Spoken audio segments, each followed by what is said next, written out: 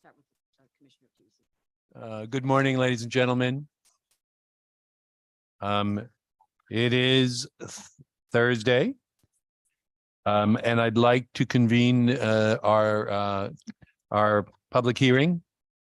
And I don't know if I have any comments or from our chair or ranking members. All set. Thank you, Mr. Chair. All set. Okay, then if I could invite the Commissioner of DECD, and we're ready to hear your public testimony.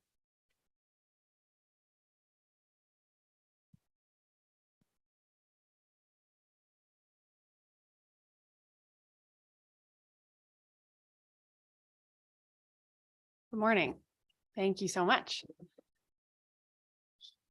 All righty. Senator Hartley, Representative Meskers, Senator Martin, and Representative Harrison, and the members of the Commerce Committee. So good morning. My name is Alexandra Dom. I'm the Commissioner for Economic and Community Development. And I'm here this morning to comment on a couple of the bills before you. I appreciate the opportunity to register our support for, first and foremost, Senate Bill 1027, which is the agency's bill addressing our Job CT tax rebate program, which was passed last year, and the certain aerospace manufacturing project bill, which has to do with the Lockheed Martin bill, Lockheed Martin support that was passed last year as well. So both of these I would term as technical corrections, technical bills. As it relates to Job CT, that is a correction that enables us to streamline the process of the program. So instead of signing a contract, a specific ad hoc custom contract with each individual business, it's going to streamline it into basically an application and an automatic rebate. And happy to take questions on that. As it relates to the Lockheed Martin legislation, the technical change there is to allow the company to take advantage of the benefits over a period that is 1 year longer than was originally envisioned in the legislation. And the amount of the benefit has not changed at all. It's just simply that they will be able to take advantage of the benefit over one year longer period. So again, I would term both of those as technical changes. In addition to Senate Bill 1027, I want to comment briefly on Senate Bill 1042, and we've also submitted written testimony on that. 1042 has to do with brownfield land banks. And just to summarize the approach of the agency to that bill, the bill would enable land banks to apply for brownfield funds to cover their administrative costs. And it is generally our belief that the brownfield funds are best used for actual remediation activities as opposed to administration and overhead costs. So you'll find the details in our written testimony. I'm happy to take questions on that front. Moving on to House Bill 6692. I want to first of all just pause and say thank you to this committee, to the legislature, to the governor, and to all the arts, culture, and tourism stakeholders that have come out to talk about the tourism, arts, and culture industries, so to speak, in the state over the last couple of weeks, and specifically around DECD's work. And we've been really grateful for the support that those groups have registered for DECD's work in this area. Having said that, I do have a couple concerns with the way that the bill is currently drafted. It makes a couple changes that I don't think are necessary because they are activities we can already do. For example, our Council of Arts is already able to make grants. And so the ability to make grants, which is written into the bill, is not really necessary. There's also an emphasis on a strategic plan. We already submit and we already create a strategic plan every year, and that's certified by the National Endowment for the Arts. So I think some of the mechanics of that bill are probably not necessary for us to continue to do the work that we're doing. But again, appreciate the overall support in general for DECD's work in those areas. And then lastly, just want to voice support for the governor's bill, House Bill 6661, which just introduces some protections for some additional protections into our assistance agreements with companies that receive financial assistance. So with that, I am happy to close out my testimony and take any questions. So I'll take advantage of being the chair to start with the questions. In relations to the arts bill, the arts and tourism bill, what I've heard in testimony and conversation and from various parties is related to the increase in funding, the decrease in funding, and the constancy of funding. So while I'm happy that the DCD is using the criteria of the Arts Endowment at the national level, I think over time, what I would hope that we charge the groups with is that they create viable metrics for the encouragement of, if you think about it, tourism and the metrics there for successful tourism. On the arts, it's going to be a different metric, because tourism you can measure in dollar and cents and traffic and footage, et cetera. In arts and culture, I think the criteria you want to think about is the metric of, at some level, economic, but there's a whole alternative measure, which is outreach, social impact, emotional impact, and growth in the community. So I'd like to see those metrics included going forward. When we stand up programs for our disadvantaged youth or our disadvantaged seniors, and we hire artistic directors because we have funding one year and we cancel it in future years, we don't build a continuity to create a metric. I'll give you an extremist. If I set up a ballet program in an inner city and hire a ballet instructor, and I fire them or hire them every 3 years because I only fund it every 3 years, I'm unlikely to develop that and reach and have the emotional and social emotional learning impact that I'm looking for. So I'd like that at some point that you guys think about that and consider those impacts and the effectiveness in the arts and outreach and the culture side of it, right? So those would be like my principal concerns and those aren't always within your realm. I know that hits within appropriations and it fits within the continuity of funding, but we do need concrete metrics for both what we're trying to do for the good of the people and what we're trying to do for me, as I sit on finance revenue bonding, for the good of my wallet. So things that drive tourism are of interest to me, but they're no less of value to me than the outreach and social development. So I just want those both, I guess the hard thing is, DECD is economic development, but it's also community development. So I guess I'll ask you to put that hat on part of that analysis. Yeah, I would say I would say that both tourism and arts wear both the community and economic development hats. So there's absolutely an economic development component to our arts grant giving and to all of our fostering of the arts, and clearly on tourism as well. And then there's also community development that is around fostering tourism that you might not think of, that has those social emotional benefits. So I agree we should be keeping both hats on when we're considering both arenas. And then as it relates to metrics, I'd like to take a look I'd like to take a look at what metrics we currently set ourselves up to track in our strategic plans for both of these areas, and we'll make sure that they take into consideration your feedback, and we can send those to you and add more. We can make sure that we're tracking the right stuff. And I'll relinquish the microphone. I thank you. Thank you, Representative.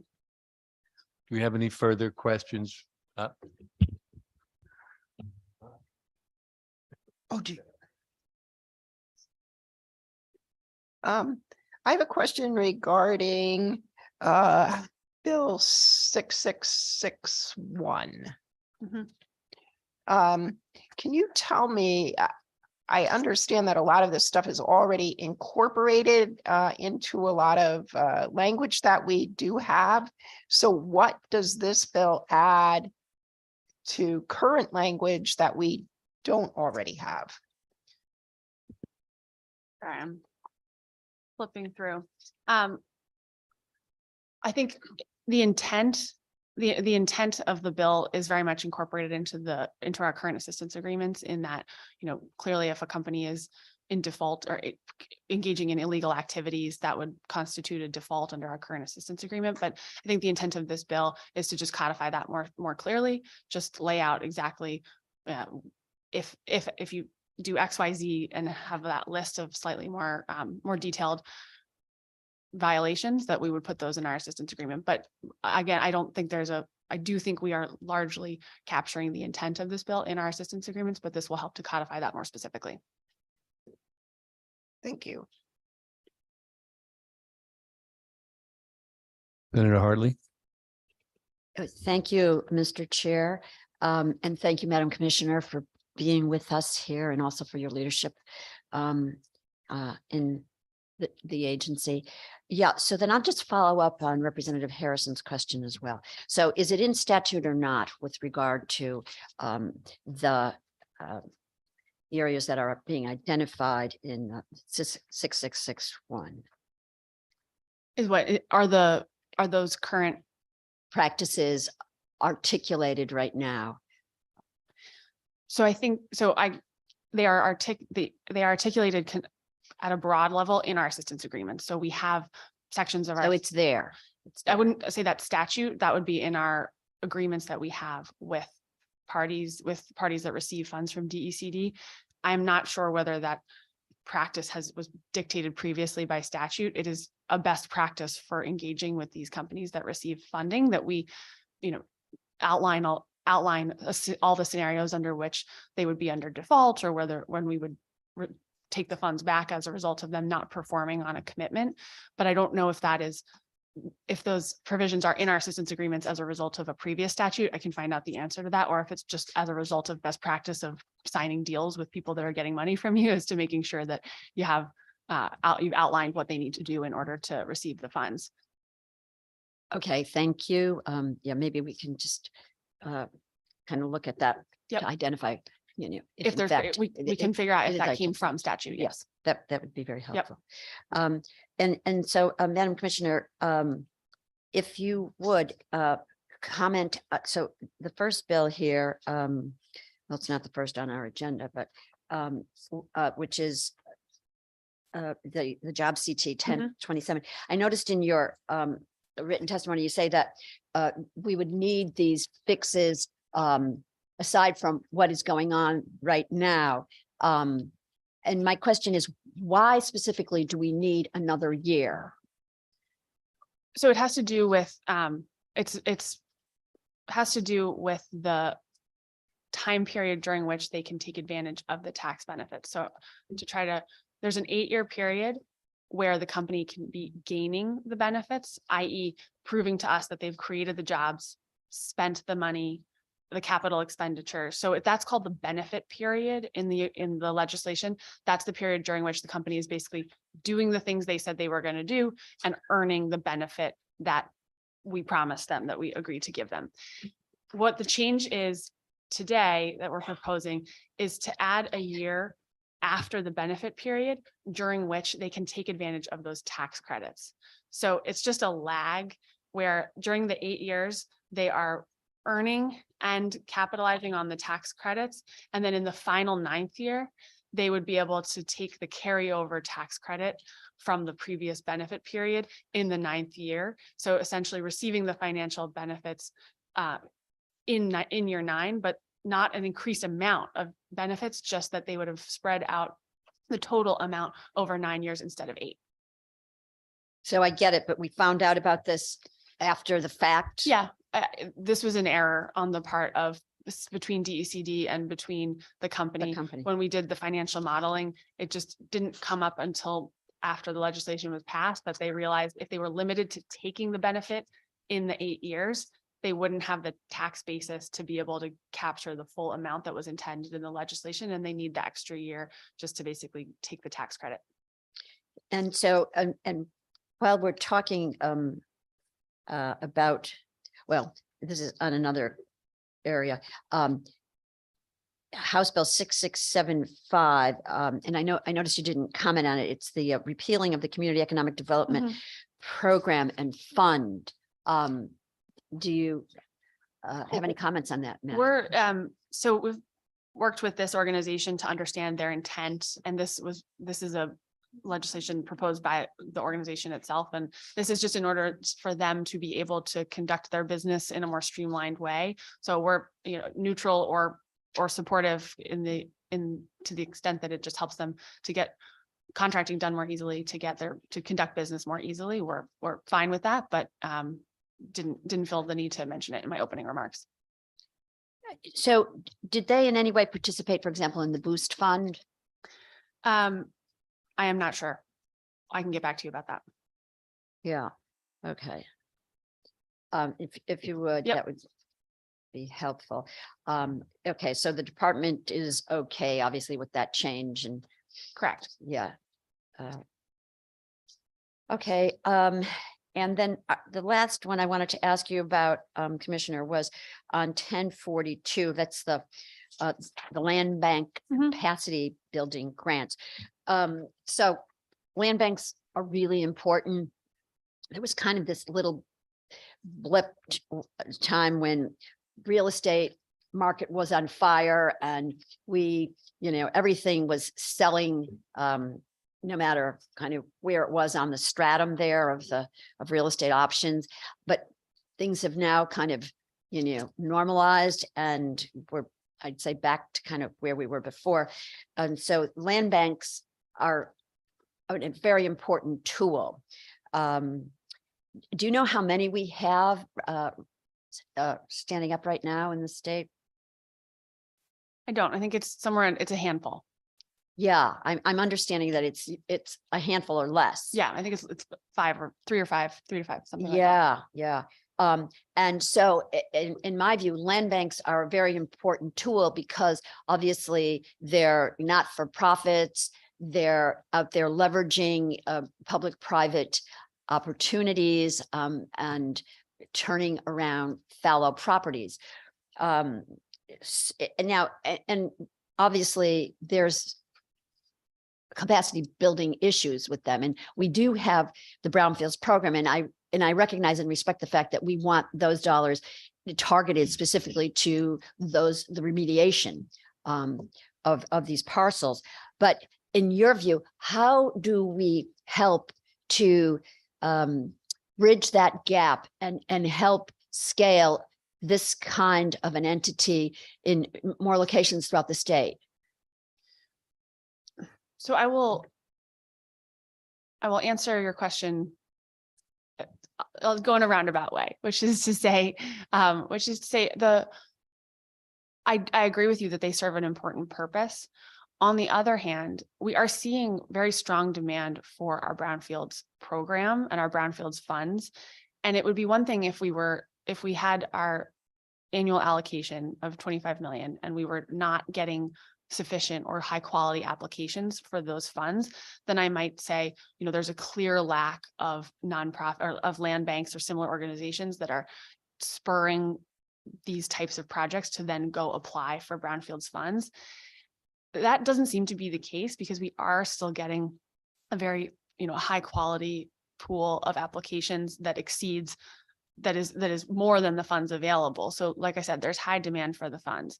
And so I think since money doesn't grow on trees, I think my preference, as I stated earlier, is that it would be great to stand up more land banks, but if I have to choose between funding land banks and paying administrative costs and actually doing remediation, I still think the best use of those funds is remediation and making sure that we're actually cleaning up dirty dirt and actually turning it into buildings and parks, et cetera. I think there is for fostering those.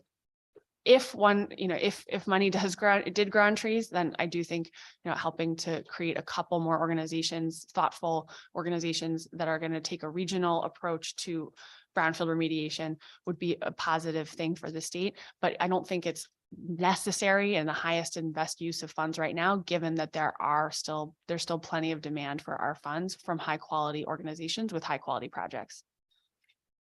And I don't dispute the fact that there is over demand, and every year we completely exhaust these allocations. And that says something though about the need, and also recognizing the fact that we're the Northeast, the old industrial Northeast, and the vestiges of that are deep and widespread throughout our state, which would suggest to me that this program, perhaps maybe we ought to start having a conversation about its annual allocation. Because if we are trying to turn around cities, we are trying to turn around every community, quite frankly, that this is a baseline initiative in order to do that. And you bring up something I think important, and that is if there are models that are on a regional basis, And so I'm thinking if there's a model on a regional basis that maybe, there is a required match, that there is some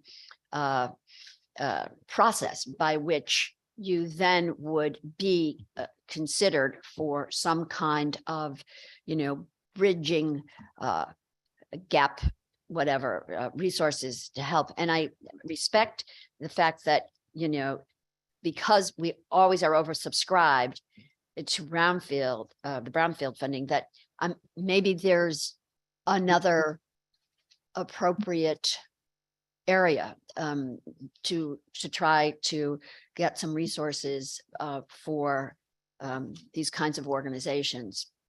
So, okay, I appreciate this conversation, and perhaps we have to kind of roll up our sleeves and be a little more creative.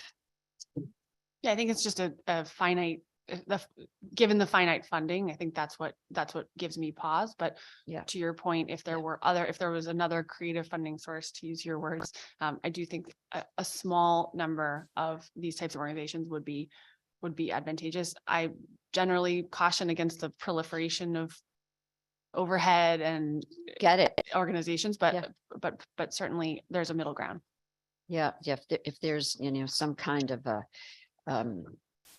a matching opportunity. And then just my last comment, and I may have mentioned it before, thing that concerns me a little bit also on the Brownfields program is that, we've got projects that sometimes are beyond the designated financial caps that are available. And then what happens is a particular project has to reapply. And every time we're reapplying, we are having those baseline expenses. And so quite frankly, we've got duplicative costs in there, which do not serve the purpose of, getting these cleaned. And there are a significant number of brownfield projects that are of that magnitude. So I think that's something that we really have to, pay attention to a little bit now, because we are, we're not totally using all of the resources appropriately. I think we're duplicative spending.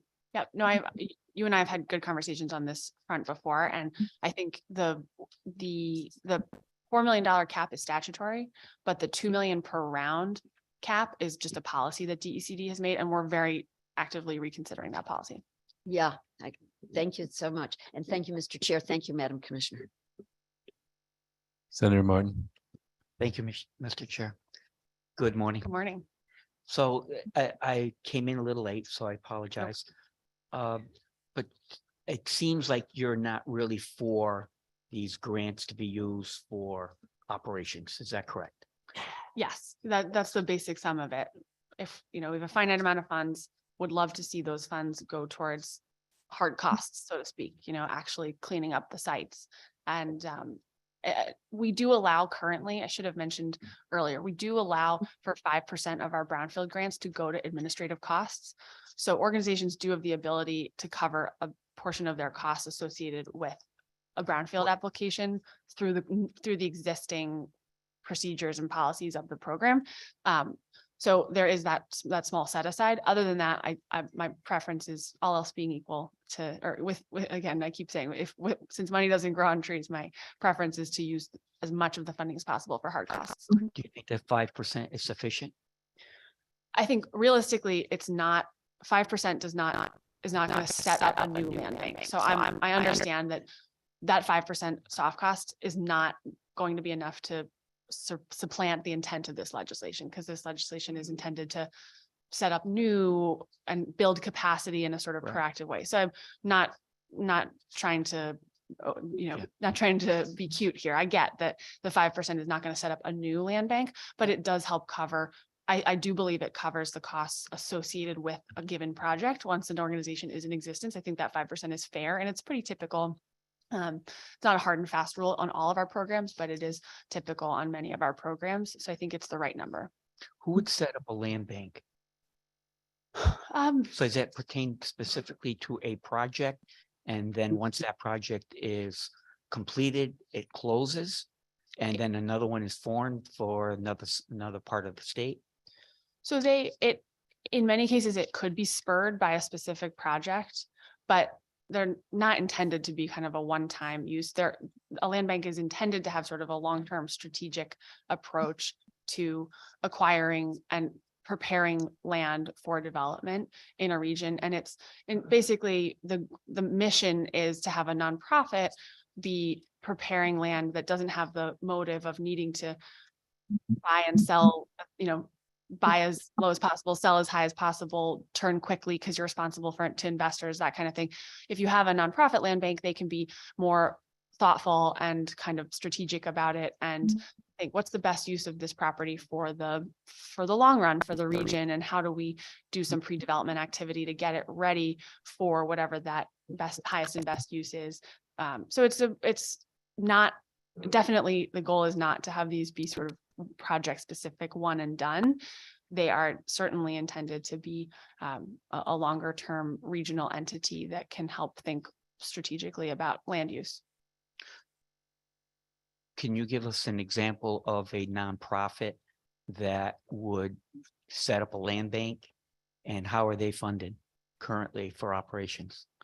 So there are a couple of land banks. The notable ones are there's one in Hamden that's been very that exists and has been ongoing.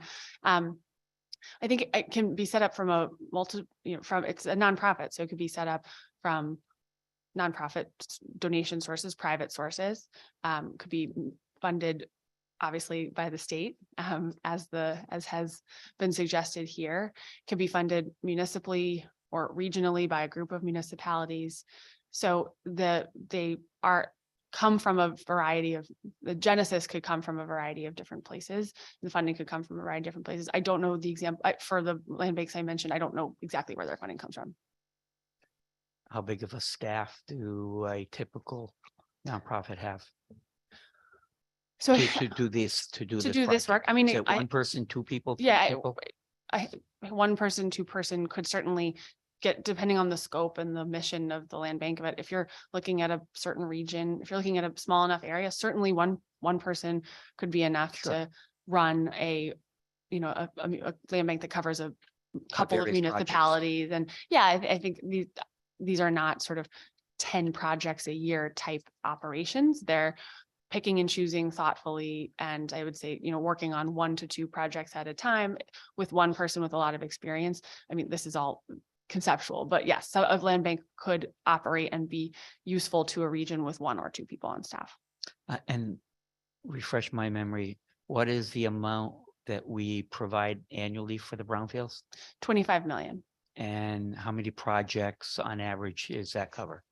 Or let me ask in a different way. What's the maximum amount that an entity can have or gain from you? The maximum amount per project is $4 million. And so, but we don't, that is not the average. Obviously, that's the maximum. I'd say I'm sorry, I don't have the stats in front of me, but the average is about probably just over $1 million per project.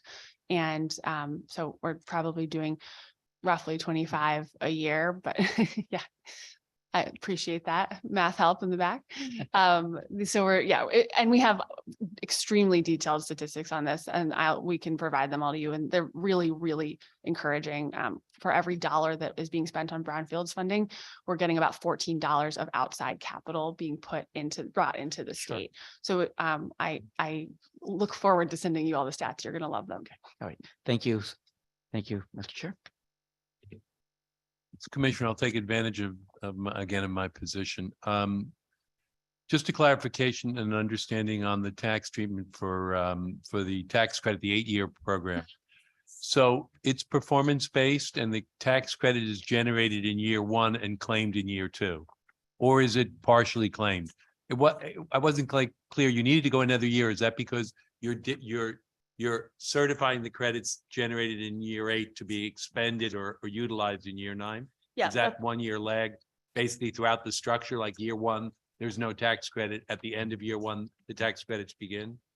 So they are able to carry over the tax credits, any unused tax credits, they can carry over to the next year. So they are generated and used in the same year, but there's a carryover that you need the 9th year for. Yes, That's- exactly. That's enough. That was exactly the exactly right. clarification. The second piece, and I won't test your mind or knowledge on this today, but I would like to know how many projects qualify that you ultimately have to either postpone or reject because For of the brownfields. brownfields in terms of the amounts. I want to know what the gap is that we're not funding. Because it goes back, it's funny, it goes back to the arts, culture and tourism. It's like, I have two hats on. One is remediation in our inner cities, the growth of our industrial sites, of all of the communities that suffer from brownfields. And the second piece is, once they're up and running, I get to tax them and I get revenue for the state. So I need productive enterprise. So if this is giving me $14 of economic activity in renovation, and then whether it's housing or commercial activity, I mean, it's a win for the entire state. So I want to make sure that we're at the adequate level of funding. And I want to know what the unmet demand looks like. So Yes, to the we- extent you can come back at some point. that would We be can great. definitely, we can very easily provide that. And then the only thing I would add is that to Senator Hartley's point about these funds, I think the demand that is not being met there is additional demand not being met, not captured in our quote rejection numbers, because there are projects that could easily support more than the $4 million cap that they're not coming to apply for the fifth, sixth, $7 million because they're ineligible. And so you're not going to see those in the sort of rejection data. And yet if our cap went higher, if we had more funding, there would be that demand for it. So we'll provide you with the known projects that applied and weren't able to get the funds, but I would just caution that I think that actually understates the unmet demand. Okay, so the issue, I guess what you're saying, clarifying, is that the project that needs $6, $7, or $8 million is just not applying and just not getting done. Or they're applying, they're just getting only 4 because that's the Okay. max. Or they're, of course, you can never know who's just not applying in general. I'm That's more the- worried, now I'll sound more heartless, is I'm less worried if I'm only giving them 4 and Right, they right, want right. 6 and they're doing the project. They're not doing the project, I'm very upset, right? Because then there's an empty space and nothing's going on, so that would be my final comment on that. If there are no other further questions. Up, Representative Durin DeBoer. When you sit way over here, you have a disadvantage, but thank you, Mr. Chairman. And thank you for being here, Commissioner. I wanted to speak on 6692 about arts, culture and tourism. And, Connecticut's uniquely positioned between New York and Boston, and we have a great advantage that we can capitalize with respect to our arts, culture and tourism. And my question for you, and I don't mean to put you on the spot because you may not know this off the top of your head, but how does our funding compare to the other states around us when we make investments? We do have data on this, and it depends on whether you're looking at it from a tourism point of view, just tourism, or from the tourism and statewide marketing, arts and culture, which is a bigger Anything you're bucket. willing Yeah. to. You have. I think it compares, I think we're slightly below our peer set. And then there's different ways to look at the data, so people may disagree, but we're happy to provide the data that was pulled by our tourism team. And on a per capita basis, I think we're slightly below, but generally in line with peers. And I caution peer states that are not, peer states that are not Maine, for example, which has a much higher emphasis on tourism in their economy. So peer states, I would consider more of states that are contiguous to us that have a similar makeup of tourism in their GDP. Okay, thank you. And then in your opening comments, you suggested something about the strategy, because the strategy component is part of the bill, but that you put together a strategy, so that may not necessarily need to be a part of the bill. But I think I don't want to speak for the proponents of the bill, although I'm one of them. When we had that session a year ago, we had Arts, Culture and Tourism Forum. And we had stakeholders from around the state, we had legislators, we had the governor there. We talked about some of the things we would like to see in the strategy. And one of them is more synergy between arts, culture, and tourism, because sometimes they operate in silos. So I think that's some of the components we would like to see in a strategy. So when you say that you already have a strategy, do you have any of that included as part of your existing strategy? The question is, does the do the strategies for the tourism department and the arts department marry to one another? Are they coordinated and are they? Is there a strategy to collaborate the areas? So there absolutely is the short answer. And I can figure out exactly how that's documented in the actual documents themselves. And so we'll get that back to you. But in terms of the approach that we have to arts and tourism, they, first of all, both sit within DECD. So that is it's an important structural approach to the two areas. They're not in two different agencies in different silos. They're both, literally they're physically next to, one director sits next to the other physically in our office. So that's just a physical manifestation of how important it is. And then we do absolutely believe that an integrated approach is the way to approach both of these areas. And you'll see in any of our grants programs now, when we have a grant release, a NOFA released for a grant program, we're not just saying, how does this grant program that maybe for brownfield, maybe for something totally unrelated to arts or tourism or culture, or may seemingly be unrelated. You're going to find in our grant releases for those types of programs, we're going to ask how the potential end use might impact arts, tourism, culture, and projects are going to get extra points, so to speak, be more competitive for our funds if they incorporate those different areas. We just ran a communities challenge, which is a grant program for buildings in downtown areas, a whole section there talking about how is this going to bring folks into the area for tourism, for arts, for culture. So don't build a building and with a blank, don't build a building with a blank wall, build a building with a mural on the side, bring folks in for programming, make sure you have hospitality components to the building to bring in tourism revenue. So it's absolutely our belief that those elements need to be integrated in order to be successful, but I will get you the specific language as in our strategic plans that addresses that. Okay, thank you. I was looking at the report this morning to refresh my memory as to what came out of that forum, because we had breakout sessions. There was a lot of good information and good ideas. And besides sustainable funding, which I think is the critical number one issue, right? Because you can't operate like this, right? You can't even plan for the future if you don't know what your funding level is. But in addition to the sustainable funding, collaboration was also a key component, which we just talked about, but also more equity in the accessibility to the funding. So can you talk a little bit about what DECD is doing around making all of those grant programs that fall in that world more accessible, more equitable? So again, it comes down to criteria for issuing grants, and issuing a lot of the funding is competitive when it comes to specifically to arts and culture.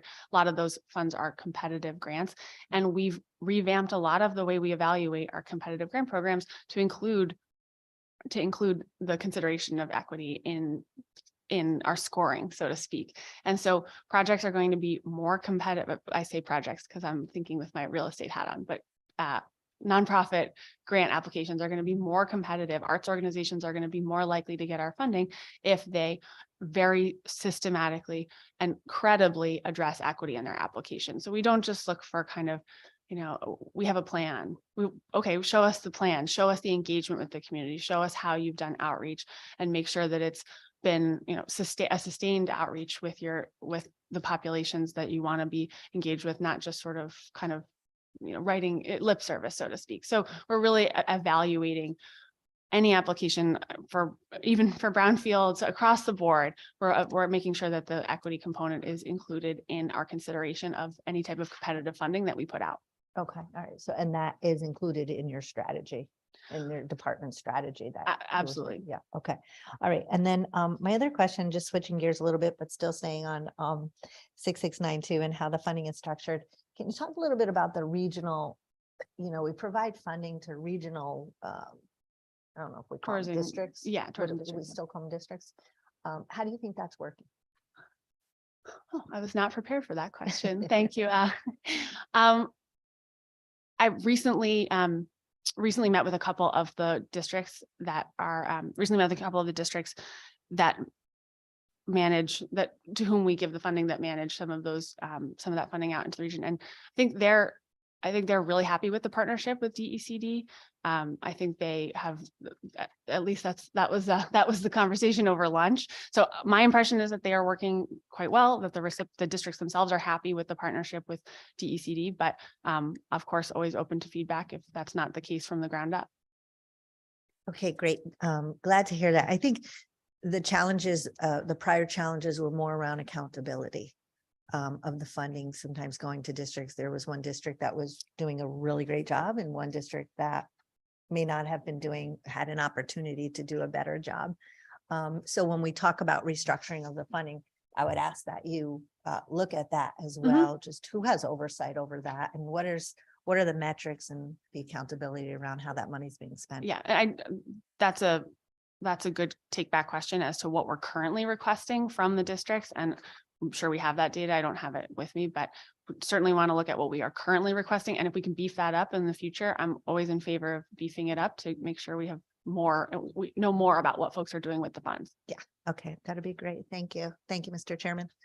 You're welcome. Just as a clerical note on our earlier meeting, if anyone has not registered their committee attendance and vote, just would you see the clerk for our prior meeting?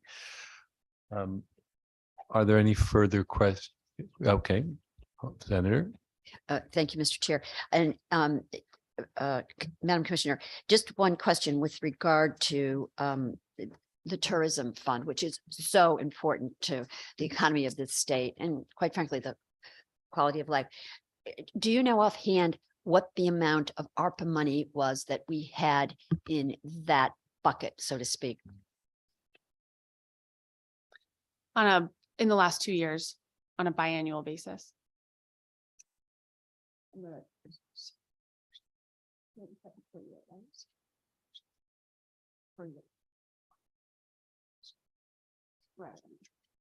So I think it was 7.5 in ARPA for statewide marketing. 7.5 million, obviously.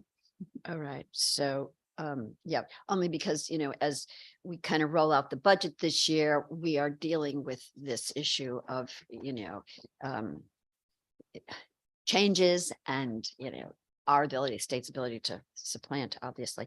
And, I'm thinking as we're talking, it might be very purposeful for us to hear from, is it your bureau chief of tourism? Help me out. I know you have some new personnel there and I'm really seeing that being manifested in, the department's tourism activities. Absolutely. Her name is Noelle Stevenson. She's our director of tourism. She's been in the post for a little over a year and has absolutely, I'm glad to hear you say that you've seen a change in our approach, and I think she's done a great job. The industry, I believe, thinks she's done a great job. So I'm sure she'd be happy to, she would definitely, I can say, be happy to come in and speak to whatever questions you have on tourism. Yeah, I'd love to hear Yep. with regard to this bill 6692, actually. All right. Thank you so much, Mr. Chair. Okay, thank you very much for your testimony. Great. Thank you.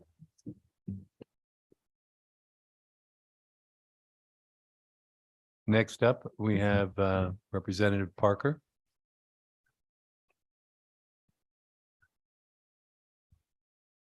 I know you've been a strong advocate. My phone has rung incessantly. I want to thank you for your advocacy. Happy to do it, sir. Chairs, Meskers and Hartley, ranking members, Martin and Harrison, Vice Chair Fazzino and the esteemed members of the committee.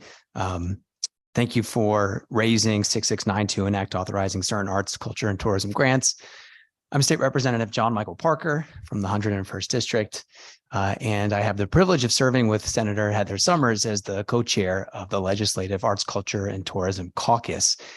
In that capacity, I've been working over the last 18 months with leaders across the sector who, for the first time ever, have really come together in a coordinated effort to develop a strategic plan and funding ask that would help their sectors deliver on the promise that they have for the state of Connecticut and its people in terms of economic development, which we've been hearing about, workforce development, equity, and quality of life. And so some of those advocates are here today and have a lot of information to share, and following up with what the commissioner had shared. So I'm going to, with the chair's permission, defer my time to one of those leaders, Dr. Jason Mancini from Connecticut Humanities. And you'll hear from him and some of his colleagues today also. So Dr. Mancini, if you would.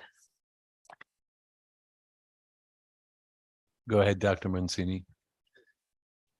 Thank you, Representative Parker. An honor to be here. Good morning, or maybe afternoon. Senator Hartley, Representative Meskers, Senator Martin, Representative Harrison, and members of the Commerce Committee. My name is Jason Mancini. I'm the Executive Director of Connecticut Humanities. In my prior life, I was an archaeologist, historian, and executive director of the Mashantucket Pequot Museum and Research Center, one of Connecticut's best kept secrets.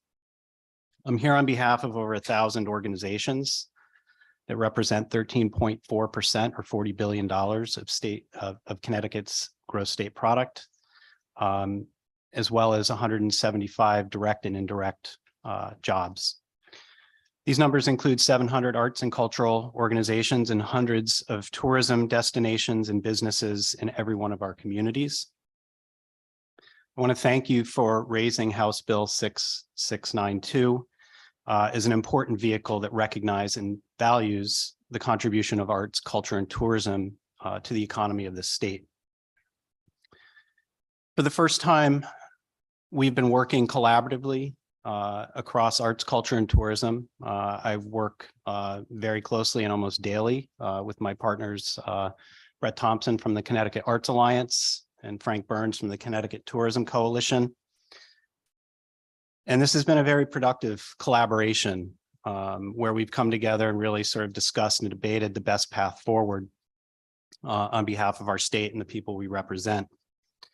We stand ready to partner with the ECD and act on the arts, culture, and tourism roadmap that we have presented to the legislature and spoken about publicly to our constituents.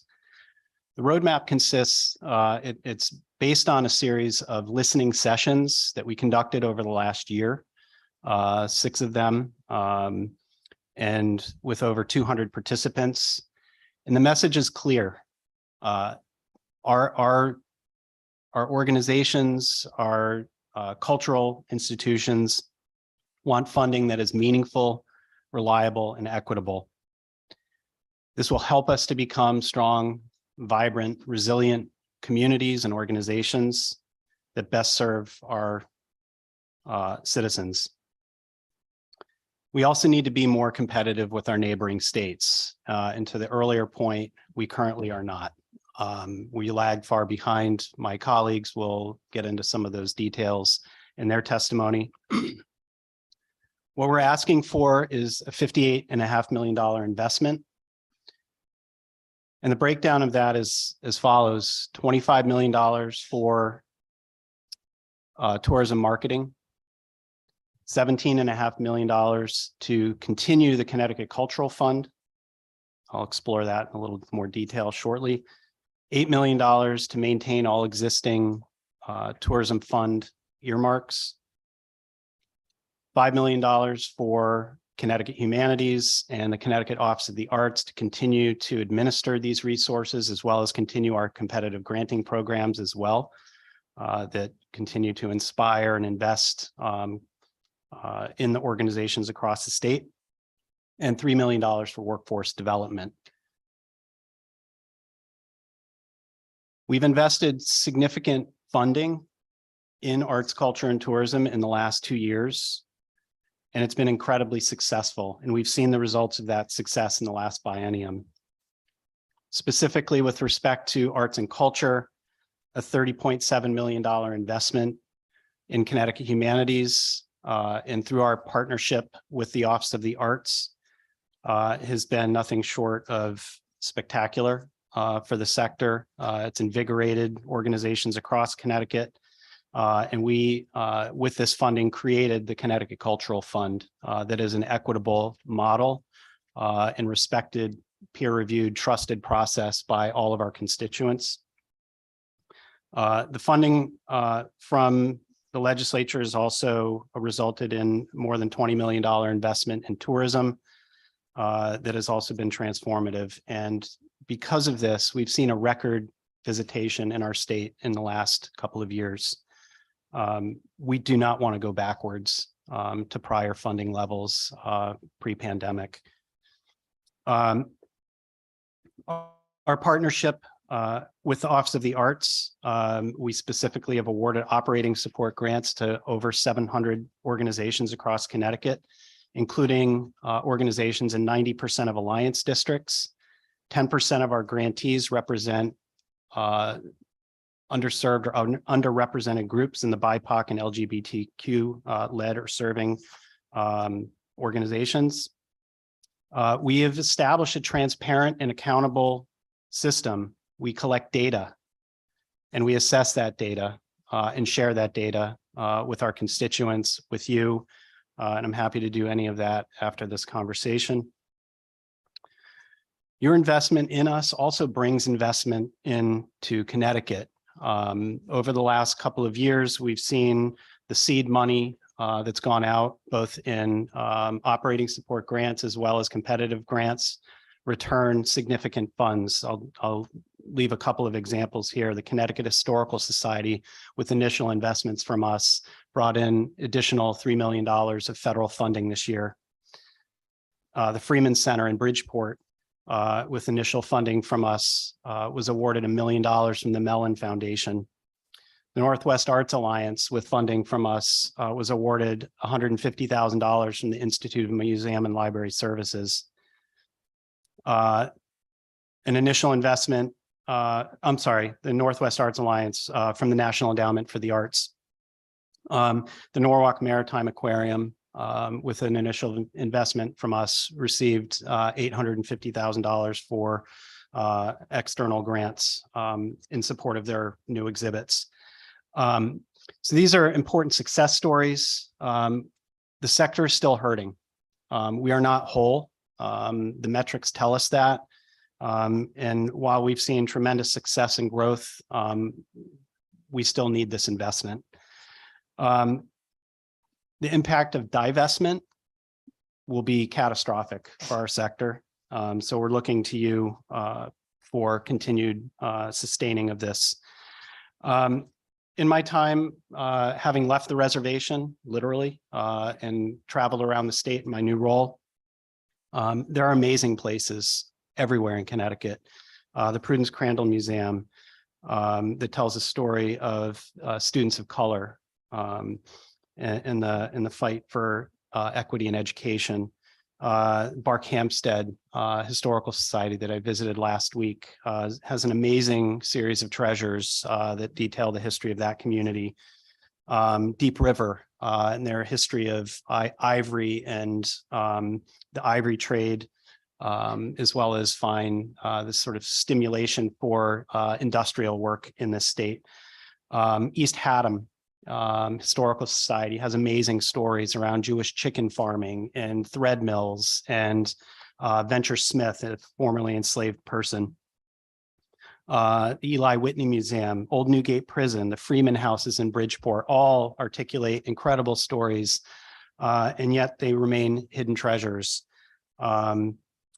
If you have an opportunity to visit the New England Air Museum, you'll see the inspiration for the Millennium Falcon in one of the airplanes that is there. We can't sell what we don't tell, our stories. And we are working across our sector. We're working to professionalize our sector. We've instituted new programming through our funding in the form of a program called Museum Makeover. That's been incredibly successful. And we've been able to tell new stories to new audiences, to increase visitation into our communities. And this has been incredibly transformative. With significant returns on investment, job maintenance, taxes, this is an investment that makes good sense for all of us. On a personal level, I am a lifelong resident of Southeastern Connecticut. I went to Fairfield University, for an undergraduate degree. I have a master's and PhD from UConn, and I've stayed here because there are opportunities here. My kids, my daughters, who are now 22 and 19, are students currently in San Francisco and in Chicago, and I want nothing more than for them to return here and build their lives in Connecticut. These are the investments that will keep our kids here and our communities growing. Thank you. Thank you, Director Mancini. I guess I'll make an observation first. As I said before, I think I guess I have two requests from Humanities at some point, assuming we move forward and which the bailiwick or the ball will be tossed to appropriations, as you're well aware, in terms of allocation of available funding. I would hope that Humanities, it sounds like, given you an overarching position you may have with this, I've asked, we have another bill before us from Historic Preservation. And I think we're going to move forward with Preservation Connecticut to establish what we call a toolkit. I would want the Humanities Office to build a toolkit on federal and state grants, because I need all the organizations that stand up to have access to state and federal grant writing sources. So you'll need to collect from some of the people, and there'll be a little bit of a tug of war, because I assume some of the applications or a lot of them are done directly from the nonprofits to the federal government. But there are nooks and crannies of funding available that people need to know how to and where to apply for. And I think the second piece that I mentioned earlier in my commentary is that the establishment of metrics. And I think it's just that we're not going to spend some money poorly versus well, as we're trying to stand up a program against a program that has 10 years of history, to build the metrics to say it's a successful program. As I used the ballet example, if I stand up a program and try to apply metrics in year one, it's not fair. But as we begin to invest in programs based on applications, on grant writing, you'll have to figure out how you develop a progressive metric so that the programs become better and better and better and fulfill a rich mission. And that requires long-term funding. I'm not sure, given the magnitude of the delta in the request versus baseline funding versus ARPA funding, where we'll ultimately get to. But we have to really, I think the commitment we make to institutions, whatever arrangement we get to this year, has to be a baseline commitment that has continuity and brings us forward and brings that equity and diversity and outreach. And then my last one, which people don't smile, and economic development, so I get some tax revenue out of the game too. Those are like the goals, I think. As Commerce, that'll be one of the issues we're looking at. I mean, we have another bill to keep you informed. We have a bill where we're talking about intermodal transport in Mystic, because there's a capacity issue to get people to the tourist center in Mystic. And we're not going to fund that. That's going to be ultimately, if it gets done, it'll end up in DOT a year or two or wherever, or from federal infrastructure funds. But consequentially, I think the support has to come from agreed on metrics. So I think, I don't think anyone would argue that the arts and culture and humanity have no place in a state like Connecticut. I would pray that that's not a discussion we need to have. I guess the question is, how big is the wallet and how can we get there? So I would leave that as comments as chair. Do we have any questions or comments? Okay, I have my co-chairs. Could I respond to a couple of your comments? Okay, go ahead. Sorry about that. Yes. I do want to mention that we do have a very active and robust grant making department, and also our partners with within the Office of the Arts.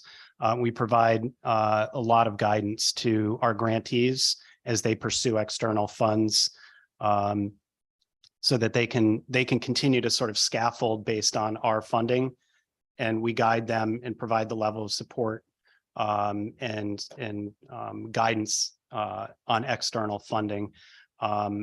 Because some of our funding also comes from the National Endowment for the Humanities, I'm in constant conversation with them to make sure that their funding is equitably allocated to the different states in the nation. So when I feel Connecticut isn't best being represented with their funding directly to our organizations, I do push to make sure that we see those allocations to our different cultural organizations. And we're doing that more and more with external funding, as well as promoting and supporting organizations, for example, like the Freeman Center, providing them the expert guidance that they need in order to go after Mellon Foundation funding and other types of funding such as they received.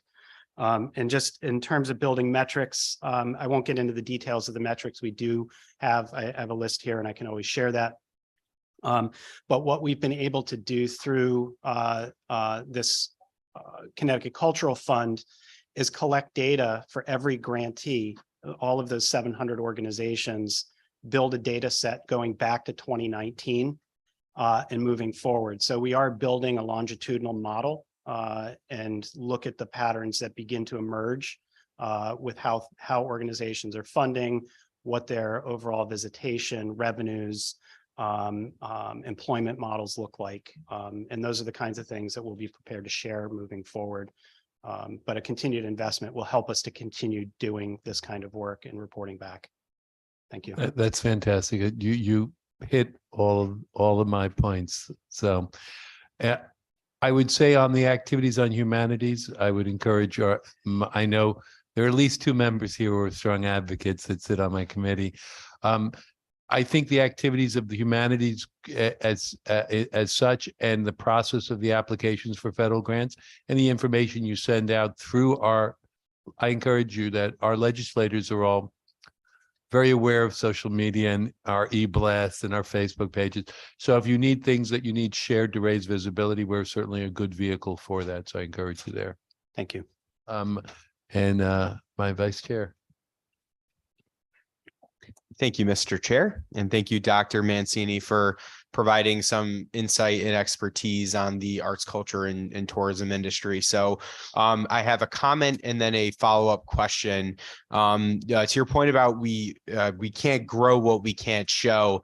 I think that all of our municipalities across Connecticut really do have a lot of hidden gems, and we have histories and stories that unfortunately aren't always called to light because many people just don't know about them. And there's a really wonderful organization that we have in Berlin, which is one of the towns that I happen to represent. And there is this whole history of Berlin's activism in the abolitionist movement back in the 1850s and 60s. And we have a Berlin Historical Society that actually still has an artifact from one of the major abolitionist rallies that happened in the 1860s. And so our history and our state is extremely rich on a number of different seminal issues in our country's history. And so it is important that those stories be told. And so I really appreciated that particular comment that you made.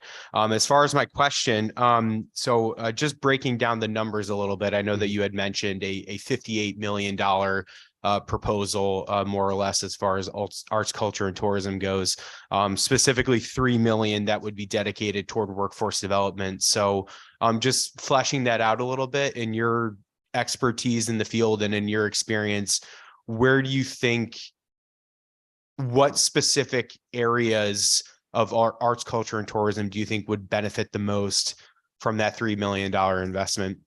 A portion of that, I think, builds on the relationship we have with the state universities and colleges that have public history programs and other types of undergraduate programs that feed into our historical societies and our arts organizations and so on.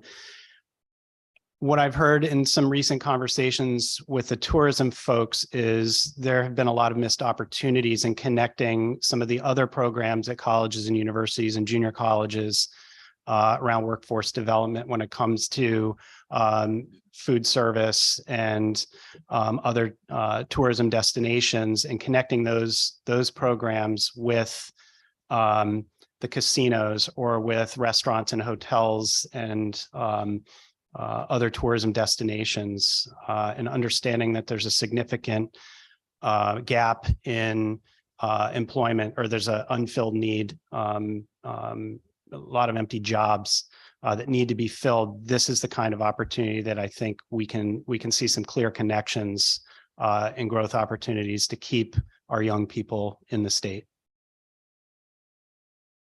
Thank you. Representative Burr. Thank you so much, Mr. Chairman. And thank you, Jason, for being here. And thank you for all the work that you had done during the pandemic and administering the grants and really helping organizations and advocating for organizations. You were truly a champion. Can you just clarify, because when we say the number 58 million, it makes it sound like it's new funding. And I'm not sure if it's you or maybe John Michael who can just maybe what was 2019, 2020, 2019, 2020, 2021, 2020, just so we can see what the pattern has been. Because this is a significant cut from previous year. We're not asking for new funding. We're asking to maintain and restructure the funding. Yes. So in 2019, the funding was at just over $13 million, which is really a paucity of funding for what we need. Early in the pandemic, we started to see an infusion through the CARES Act. Certainly the Office of the Arts and Connecticut Humanities, through our affiliation with the national endowments, provided additional resources. And then in fiscal year 22 and 23, with the investment in the Connecticut Cultural Fund and then the Tourism Fund investments, that brought us up to, for Connecticut Humanities anyway, $20 million in FY22 and 10.7 in FY23. And if I can maybe get into a little bit of detail there, that represented the funding that we provided to 624 organizations in fiscal year 22 and 724 organizations in FY23. And in bouncing around a little bit, that was about 6% of operating expenses for those FY22 organizations and 2.3% of operating expenses in the most recent year. And so we built a model moving forward for arts and culture that would land somewhere around 5%. And that's the $17.5 million request for continuing the cultural fund. And that's based on current numbers, what we know now with the 724 organizations and so on. The increase in funding for tourism, I'll defer to my colleagues in tourism for that, but the studies have shown, as I understand, that we are not competitive, that we need this added boost to be competitive with our neighboring states and to be competitive with states that are similar size in terms of residents. We are outcompeted by far in that regard. I'll defer to Frank Burns and his testimony later on that. Okay, great. So the CARES Act, the funding was meant to help supplement what was lost, but we also put funding in the budget because we felt that we needed to infuse funding into this area. So arts, culture, and tourism was able to make some hires, right, through that funding. Yep. Who's going to be laid off when we make these cuts? What are the positions? Tell us about the jobs, because we talk a lot about matching the unemployment to the jobs. Now we're going to have a surge of new cuts in jobs and people who are unemployed. What are those jobs? These are all the people doing the programs, the services, running online programs now. These are the front lines. These are the curators and exhibit makers that are telling the stories. They're the ones that are going to be left behind. And isn't it also food services? So isn't food services a part of tourism, right? So our banquets, our facilities, our restaurants that are part of a larger arena won't those jobs be now cut? I have to imagine so, but in all honesty, I will defer to my colleagues in tourism to give the specific numbers and the impact of divestment. That's been a big concern of theirs, as I think I know and we're all aware. Thanks. And then just keeping on the jobs, the $3 million in workforce. Would that be for retraining or would that be what would that $3 million in workforce funding be specifically used for? I think it could be used in training. I understand that there were a series of competitive grants that were available to build these types of programs and build the bridges between our colleges and universities and the organizations. Some of that involves transportation and providing those kinds of opportunities in an equitable way. Great, thanks. I have a few other questions, but I'm going to, will come back to me, but thank you very much. I believe I have a mystical senator I have to bring to the forefront, Senator Summer. Good morning, and thank you for being here. Great to see you again. Good to see you. I wanted to ask you a couple questions that I think is important. I mean, I obviously support this bill. I know that you've worked on it with many industry colleagues, but I think it's important for people to hear what sectors came together during the last 18 months. And to what extent did you guys collaborate to come up with this diverse plan and what kind of diversity was included in coming up with this plan? That was my first question. And then secondly, I'm really concerned that Connecticut thinks of tourism as sort of an afterthought. And there are times when in this budget process over the years, tourism was funded at $1 at one time. And, I heard the DECD commissioner earlier when I was on my way up listening to the hearing, saying that she thought we were competitive with our neighboring states or peer states, but I couldn't disagree more. New York spends $100 million on tourism. I know it's a little bigger, but it's not better. I think that it's really, really important for us to continue this process and to continue to generate the support for the investment. It's not an expenditure, it's an investment in so many ways here in the state of Connecticut that reaps wonderful rewards, both economically and philosophically and spiritually and existentially. And it makes us have a wonderful place to offer for people to come and to live. So I'm concerned on, and I don't know if you can answer this question, but maybe you could sort of give us an idea. What do you think is going to happen if you see this funding going in the wrong direction? It's my understanding, and I visited a lot of really small arts organizations, especially during the pandemic, that would have never survived if they didn't have this infusion of money. And, I'm concerned that you could see those smaller, whether it's a museum or historical society, just really collapse if it's not provided with the kind of funding that we've seen. And, we take the wrong trajectory and go in the wrong direction. So can you speak to all of that? That's one question. I know it's a lot. Yeah.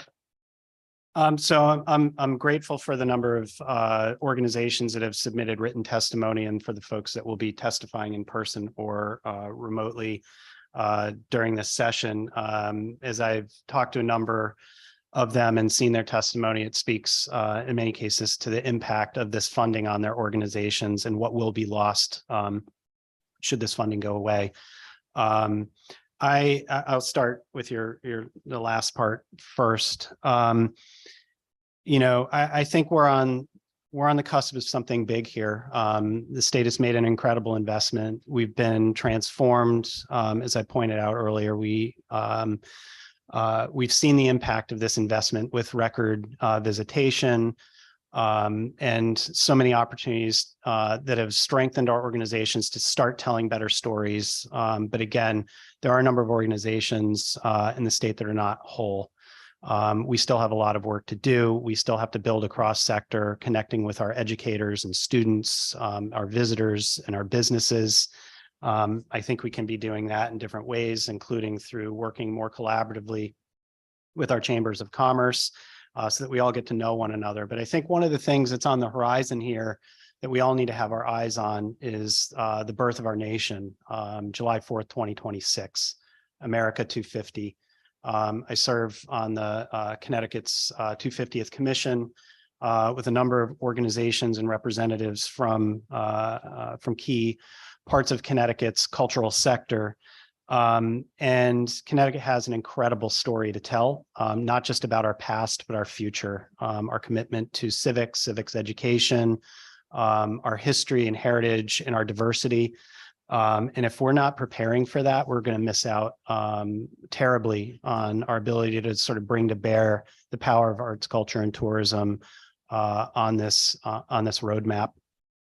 So I do want to signal that with respect to the plan and the partners that have come together, Brett Thompson at the Connecticut Arts Alliance and Frank Burns with the Connecticut Tourism Coalition and their communities and organizations, as well as folks within the state departments. One of my favorite people and best collaborators, Liz Shapiro, who directs the Office of the Arts, has been nothing short of stellar in making all of this really happen and be as transformative as it is. Other cultural leaders, certainly you, Senator Summers, and Representative Parker have been a key part of these conversations and pushing us forward. But cultural leaders, including Rodney Butler, chairman of the Mashantucket Pequot Tribe, and other leaders in the cultural community have been part of this roadmap. And I'm grateful to all of you who have participated in the Arts, Culture, and Tourism Summit in December of 2021, as well as in subsequent conversations in the past year. All of these organizations and individuals have contributed heavily to the roadmap that we present to you now. I think I answered your questions. You did. Okay. I just wanted to ask on the training portion, the funding for the training. I just wanted to make a quick comment here. You'll hear probably later today from the Restaurant Association. And this, there's synergy here. They have 4 accredited programs for hospitality, food service, and they have no funding to help students in college or community college or even high school level to help train them and get them interested in the hospitality field. So I can see that there could be some synergy there also. Again, 4 nationally accredited programs that and there's already 2,200 students in the program, but they don't get any funding from the state at all. And they're doing it on their own. So with an infusion of help, that could significantly boost that industry as far as workforce development, which we desperately need. Yeah. So I really want to thank you for all the hard work that you have put into this. It's a very well laid out plan. And I look forward to having this conversation in appropriations, which will always be joyful, but there is and long, but there is, I tease about this, but if we had invested our pension funds in tourism, we would be in a much better position than we are because the rate of return is unbelievable. So thank you so much for your time today. Thank you for your support. Just as a point of clarification, I don't direct the pension fund, but I appreciate it. Maybe we should rethink that, right? Thank you, Senator. I believe Representative Leeper has a hand up. Go Thank you, ahead. Mr. Chair. Thank you, Dr. Mancini, for being here and for all the work you and your partners do in this sector. And thank you, Representative Parker, for championing this work. I'm going to put on my hat as the co-chair of the Main Street Working Group and just highlight that the Connecticut Main Street Center is also in strong support of 6692 because they understand the ways in which arts, culture, and tourism really can anchor our main streets and spur economic development, job growth, and also historic restoration and preservation of our Main Street buildings. So it really captures a lot of things I think we all want to see within our communities. So when I'd welcome your thoughts on that, and then also just sort of thinking about the ways in which this consistent funding enables more innovative and creative collaborations amongst the sectors in our communities, and wondering if you could speak to how these funds could be used and the impact they could have, both within the sector, but also within our communities. Yeah, thanks for that. I often talk with Liz Shapiro about the opportunities that lie before us in terms of connecting arts and humanities organizations and how we can sort of begin relying more thoughtfully on the collaborations between our creative people, making sure that our museums are hiring local artists and local talent to do the work in the museums and programs. And similarly, artists beginning to think more concretely about placemaking and what heritage tourism looks like in our state, and how do we represent the stories through visual performing and other types of arts. So I think there's a lot of room there for cross-sector growth. And I think this collaboration is primed for that. I'm excited about the opportunities to work with chambers of commerce and begin to encourage our constituencies to engage with the chambers so that they get to know who we are and what products that we have that can feed into more than a chocolate trail or a beer trail or a wine trail, and that we're thinking about sort of a placemaking ecosystem. How do we bring all of these things together? And I think that is what, to me, Main Street really represents. How do we bring all of that and present it to the public in our most visible places? Thank you so much for that. Thanks, Mr. Chair. I think I inadvertently left my ranking member. I apologize, Cindy. Hi, thank you for being here. You've certainly given us a whole lot of facts and figures, and I went and looked, and unless I missed it, I didn't see that you submitted any written testimony. So my ask is, can you take all those facts and figures and all those things that we're diligently trying to write fast and can't keep up with Yes. you, and submit some written testimony for us to refer back to? Yes, Thank I you. can certainly submit our two-page roadmap that has all of the details that I've provided. Thank you very much. You're welcome. I believe Representative Moore, you suggested you had more questions?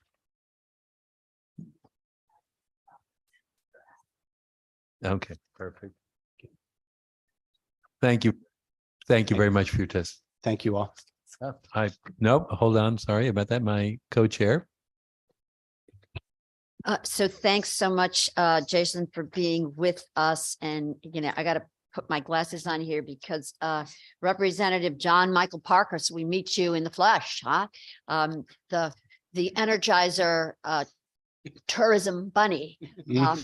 So thank you for this. And no, in all seriousness, there's been a lot that's happened, and your advent here to the General Assembly also has helped to coalesce all of this. I'm thankful for the coalition that you made. We actually had to legislate to put arts and tourism together in the strategic plan. It was not delineated, as in the past, and it was, like, really, why not? There was no reason for it not to have been, and so we've started to move beyond. But I guess, and I see you're signed up a little bit later here on the list, so we've kind of crossed that out. I'm noticing that you, in terms of leveraging, have leveraged your 3 minutes very well. So this is the man we want to talk about. He knows how to leverage. But just following up on Representative Lepore's questions, I would just like to say, or I'm sorry, it was Representative Harrison. Yes, the testimony will be very important. And when you go through that, okay, you broke it down in terms of what the ask was to make up that 58 million. Mhm. And so we really want to see those numbers very clearly. But what we also want to see is what was spent previously on those particular Yeah. segments. I mean, there was a lot of conversation about workforce. Show us what those numbers were previously. And then, of course, we want to see by a breakdown, if you have that, what ARPA money is embedded in this as well. Because we want to, look at this in relation to, what the real numbers were, as opposed to, additional infusions of dollars that we were the beneficiary of. So I just want to ask you your opinion on this sector with regard to how we're doing in leveraging, additional resources, foundation money, private money, federal money. How are we doing overall in terms of this sector, in terms of leveraging our investments? I will get you all the specific details as we're building that right now. But I've been very impressed with the amount of funding that I am seeing coming in from the federal government outside of ARPA and CARES. So there's funding available through the National Endowment for the Arts, National Endowment for the Humanities, the Institute of Museum and Library Services. Those are all federal funding sources that a number of our organizations across Connecticut have access to. And as I mentioned earlier, we're recognizing the growth in a number of our organizations and preparing them to go after that kind of funding. So those opportunities are growing, as well as through private foundations. The Mellon Foundation has been investing in our organizations. Certainly, I mentioned the Freeman Center that received $1 million. Mystic Seaport has been involved in a collaborative project with Brown University and Williams College that I'm actually sort of as an academic involved in. That was, I think, almost a $5 million investment split among those organizations in the last couple of years. I know our community foundations are engaged. We have less of a specific relationship focused on this, although I can cite the Community Foundation of Eastern Connecticut that has been involved in supporting public art for racial justice and education. So we're seeing more public murals in places like Norwich, other places in Eastern Connecticut. So very happy to see those kinds of investments. This is something I've asked my staff to pull together in terms of the additional external funding. So I hope to have some more concrete figures on that for you moving forward. Yeah, so when you provide these numbers in this breakdown, it would also be very instructive if you could indicate, additional resources, dollars that are leveraged. And, I guess I'm generally wondering, where are our shortcomings? What opportunities are we missing? What money are we leaving on the table? And then how do we address that? Yeah, I think our work with the foundations in Connecticut need to be strengthened. So I'd like to be able to leverage more of that. I will say that outside of our operating support grants, which require no match, our competitive grant lines do require external matches. So we are seeing between 25 and 50% match. Actually, is that 100%? It's a 1-to-1 match and FERC requires external match. Okay. Yeah, so we do get matches on our competitive grants. Could you repeat the ratios or what I couldn't quite hear from the back. It's a 1-to-1 match on our major grants, all grants. Whether it's cash or in kind, I believe, right? Yeah. And I'm just generally putting this question out there.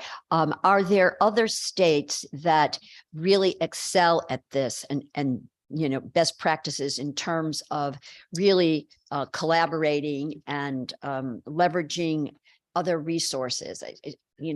There's always a way, I think, for us to up our game. I want to hear about that. Yeah, so we have formed, I think, what many of our colleagues, I'm speaking of Liz Shapiro and myself, in the national arts and humanities universe. Many of them see our partnership, our public-private partnership, as a national model. So I think in this way, it's groundbreaking. There are, I think, about colleagues in Nebraska who have a cultural endowment in the state that both arts and humanities organizations draw from. I know we have an arts endowment, but we do not have a humanities endowment. That's something I'm working on currently in terms of building. We're in the midst of a feasibility study for what that looks like and hoping we can begin leveraging some of these opportunities. We certainly see America 250 as a entry point for that, for corporate support, as well as individual giving at a high level. And I think that's going to be something that helps us to reshape the landscape of Connecticut funding for the cultural sector. Yeah, there's a lot going on. So, and DECD has just repurposed our campaign ads. And do you want to comment on that? It's exciting and engaging, and it certainly highlights a lot of what's going on in Connecticut. I fear that we're missing our smallest organizations and the opportunity to give them voice and opportunities. There's a lot of really wonderful stories to tell. I mentioned earlier the Pequot Museum being a hidden gem. It was one of my greatest frustrations serving as the executive director, not having the kind of support needed to promote such a world-respected organization. And putting more behind promoting that type of story. And there are so many hidden gems in Connecticut, and they shouldn't be hidden anymore. I think we need to call them out, identify who they are, what they do, why they matter, and how we can best support those stories for the future. Okay, thank you for your comments. So, you know, you're looking around and you see kind of what other states are doing, and I'm hearing, you know, differences, and obviously not hearing, you could see the changes, the differences in the numbers with regard to, you know, our infusions into arts and culture versus neighbors and other states at large. But I recently had a chance to go to the Wynwood Art District in Miami, and it's a pretty captivating place. Is there any place that in Connecticut might be the seed or the spark for something like that kind of an art district? Oh boy, that might be a trick question for me. Not being from the arts community, but I suspect that there are a lot. You know of, what Wynwood is? I don't. Oh, okay. All right. Well, then that's unfair for me to ask you. Okay. All right. So let me just close by saying, you talked about these numbers and so forth. So, and we've had this conversation about introducing metrics into our arts and culture discussions. And I guess I'm interested from your perspective of what would be the most appropriate and instructive metrics to put in there. So, you know, we all saw what went on during the pandemic and we're very worried. I know in my community, you know, and you talked about the smaller organizations, very worried because some of them are so unique and quite frankly, you know, so special. And they were the ones that were really struggling. And I fear that there were a few that didn't make it. And so my question is with regard to metrics, is it, you know, ticket sales? Is it seating? Is it so that we're judging everybody fairly? And those little guys, you know, don't get lost in this mix. Yeah, some of the metrics I can just roll off very quickly. We're looking at budget size, source of operating budget, employment, visitation, programming, things like that. Those are the things that we're starting to measure that we can look at consistently across. We're looking at staff size. We have breaking points on budget size and subcategories of how these organizations can be optimized. So we can think about sort of working with our statewide partners like the Connecticut League of History organizations to help professionalize and focus these organizations on the best opportunities to grow in a particular direction based on their budget size, staff numbers, visitation, and so on. So I think there are opportunities where we can begin really drilling into those numbers and looking at the opportunities that are on the horizon. Yeah, and it's about a fairness measure, Yeah. so that, we can identify in a, quantified way, not subjective,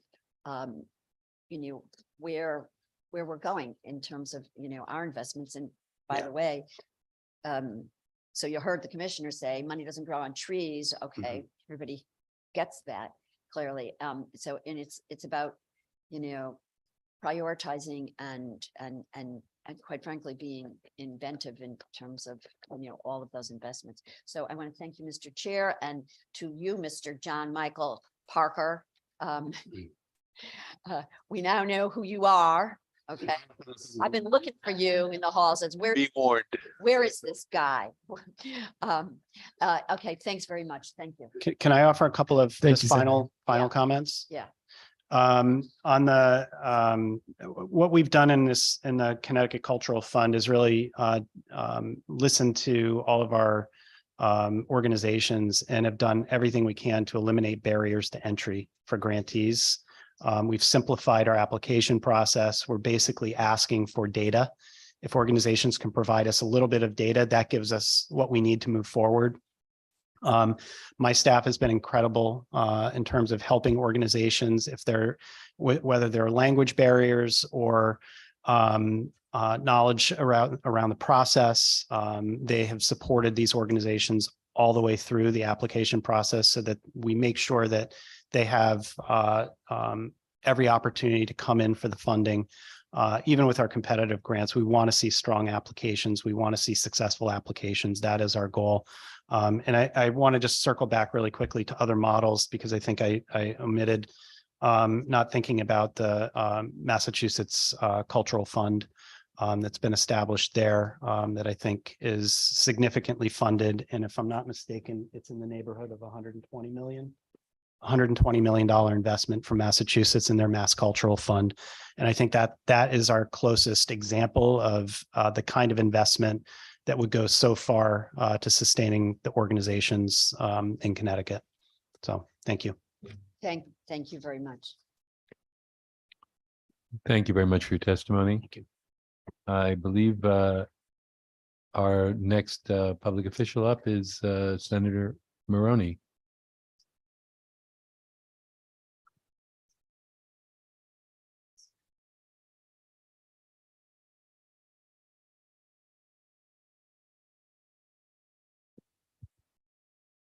Good afternoon, co-chairs Hartley and Meskers, vice chairs Rahman and Fazzino, and ranking members Martin and Harrison. My name is James Maroney. I am the state senator from the 14th district, and I'm here to testify and thank you for raising SB 869. I have not submitted my written testimony yet, but I will be submitting written testimony by the end of the day. So today I just want to go over some high level points and touch on them with you. Basically, this bill is aimed at addressing two fundamental issues we have with workforce needs in the state. One is that the corporate needs or the needs of companies in workforce often change faster than government's ability to respond to them. And two, currently the way we have workforce set up, a lot of the risk is put on the employee, meaning that if you're a student, you go and you pay for a program and hope you're going to get a job at the end. So you're taking the risk. And so what this is proposing, and it actually is already in effect with a pilot program for CDL. So we're looking at expanding that pilot program to create a pay it forward success program, something that's been done in New Jersey and in Indiana. Indiana, it's called Career Accelerate. And what that is an income share agreement where the state puts up the money for the tuition for the program up front for middle skills careers. And middle skills careers are careers, and 50% of the jobs in the country are middle skills careers. They take more than high school, but less than a bachelor's degree to get into those jobs. So the original program was in CDL, but we also have high needs in, could be medical tech, nursing tech. There are a lot of computer coding jobs that actually fall in this middle skills level. And so the way it would work, the government would put up the tuition for the program, And then the student, when they got a job, would pay it back as a percentage of their income. It would be a zero interest loan paid back, and that money would be evergreen. It would be recycled and relent as that was paid back. One of the issues is, since this is aimed at reskilling and upskilling our citizens, meaning it would be geared towards unemployed and underemployed. Underemployed may be people, for instance, if you were working in an Amazon warehouse, but you wanted to be a CDL driver. So if you felt you could go and get a higher level job paying more and ultimately hopefully building those stackable credentials. So one of the key parts of this program would be adding in wraparound services to provide those underemployed the support that they need, because we know that life happens to people. And so examples of wraparound services that have been provided in some states have been childcare payments, stipends to assist with rent, because if you're already working and you have rent, you're not going to be able to quit your job, even if it's only a 3-month training program. Social workers have been hired as examples of these wraparound services. The fund is a non-lapsing fund, and we should clarify that it's a non-lapsing fund that will accept donations from both, as well as the state appropriation, which has already been put in there, but corporate donations and philanthropic donations. The corporate and philanthropic donations would go towards those wraparound services, which there's 2 different models for how you can provide those. One that I particularly like is from the Holt-Burton School in Oklahoma. And the way they provide the wraparound services, it's a 0 interest loan that's forgivable if you actually stay in Oklahoma. Right. And so that way, if we're providing this loan to provide for your living expenses where they're going through the training program, if you end up staying in Connecticut, we want to incentivize you to stay here and work here and build our economy. We could forgive that over a period of time. Others have used the philanthropy or philanthropic dollars to provide that. One of the other keys to making this flexible is allowing OWS to identify the careers that we would put in this program by use of data. And so they had done a burning glass assessment, but it could be through other metrics to identify what are the in-demand fields, and giving them the flexibility to build a flexible program. With that, I thank you for allowing me to testify in support of this. I thank you for your time, and I would be happy to answer any questions. Hearing none. Not so fast. I thought John Michael Parker took all my time, so. You owe him. Yeah. Yeah. Thank you, Mr. Chair. Thank you, Senator Maroney, and our apologies for the wait here. But so you've done a lot of work on this, and I know that you were also just recently meeting with Kelly Vallarice on, I'm assuming on this subject. Yes. So can you tell me, is the Office of OWS in support of this? Yeah, it's my understanding that there needs to be work done, but they are supportive of the concept. It's something that they have worked on. I worked extensively last year with Niall on this before he left OWS. And I think one of the keys would be, we want to build in the flexibility, but also have some guardrails, right? We want to make sure that we're giving them the ability to respond to workforce needs, but ensuring that legislative priorities are met. So one of the suggestions when we met with them would be to have a task force. The way the bill is currently constructed, we actually give them the ability to come back with a plan, but it may make sense to do a task force that would involve the Office of Workforce Strategy, perhaps Office of Higher Education, as well as the regional sector partnerships. Again, it's key having business at the table for a program like this, and also members from the legislature to come back with the plan that would be then approved by the legislature to go forward. So I think that it's key that we have buy-in. I find whenever we legislate something, it's critical that the agency who is going to be implementing the program is on board with that program. And so do you envision this as being a carve out or under the umbrella of Career Connect? Yes, and I believe the original money was taken for the CDL pilot. Part of this was from Career Connect, so it would be expanding it from just the CDL licenses, which they actually had appropriated a few other programs for CDL licenses. So if this were just for CDL, that may be a little redundant, but I mean, our goal was to expand the careers that would be involved with this and be part of the Career Connect. So then the commissioner sees, well, the executive director, whatever that title is, sees this as fitting under that umbrella because that's already funded. I do not want to speak for someone else, but that's Yeah. the way it was set up And that's- last year when it was passed through the finance committee and signed into law, I believe as part of the budget implementer. And that's how you're envisioning it. Correct. Yeah. And then, so let me just ask you, talking very general here. So what kind of, an infusion seeding would we need? Because you also talked about, community buy-in, corporate and the like. What would be a realistic number? I believe that we were looking at $5 million from the original program. And then as it's paid back, you continue lending that. And they did have that modeled out, and I'm not sure how long that will last. Several years on the program. I think it was 7 years with that initial $5 million investment, the way they had. So it's a $5 million investment for the CDL program.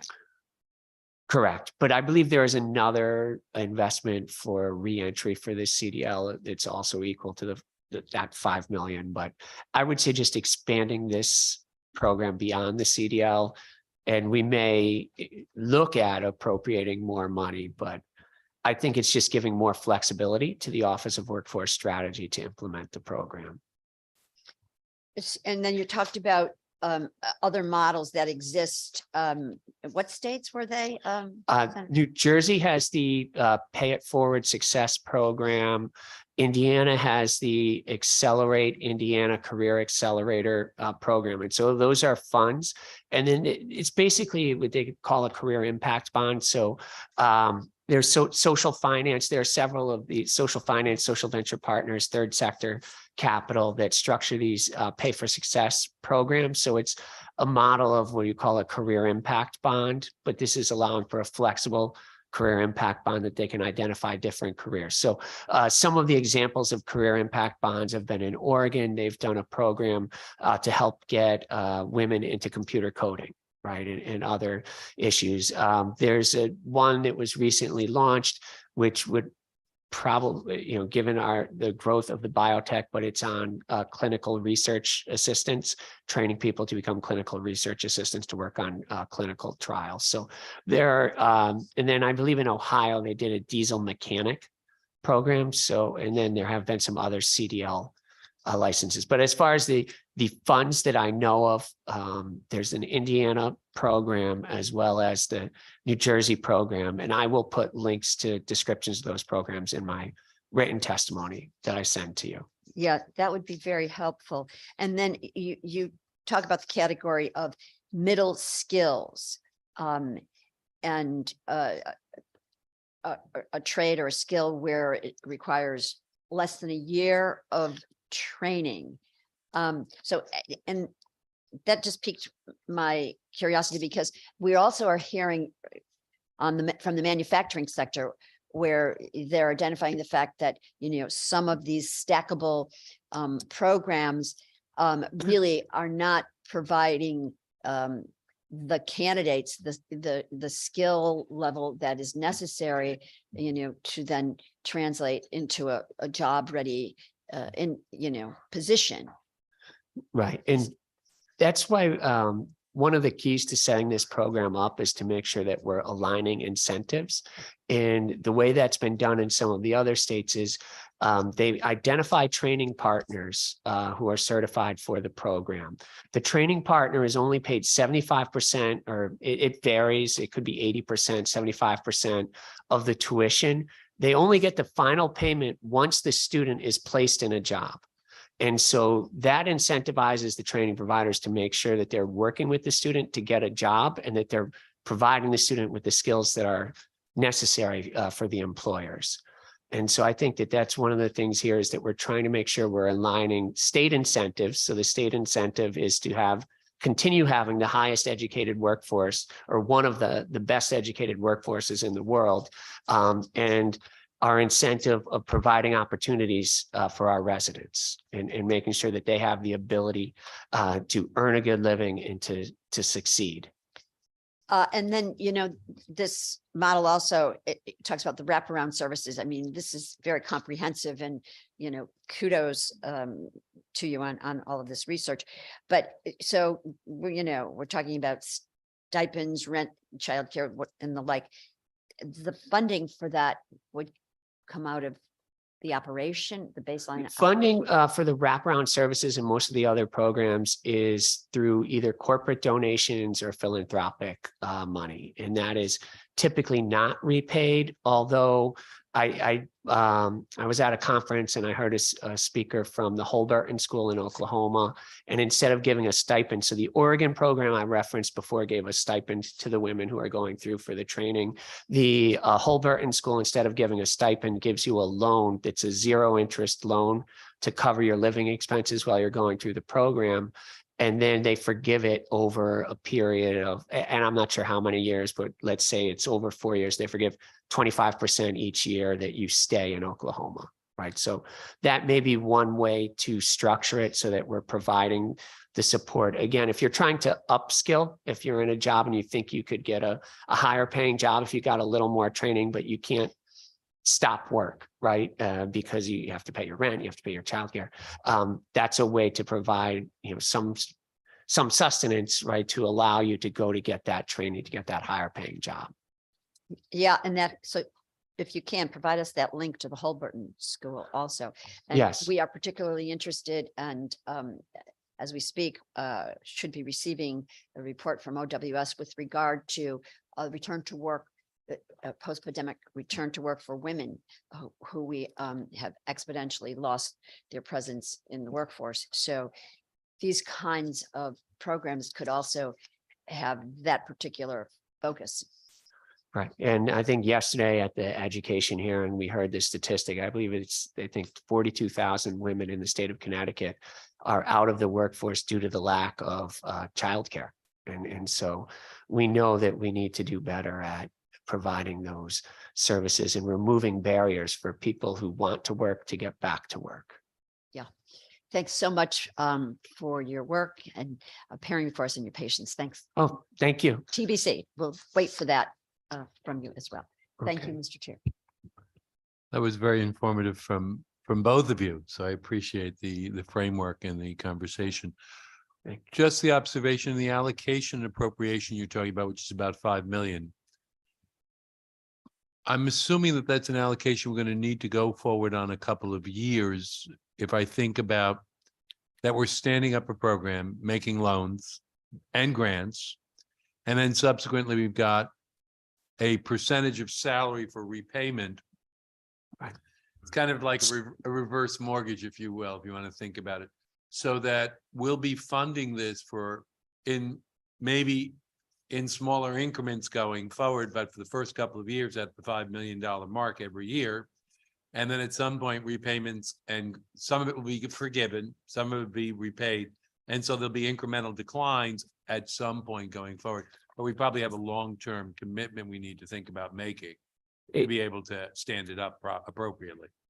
Correct. There'll be administrative costs, right? So even if you're getting the wraparound services that are donated by philanthropy, we'll need to coordinate them, right? So that'll require staff. But even the scholarships. And and because I'm not sure of the modeling of what percentage you expect to, because you only pay it back when you get a job making a certain income. So it's not going to be 100% repaid.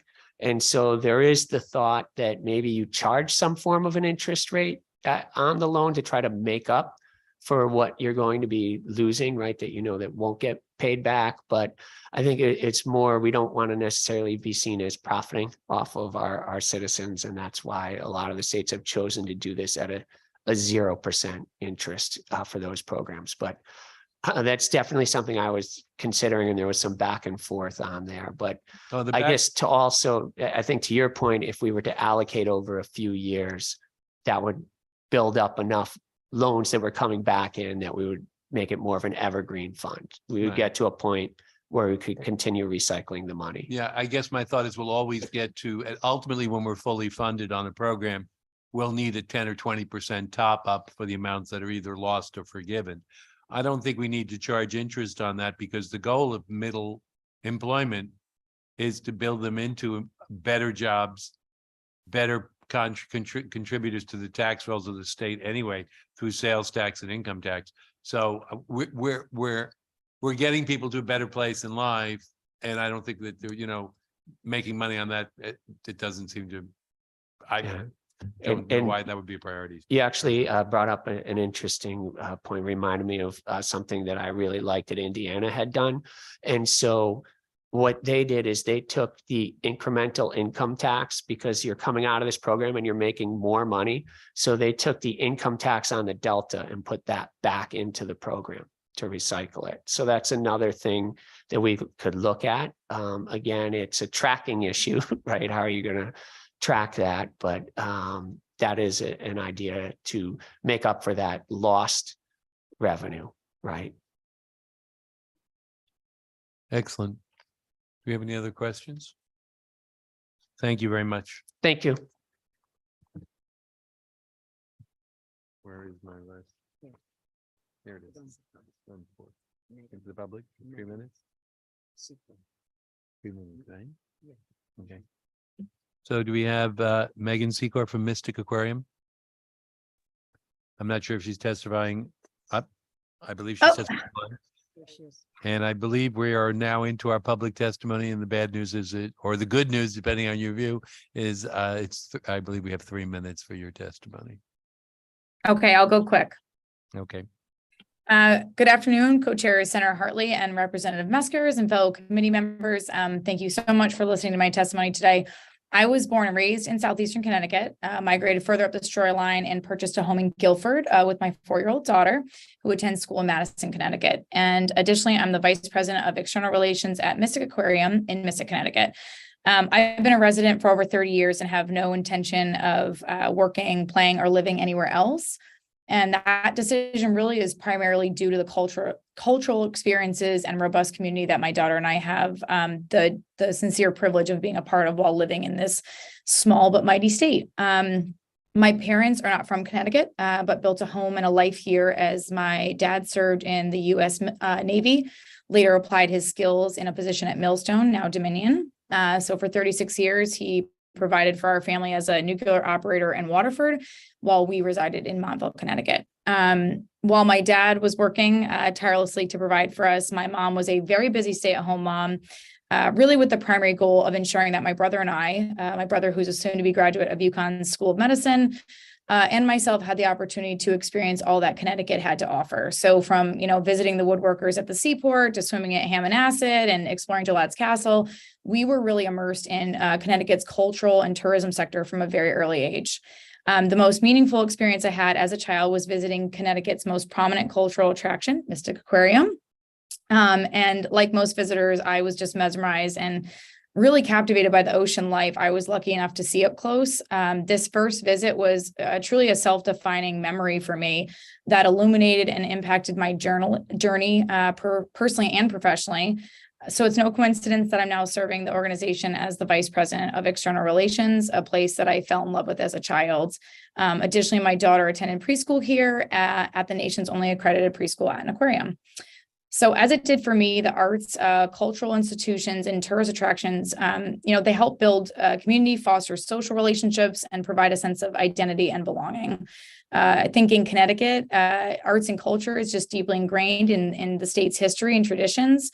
Mark Twain House, the museum, to the Yale University Art Gallery, countless cultural institutions provide education and enriching experiences to residents and visitors from all over the world. The state's home to a thriving art scene, numerous theaters, music venues, and festivals that highlight local talent and attract audiences from across the region. Tourism is just a crucial aspect of Connecticut's economy, as the state's natural beauty, historic landmarks, and cultural attractions draw millions of visitors annually, supporting local businesses and creating jobs. It's one of the largest employers in the state and providing opportunities for residents from all backgrounds and skill levels. By supporting local artists and cultural institutions, the state has been able to create new job opportunities, boost economic growth, and enhance the quality of life for its residents. Moreover, increased tourism investment has historically helped promote Connecticut's unique attractions and natural beauty to a broader audience, creating a ripple effect of economic growth throughout the state and the region. As a Connecticut resident, I believe investing in arts, culture, and tourism is crucial for the state's future. Not only does it provide opportunities for economic growth and job creation, but it also helps build a powerful sense of community and pride in our state's history and traditions. Moreover, as someone who has personally benefited from the rich cultural offerings of Connecticut, I feel it's my responsibility to advocate for continued investment in these sectors to ensure that future generations have the same opportunities to explore and appreciate our state's unique heritage. In conclusion, arts, culture, and tourism are essential to Connecticut's identity and economy. As a proud resident of Connecticut, thank you to the committee for raising this valuable bill and recognizing the importance of arts, culture, and tourism for the state. Well, as chair, I wanted to apologize for making it a speed reading exercise as well. And I want to let you know that I appreciate your effort, your contributions to the state as the aquarium and all of Mystic. I think it's a beautiful location. And I'm at the other end of the state and I drive up there more frequently than I would care to admit. But I really want to appreciate and thank you for your comments. Are there any questions? Hearing none. I want to thank you for your testimony. Thank you. I bring forward now Kalita Jones, Connecticut Arts Alliance Board President.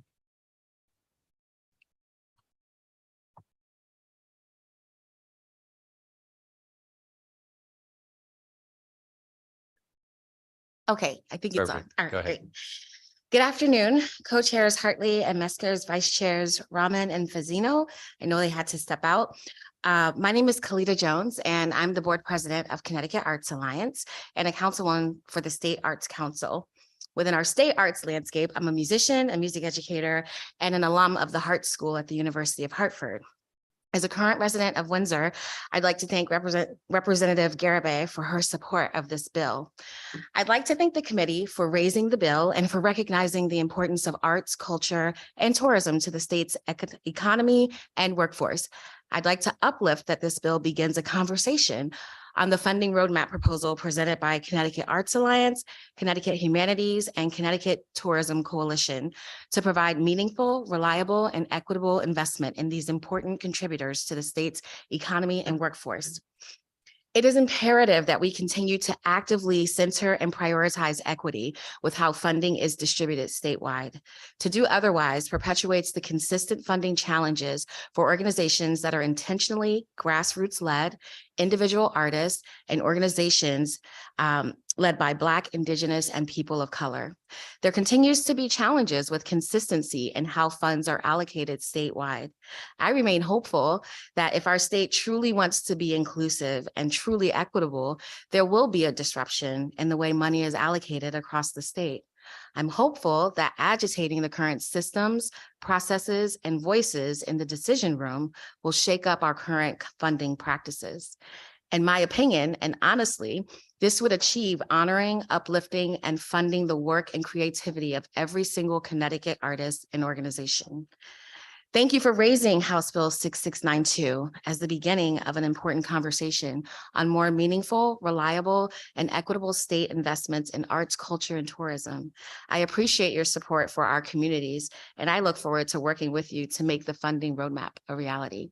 Thank you for your time. So I want to thank you for your testimony. I think it was great. I very much appreciate the points you raised.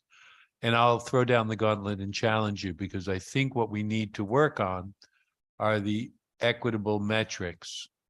Because what we're talking about now is if I use the same applicable metrics to an organization that stood up for 20 years and one we're standing up this year because it's a disadvantaged community, it's never seen the process. To meet the metrics requires a certain time frame of buy-in, build-in, and success. You can't build on success without building a foundation. So the metrics in building a foundation are different from an organization that stood up. So I understand that in terms of access, accessibility, equity. You see it across the country. You have to give people a fair chance. You have to set set the barriers or goals just as high, but the question is what's the time frame to get there? And I'd love your, maybe some more thoughts on that. And your input would be very helpful. Sure. Well, first, I think we have to decide who's in the room determining these metrics, right? Because what I've seen from my perspective as a resident of the state and a contributor to dismantling barriers of accessibility and really being intentional with inclusivity, I think there's a lack maybe in the diversity of thought process in terms of what those metrics look like. There are a lot of brilliant grassroots-led organizations in our state that nobody knows about because they don't follow the model. They don't follow the legal language. They're not part of the nonprofit structure, so they don't even have a chance.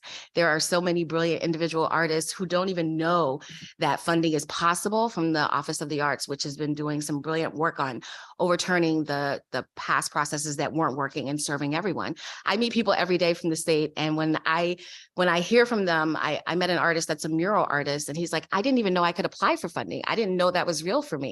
And so I think it's uncomfortable to talk about, but I think there's a huge disconnect between what does the community actually know and what is the reality. So there are people in the community that simply do not know about funding, and we're not doing a great job of making sure that everyone knows, regardless of their 501c status. That 501c status really eliminates opportunities for a lot of people who are just trying to do the work. And I don't know what the answer is to that, because I know there are rules. I know that there are processes that are in place for a reason. And I also know that there's a lot of brilliant creatives who will never step foot in this room because they don't know how to get in here. Now you've confused me, because I agree with some of the statements, but if I can't get them in the room, I need a proxy to go and get them into the room or speak for them. But that's the issue. So that's the issue. Okay. Exactly. There needs to be other people who can have those conversations in the community. Well, I'm more than open to have those dialogues to the extent possible. Are there any? Thank you, Mr. Chair. Yeah. Hey, Kalita, thanks for being with us here and hanging in. All right. So I'm off the question, but what's your instrument? Violin. Love it. Yeah, great. No, the conversation that you bring up here is so important, but it's so vexing. How do we get that reach? I see what you're talking about, because there are, some very talented artists who that's all they do. They're in that world and they are consumed with it. And so the whole other side of the commercialization or the opportunity or the exposure, they almost don't have space for it, and it's a challenge of how we, reach that. So you mentioned the 501c3 status is a barrier. So what do we do about that? That's a great question. I mean, I don't know what the answer is to that question. When I think about the rules and the process that you have to go through to obtain your 501c3 status, right? You have to have a board. Well, that means you have to know people who have different skill sets that they can leverage to help you raise awareness about your organization, your vision, your mission, your purpose, and even the capacity and bandwidth to do all that and maintain your creativity. It almost feels jarring and impossible. So I actually don't know the answer to that question. I don't know if there's a different way to have specific funding for grassroots-led organizations, or maybe organizations that don't fall under the 501c3 model. I don't know the answer to that because I don't spend a ton of time in spaces like this, so I'm still learning.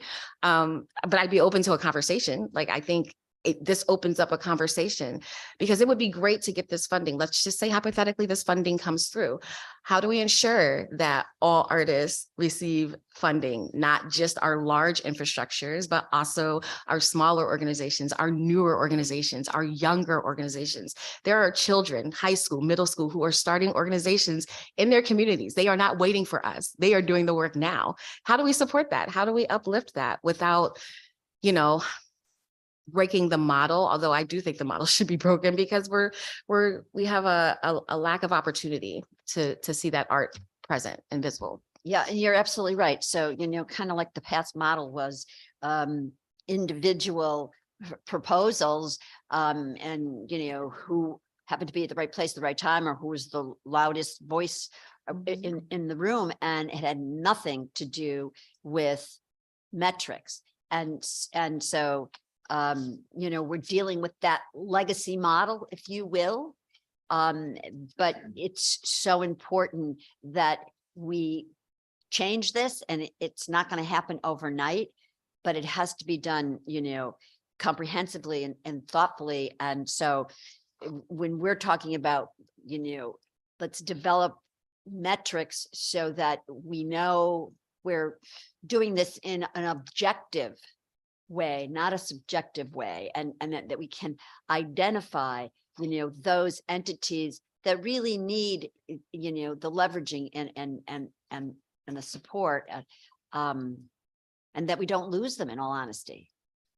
So this is kind of conversation we will be continuing, but, keep in touch with us with regard to, any suggestions that you have about dealing with this, because this is a pretty big challenge here. And I will say I had many memorable moments at the Hart School of Music with my eldest, doing some great music programs. Would drive 50 minutes to actually do an hour program, but it was worth it. So thank you. And thanks for all that you are doing and being with us today. Thank you, Mr. Chair. Thank you. With no further questions, thank you for your testimony, Khalida. Our next speaker is Brett Thompson from the Connecticut Arts Alliance, Executive Director.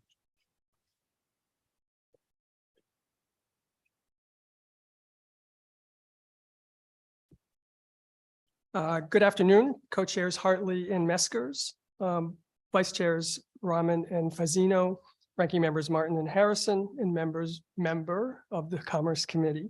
My name is Brett Thompson, and I'm the Executive Director of Connecticut Arts Alliance. We're a statewide network of more than 100 arts organizations, artists, and professionals who work to bring the benefits of arts to our state's economy, our communities, and the health and well-being of our residents. I also live in Deep River, and I'm proud to be served by Senator Norm Needleman. I join my colleagues at Connecticut Humanities and the Connecticut Tourism Coalition in thanking the committee for raising House Bill 6692 and opening a needed conversation on the importance of state investments in arts, culture, and tourism. You heard earlier from Jason Mancini on the Arts, Culture, and Tourism Funding Roadmap. This proposal gathered input from more than 200 members of the arts, culture, and tourism communities and was guided by a steering committee that included both tribal nations, Senators Heather Summers and Representative John Michael Parker, as well as Connecticut Office of the Arts and Office of Tourism. The message we heard was loud and clear. If the state is to realize the full economic, community, and quality of life benefits of these sectors, we need a state investment that is meaningful, reliable, and equitable. A meaningful investment fully supports tourism and cultural organizations in making Connecticut a more attractive place to visit, work, and live. Unfortunately, this has not been the case historically. In 2021, Connecticut invested only $1.53 per capita in arts and culture, while Rhode Island, New Jersey, and New York each invested around $2.30, and Massachusetts invested $2.64. This excludes additional investments made in those states at the county and local levels. Historical tourism funding tells a similar story of underinvestment. And by reliable, we mean that funding levels are relatively consistent over time so that organizations can confidently hire staff and build capacity. Again, this has not been the case historically. Dedicated funding streams such as the hotel and lodging tax, the car rental tax, and revenues from online gaming can provide a greater level of predictability. And finally, by equitable, we mean that state investments are distributed so that arts and cultural organizations, especially those that have been historically under-resourced, have equal access to funding opportunities, and so that Connecticut can be competitive with neighboring states for visitors. A lack of funding over time has led to intense competition between our sectors and created a division between winners and losers. We believe that state investments are best administered by trusted public and private partners to ensure accountability. Those include Connecticut Office of the Arts, Connecticut Humanities, and Connecticut Office of Tourism. These organizations are best positioned to understand the needs of their sectors and can establish metrics and collect data that demonstrate value. These are the pillars that make up the funding roadmap, and we look forward to working with you to achieve its goals. Together, we can leverage the value of arts, culture, and tourism for our state's economy, our cities and towns, and our residents. Thank you.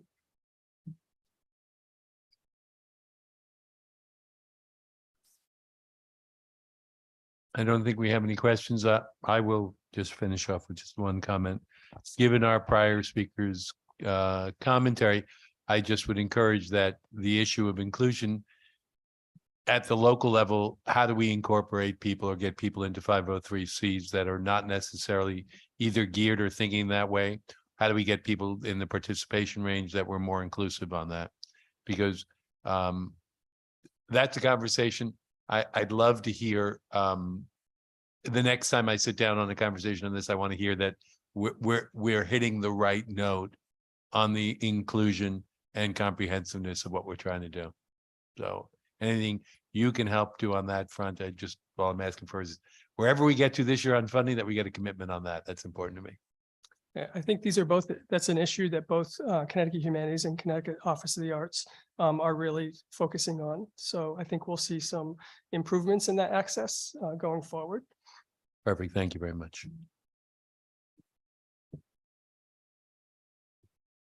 Our next speaker is Michael Yelly or Jelly, who should be remote, from the Fairfield Museum and History Center, the executive director. Do we have him on the line?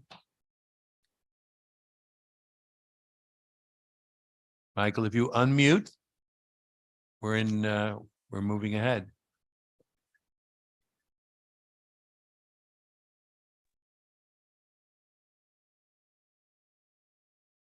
Going once, going twice. I'm here. Up, Michael. Yes, I'm sorry, I can't see. It's hard for me to see. My apologies, Mr. Chairman. No, don't apologize at all. You would have gotten a secondary seat afterwards, so you were still. You want to go ahead and testify? If you can with the video, without it, we're indifferent. All right, I thought I had video on, but You've got a screensaver. There I do. Great. Thank you, Mr. Chairman and members of the Commerce Committee. My name is Michael Jaley, and I'm Executive Director of the Fairfield Museum and History Center located in Fairfield. The museum is located in the district of Representative Jennifer Leeper, who is a member of this committee. Thanks also for the opportunity to speak in support today of HB 6692. The Fairfield Museum, to tell you a little bit about us, is a thriving center for arts and humanities that welcomes more than 30,000 visitors each year. About 25% of them come from out of state. And we provide vital educational programs in arts, humanities, and civics for more than 3,000 K through 12 students each year. An economic impact study that we recently commissioned calculated that our annual visitation and programs generate about $4 million annually in related economic activity for businesses in our area. The Fairfield Museum was fortunate to receive 2 Connecticut Cultural Fund operating support grants that allowed us to stabilize and significantly expand our community programs in the wake of the pandemic. With that funding, we were able to increase our workforce by 25%, begin several new collaborations with other arts organizations like Fairfield Center Stage Theater Company, Sacred Heart University Theater, the Connecticut Dance Festival, among others. That funding also, really importantly, allowed us to leverage additional grant support from the National Endowment for the Humanities and the National Park Service to provide free community programs, festivals that have directly benefited about 10,000 people in the Fairfield-Bridgeport area. Speaking as an executive director, one of the greatest barriers that organizations like the Fairfield Museum face is in developing long-range projects and nurturing the kinds of collaborations that can bring significant and lasting benefits to our community. And the biggest barrier to that is the unpredictability of our funding year over year.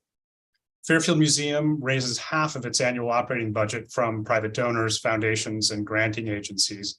And the inconsistency of that funding often forces us to be much more conservative in our planning and outreach than we would like.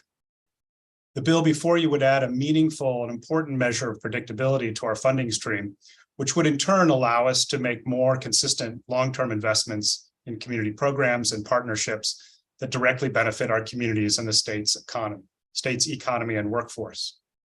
I think one important multiplier benefit of this funding under consideration in this bill is that it would allow bricks and mortar organizations like the Fairfield Museum to better support, in turn, the many fledgling arts and culture initiatives that we partner with and nurture.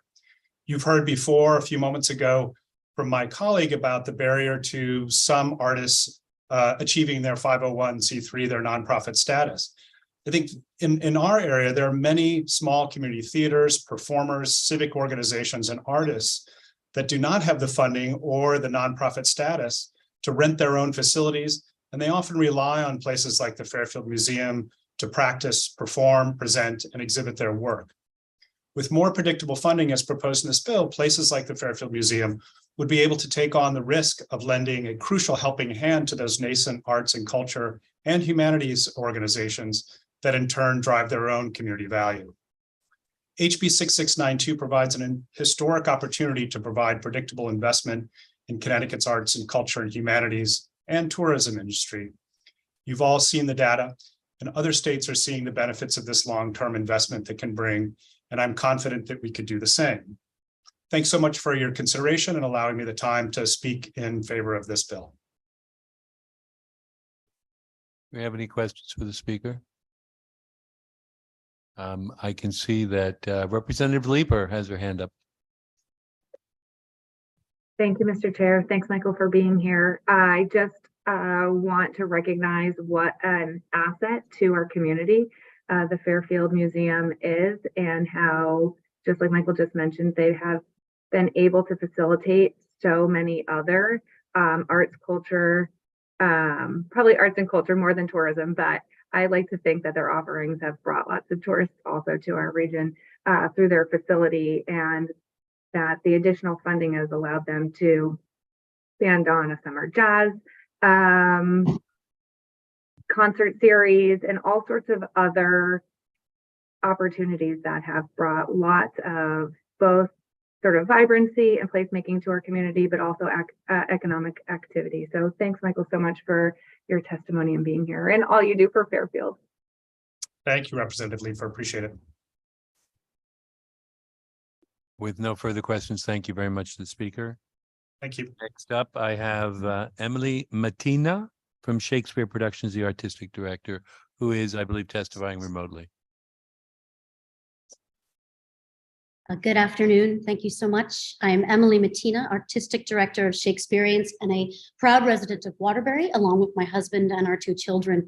I'm so grateful. I just want to take the time to say I'm so grateful to Senator Hartley for all of her support, past and present. Shakespeareans proudly operates out of a studio, 117 Bank Street in Waterbury, where Representatives Geraldo Reyes and Ron Napoli Jr. and Senator Hartley support our organization as we reach over 50,000 audience members here throughout our great state. Thank you so much, the committee, for putting forward the bill and recognizing the importance of the arts, culture, and tourism in the state's economy and workforce. I urge you to support the sector with the full $58.5 million requested through the Arts, Culture, and Tourism Roadmap. Thank you so much for the opportunity to speak in support of the proposal presented by the Connecticut Arts Alliance, Connecticut Humanities, and Connecticut Tourism Coalition to provide meaningful, reliable, and equitable investment to those important contributors to the state's economy and workforce.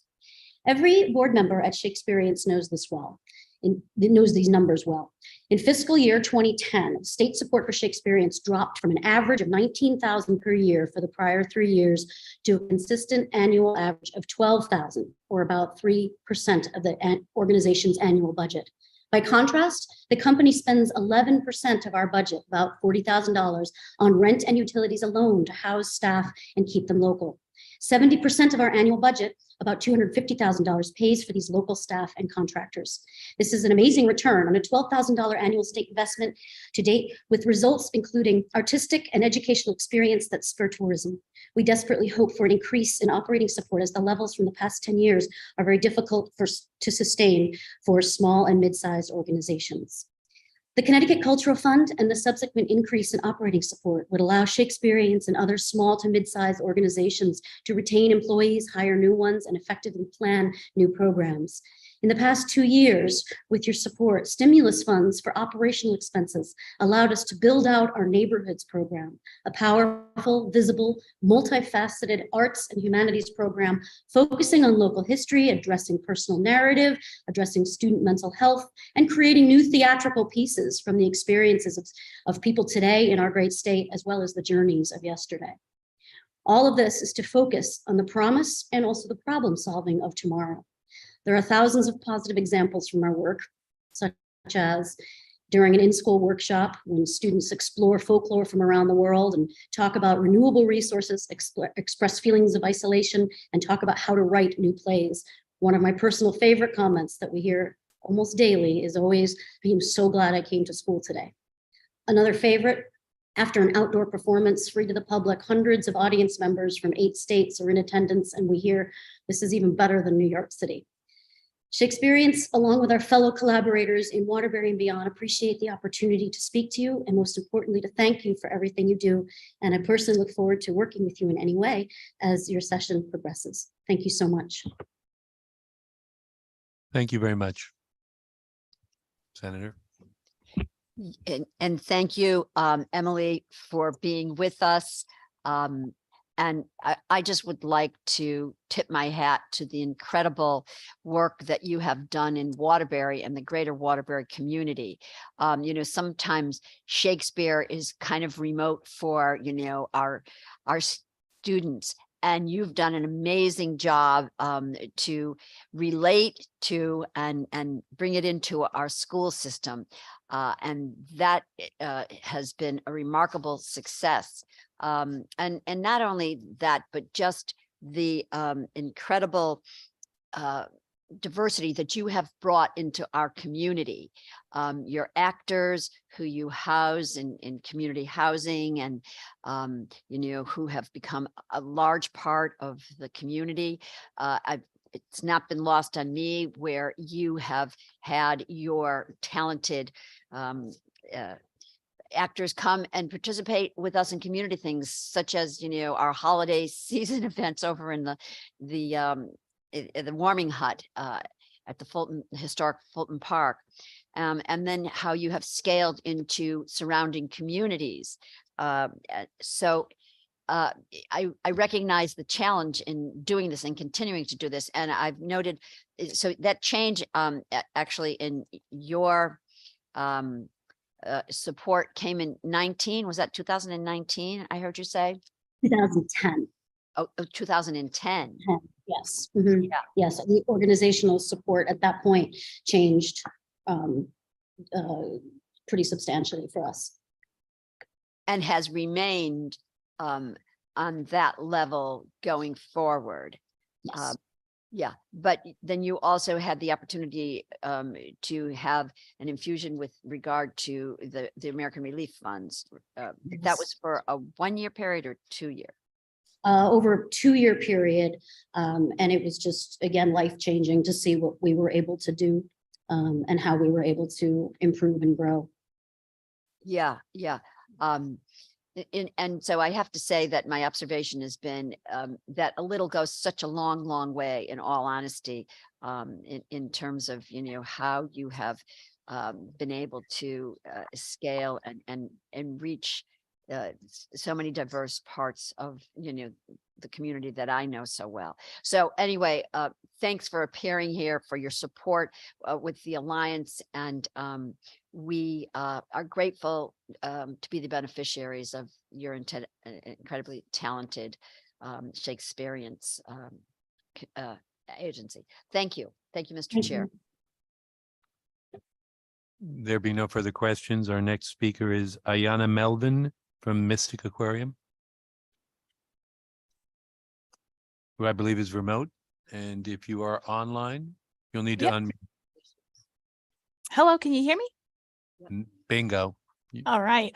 Good afternoon, Co-Chair Senator Hartley and Co-Chair Representative Meskers and the rest of the representatives and senators on the Commerce Committee. My name is Ayana Melwan, and I work and play at Mystic Aquarium. I'm the Senior Director of Strategic Partnerships for our mission programs.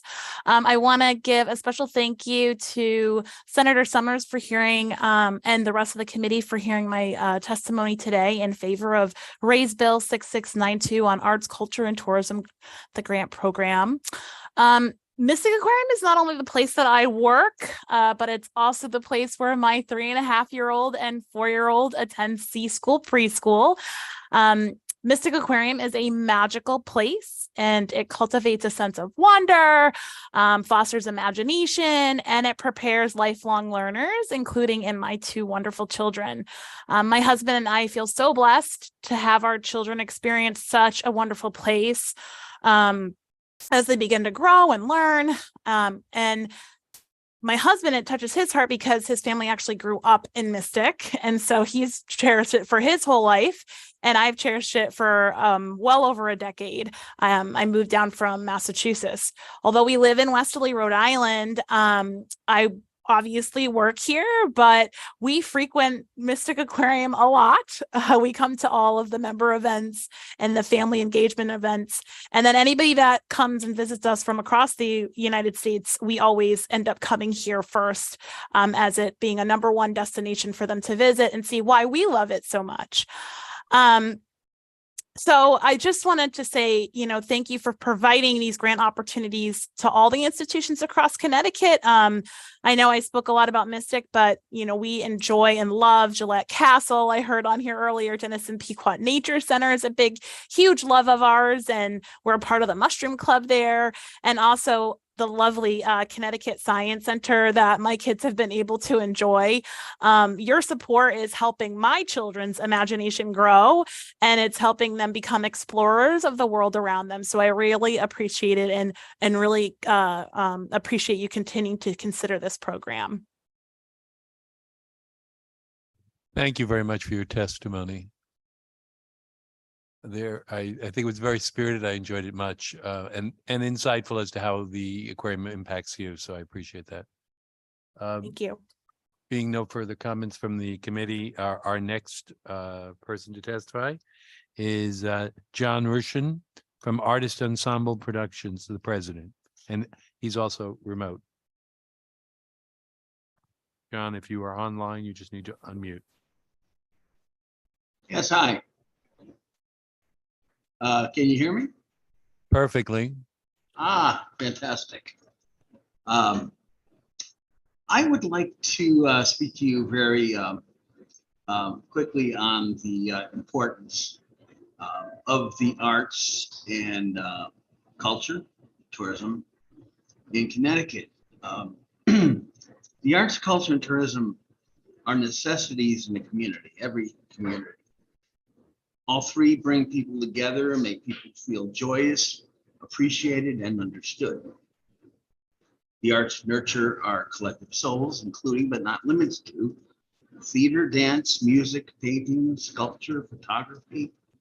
Sponsored classes in each reach out to children to develop their imaginations and enable them to be successful in whatever profession they choose. Never before in history have we been experiencing a greater understanding of culture. There's an increase in awareness and respect for people of color, Indigenous peoples, gay, straight, transgender. And this could not have been promoted more thoroughly than through the arts. Films, plays, arts exhibits, and music take us out of our own cultures to explore and understand others. Funding for the arts and culture can only help produce projects and bring a greater understanding of who we are and how to solve our problems. As far as the economy goes, Theater supports local businesses such as lumber yards, the building of sets, flower shops, opening night gifts, local delicatessens for actor and crew, and breakfast and lunch, and hotels for actors to stay, various food venues for parties and celebrations, and restaurants for audiences to enjoy before or after performances. The film production, which our organization is proud to sponsor, can have the same effect on the arts, culture, and tourism. Just as theater entertains and educates, a well-written film can show us how to live together and show how we can attempt to solve our problems. It can also stir anger that inspires the audience to stand up and take a stance against injustice. Each film can have a different focus, like an emotional tidal wave, sweep people up and call them to action. The local economy can thrive through production companies centering their budgets around parts of Connecticut, investing in location rental, hiring a local crew, securing a composer and editor, as well as sound technicians, designers, directors, and actors. Both dance and music celebrate the beauty of life and take the audience out of dreary worlds into something rare, fascinating, and different. Art exhibits show others who are the beauty of others and what they can make. Beauty that can empower an audience as well. How many times have we stopped in our tracks in the presence of a stunning painting that captivated us and made us think about the world that we live in? How do we have the power to incorporate color and form into something that says something about the world that we live in? Art is fascinating and should be shared, but it all starts with ideas and funding.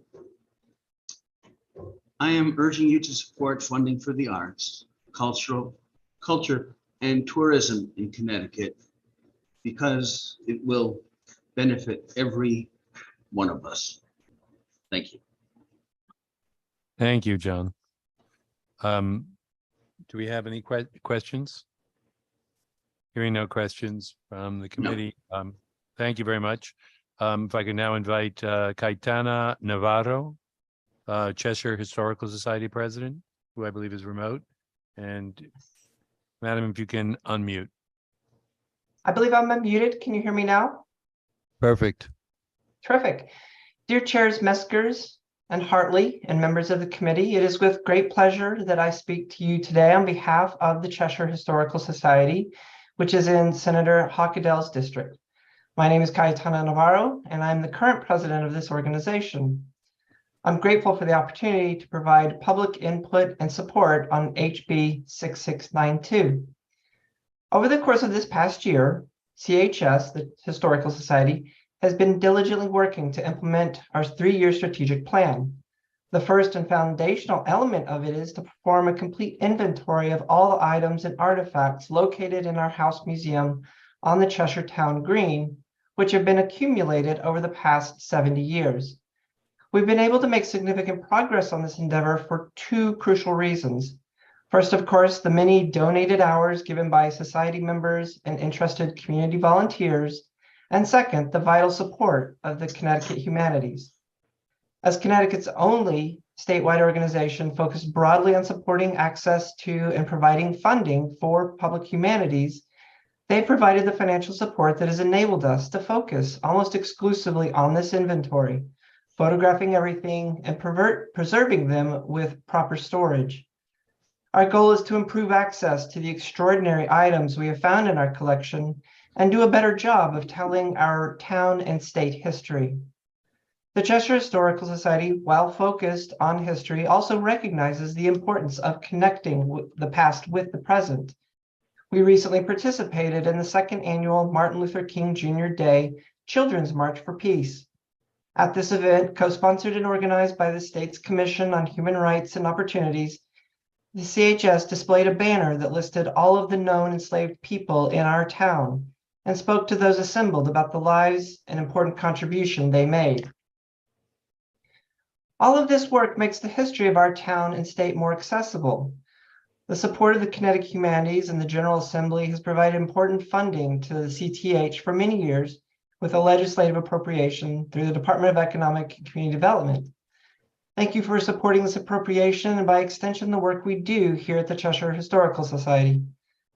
As you know, we are outspent by our immediate neighbors in arts and culture, and our per capita state funding for tourism is lowest among our neighboring states, making it difficult for us to compete with those markets for tourists. I'm here to ask you to continue and ideally increase funding for these important efforts. And if you are ever interested in touring our house museum and learning more about our project, it would be a pleasure to host you at the Hitchcock Phillips House. Thank you for your time. Thank you for your testimony. I may take you up on the offer at some point. Seeing no questions from the committee, thank you. Our next to testify, I'm led to understand that Nikki Sakochia is not on right now. Should she show up later, we'll add her to the end of the list or later on the list. The next person to testify is Angelica Durrell from InTempo, founder and CEO.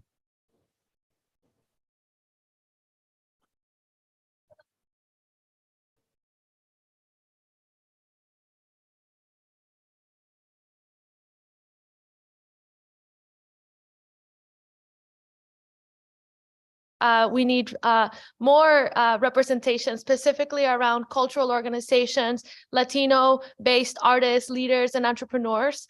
And I'm here to testify in support of House Bill 6692. I have just bumped into my one of my mentors and friends, State Representative Geraldo Reyes from Waterbury, as well as the Stanford Coalition in the Norwalk delegation around the Puerto Rican, Black, and African-American caucus to support this bill. And I come on behalf of the students and families and children of InTempo. We are a creative music education organization that preserves and promotes arts, diversity through music and folkloric instruments and repertoire. We partner with the Stanford Public Schools and Norwalk Public Schools and teach over 700 students per year.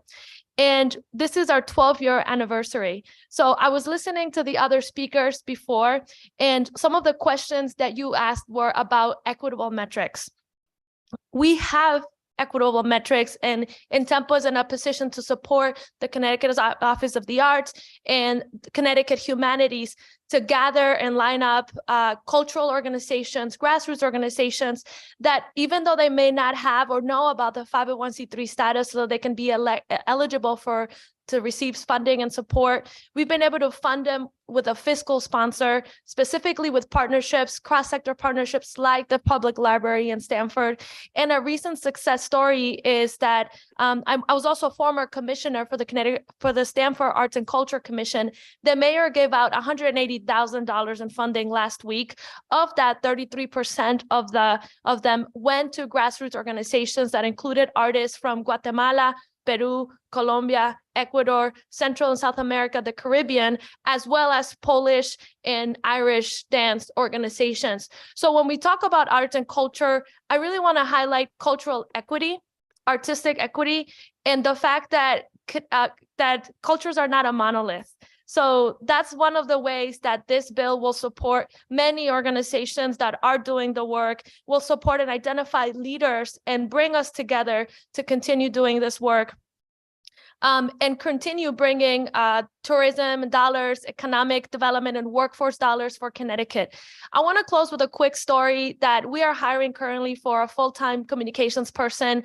InTempo gets 60% of our funding from out-of-state national funders. And as we grow from a grassroots organization to an established organization, we put out a national call for applicants. And some of their questions were, why would I move to Connecticut? What would make me want to go to Connecticut? So this is the big challenge that we are facing, but this is also an opportunity to have sustained funding, sustained support, so the small up and coming organizations led by strong leaders have the opportunity to thrive and to continue making an impact in the state's economic viability. Thank you. Thank you for your energetic and helpful testimony. So I appreciate the effort. I appreciate the drive. I beat you Thank by about 8 miles. You should know It in was terms of raining. distance. Do we have any questions or comments from the committee? Okay, thank you for your testimony. I appreciate. And to the group in general that's waiting to speak, every one of your testimony means something. It's important to us. It helps inform our judgment, helps inform how we decide on things. So I really do appreciate that. So thank you. Our next member of the public is Dania Snell from the Queen Anne Ninga Center, Executive Director. And hello? Oh, great. I think you might need to turn up the volume here. I know you're remote. Can you hear me? It might be me, but you might need, we can turn up the volume a little. I appreciate it. I'm trying to, I'm not seeing. I don't know if we can do it on our end. Okay. And can you Perfect. can you hear me? It's perfect. You can go ahead. Okay, and can you see me? I don't have a camera to show. I'm No, not sure what we're why. seeing is a photo of you, I believe. Well, I look good in person too, just so you know. We'll have to take your testimony as at face value. Go ahead. Thank you. Hi, my name is Dana Snell, and I'm the Executive Director of the Queen Anne Nzinga Center. I'm a fourth generation resident of Plainville, Connecticut. Our organization has been around for about 34 years. We're a small nonprofit and the beneficiary of the Connecticut Cultural Fund. Queen Anne Nzinga has over 32 years organization, which uses the arts and culture to provide young people with the skills to teach them to reach their fullest potential. We empower and encourage youth through the arts. And it is our belief that all children and children of color are better prepared by understanding and appreciating their roots and the strength of history. Success is in our reliance, and we are better as a community when we invest in our strengths. So I want to begin by thanking the Commerce Committee for raising the bill that understands how arts, culture, and tourism can work together for the good of our community, our state, its citizens. But what I want us to really go back to is that original roadmap that seemed to lay a good foundation. Specifically to our organization, the Connecticut Cultural Fund supported Queen Anne Nzinga Center in so many ways. And yet I do want to highlight how transformative this funding has been to support the larger community. Understanding that investing in the arts, our community, and our young people is one of the best investments we can make as a community. Notably, it is also economically in the interest of the state, its citizens, to provide means to support the work of, to support the valuable workforce. Small nonprofits like Queen Anne Nzinga do wonderful work, but we cannot always be sustainable without a workforce behind the scenes. So unfortunately, funding of employees and rent is always the hardest thing to get. And yet the support of the Connecticut Cultural Fund allowed us to pivot during COVID. And so our youth never stopped having programming. We were able to provide that same service for the community virtually. Our beneficiaries were not only the children in the program, but we supported families, institutions, constituents, people at risk, people of color, and the community. Holistically, we have been able to get in the game, and the funding for small nonprofits historically has been complicated, as you heard earlier.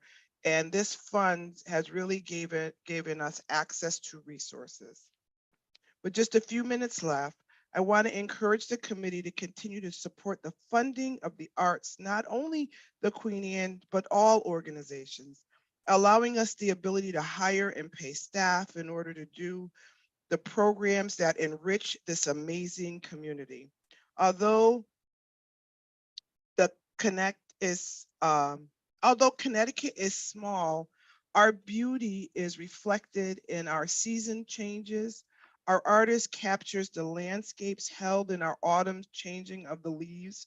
Our children spring out in confidence when they are part of something valuable and important, and the color of our landscape shines. Because of the support of our community, because of your support, our community thrives, our investment grows, and our programs, just like Queen Anne, are able to touch those who are not considered. That's my big spiel.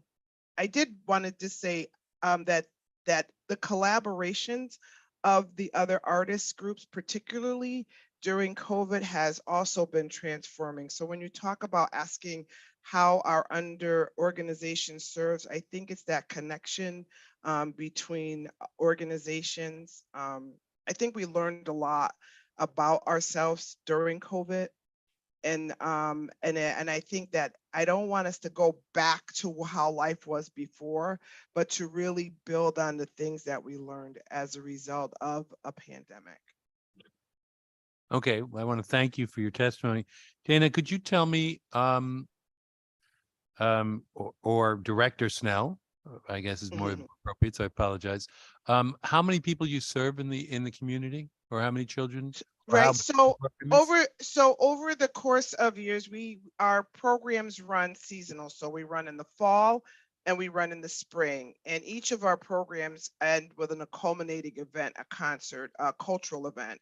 And so our service population is between 25 and 30, 15, 25 kids during the season, but those kids then mentor other kids, and we do public performances that, has audiences when we're in person of, up to 100 to 250 people at a venue. Our program is located out of the historic Trinity on Main in downtown New Britain. And so our office is there, our classes are there, and then we perform in other venues. Something like the gentleman from Fairfield that said, small nonprofits have to find places to be. We're one of those people that have to find places to be and rent. Okay, thank you very much. I appreciate it. Any other questions from the committee? Thank you for staying online and for your testimony. Next, I have the Reverend Dr. Shelley, Greater Hartford's Art Council, the Chief Executive Officer.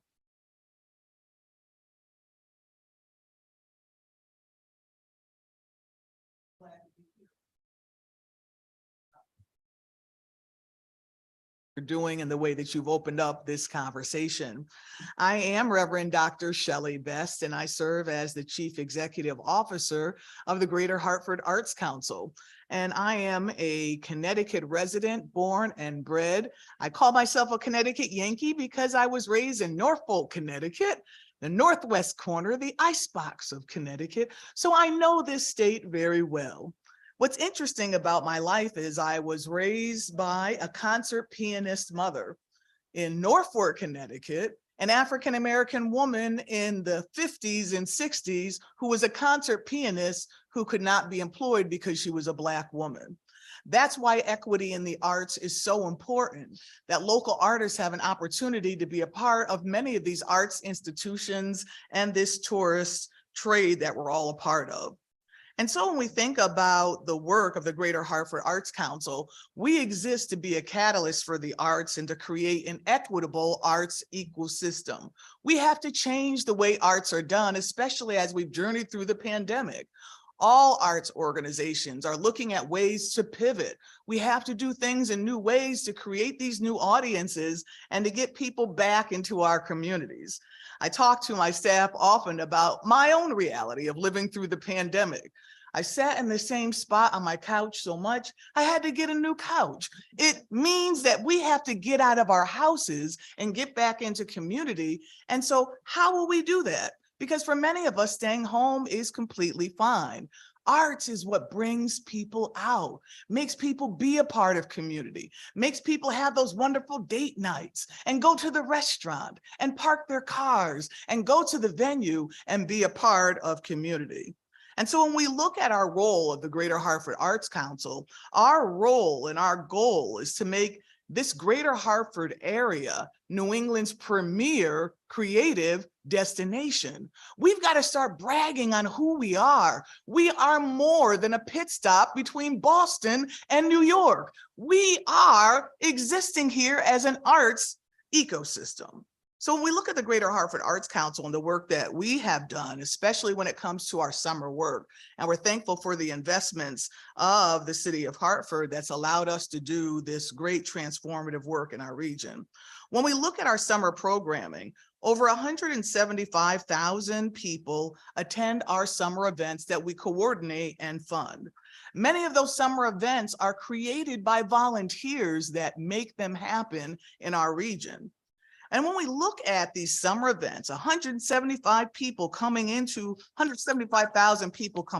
our community, that means we're generating over $5.5 million through the arts by the extra dollars that people spend when they come into your community. In addition, through our summer programming, we have allowed 1,270 artists to be employed. So my hope is that you'll remember the artists. I too am a visual artist, so it matters to me to see other artists that are working. So we want you to keep in mind the importance of this work. We're going to be here with you. The Greater Hartford Arts Council serves a network of over 200 arts organizations in 34 towns in the Greater Hartford region. So we're going to be with you every step of the way, and we look forward to this success in the state of Connecticut, because as you uplift the arts, you uplift the entire state. So thank you. Senator Summer. Yes, good afternoon. I want to thank you for being here. I want to compliment you on your enthusiasm, and you look like a piece of artwork today, I have to say. And I am really excited to have you come back for appropriations. And I loved your analogy of the arts is what allows you to go on a good date night. I think we could all use that. Yes. And I want to thank you for all that you do. I think it's just amazing how many people you touch, and I look forward to seeing you in appropriations. Thank you. And if I could add as chair, when you started, I was going to say the most moving part of your conversation was about your mother, but you didn't stop. So you were quite good on the rest of the conversation. So I have to acknowledge the vibrancy and that conversation.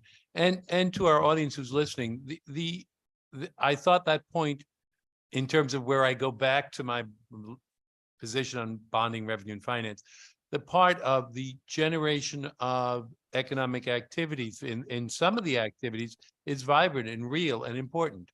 And we should know as a state, why do we have that discussion? It's because we don't have county government, because we don't, and at the municipal level, do anything but tax property and real property, cars and real estate, that the sales tax and economic activity ends up back at the state, right?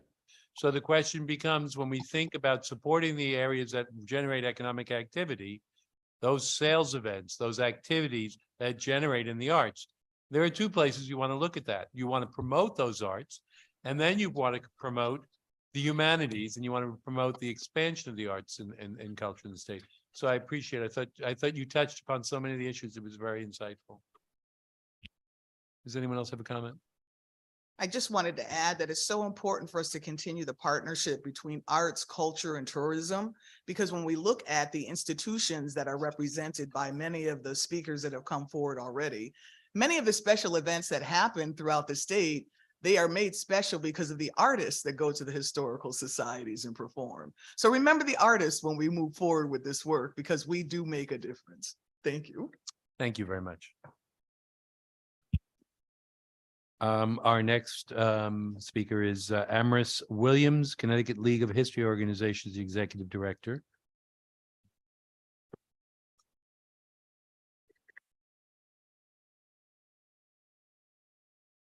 Hello, thank you very much for pronouncing my name correctly. That always feels great.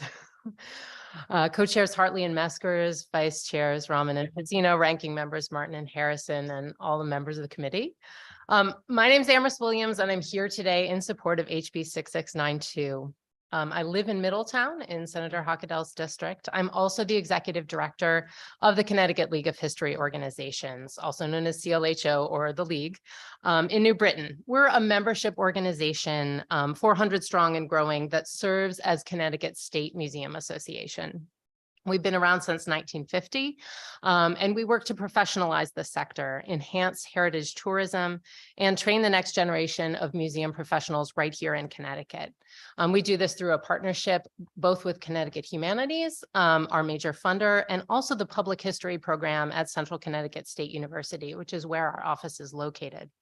This supports workforce development, connecting those emerging professionals coming out of the public history program at CCSU with the internships and job opportunities that they need to find work in the state and stay in the state when they graduate.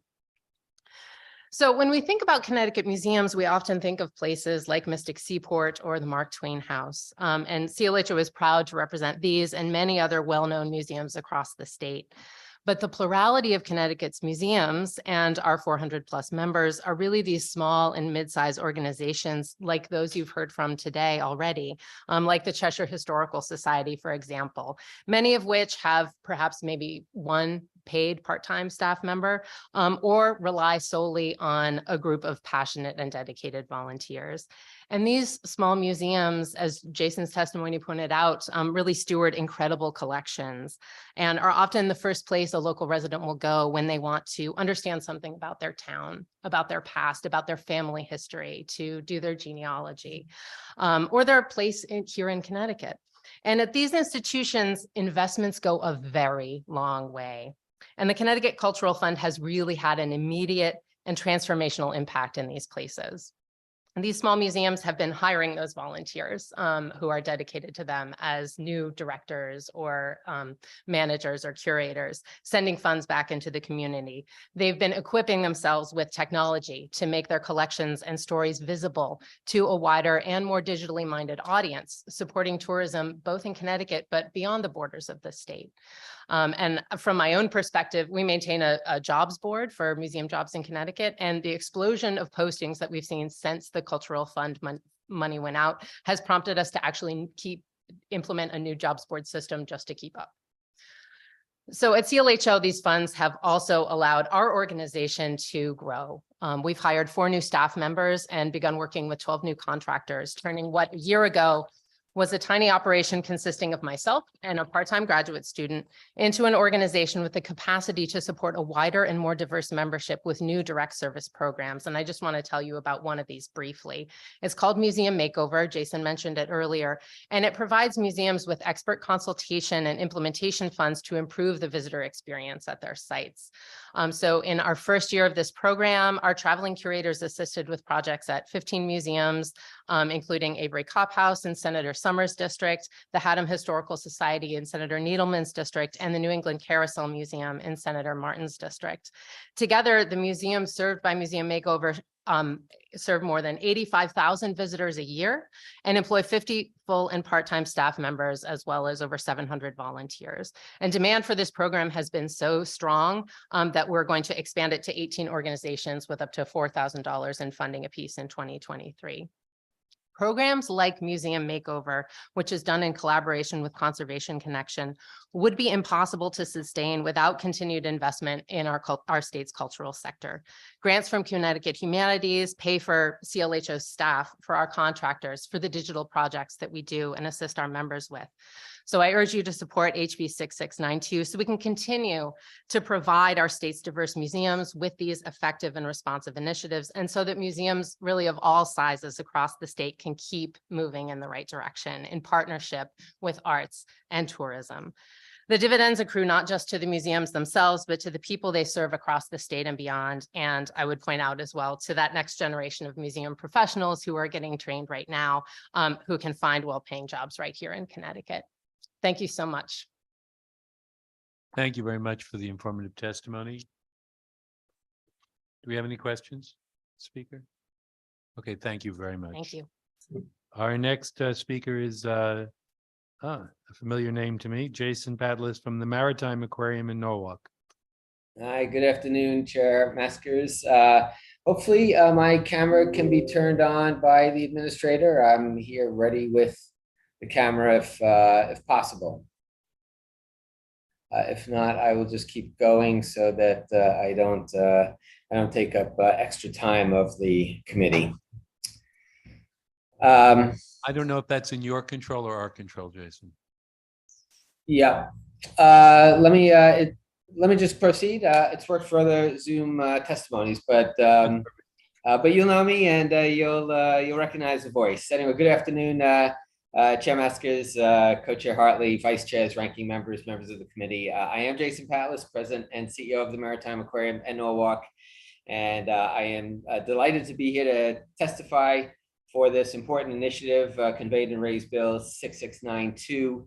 It's an incredibly important bill for the Maritime Aquarium, for our region here in Norwalk and the county of Fairfield and the state as a whole. The funding roadmap, as it has been proposed, is extraordinarily well designed. It's got tourism and marketing support. It's got cultural support. The funding for operations is critically important. So many times ambitious programs like this fail because they are not given the money for admin and ops. And the proposal here covers that so that that won't be an issue. The funding for workforce development is critically important as well. That provides the human backbone to make sure that all of the initiatives and programs envisioned in this will succeed with the diverse and equitable group of players involved. Why is this bill important for the Maritime Aquarium, and why are we even here talking about arts and culture as the Maritime Aquarium? Our mission is to inspire people to appreciate and protect Long Island Sound, and we do it through our exhibits, our education programs, and our conservation initiatives. But people think of us as fulfilling our mission through the marine life and the amazing biodiversity we have here on display in the aquarium. But really, we achieve our mission through storytelling, making connections to people and not just the environment, but making connections to people and the sound as a whole. It's not just about the critters.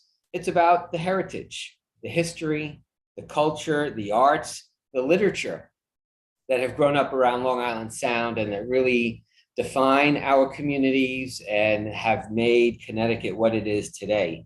Dr. Mancini in his testimony mentioned some of the grant funding that is coming to the Maritime Aquarium through the programs that he administers and that are at issue in this legislation. And they've been critical for us to have this interdisciplinary, this extremely creative approach to that storytelling that is so essential for our children and all of our guests.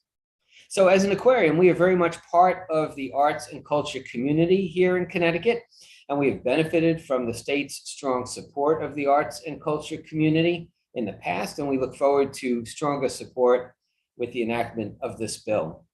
This bill benefits the region and the state as well. And let me use the aquarium as an example.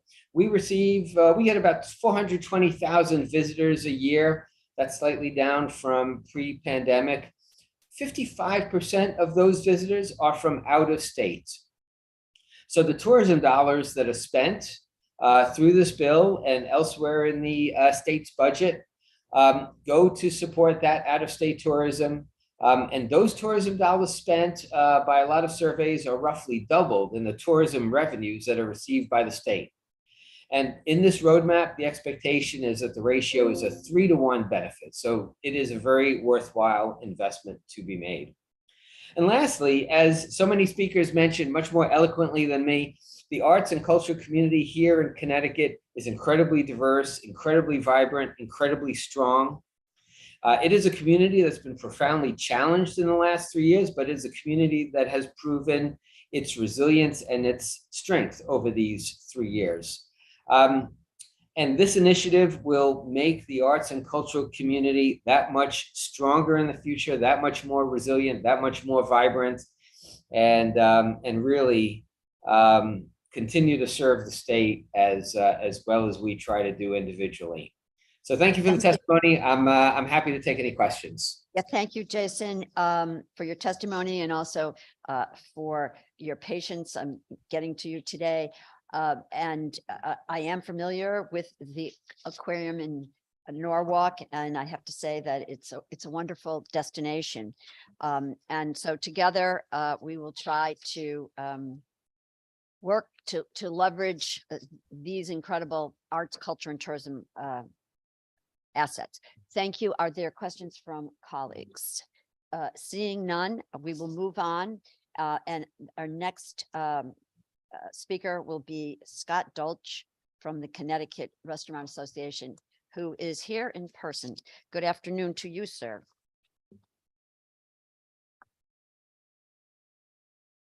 Thanks for your patience.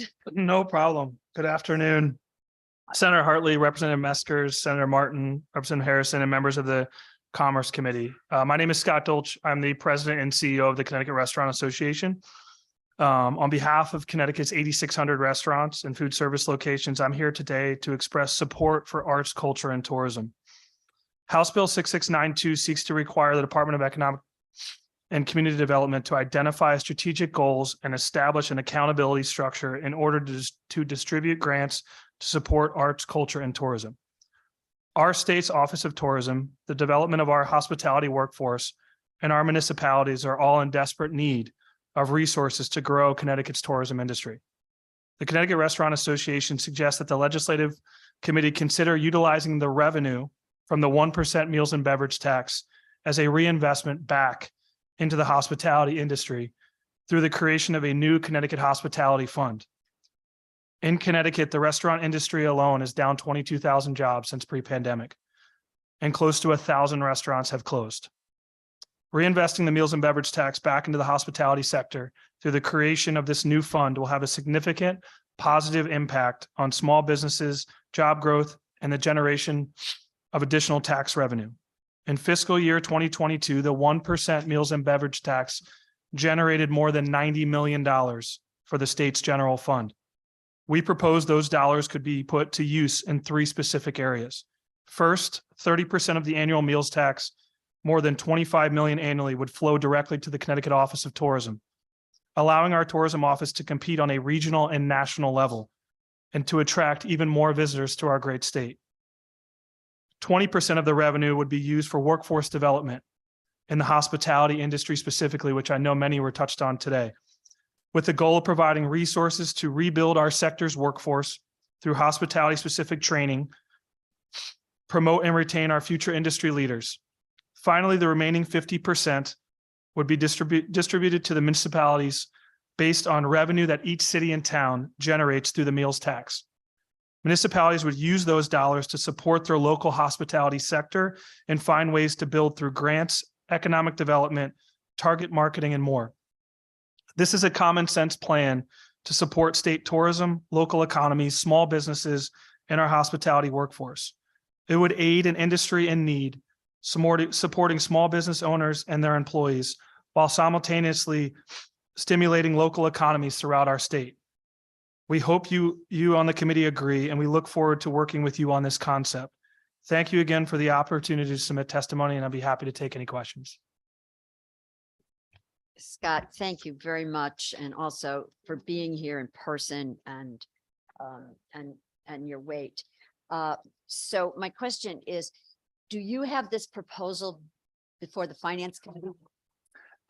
Yes, so the Finance Committee, I know Senator Looney has a bill on Monday that's specific to the 1% meals and beverage. It's not a specific bill that is out. I think that's why in this bill and others, I think it's a part of a concept and a conversation. I think for far too long, Senator, everyone behind me that's spoken, I feel like our hospitality sector, we are generating over, even just occupancy and the sales and use tax in restaurants, over $1.1 billion in sales and use tax annually. And I feel like there has never been a strategic plan to reinvest the dollars that we create back into tourism, back into these grant programs, and back into even the municipalities, which was that 1% goal back in 2019, as you guys all remember. Yeah, for sure. Okay, do you have that bill number?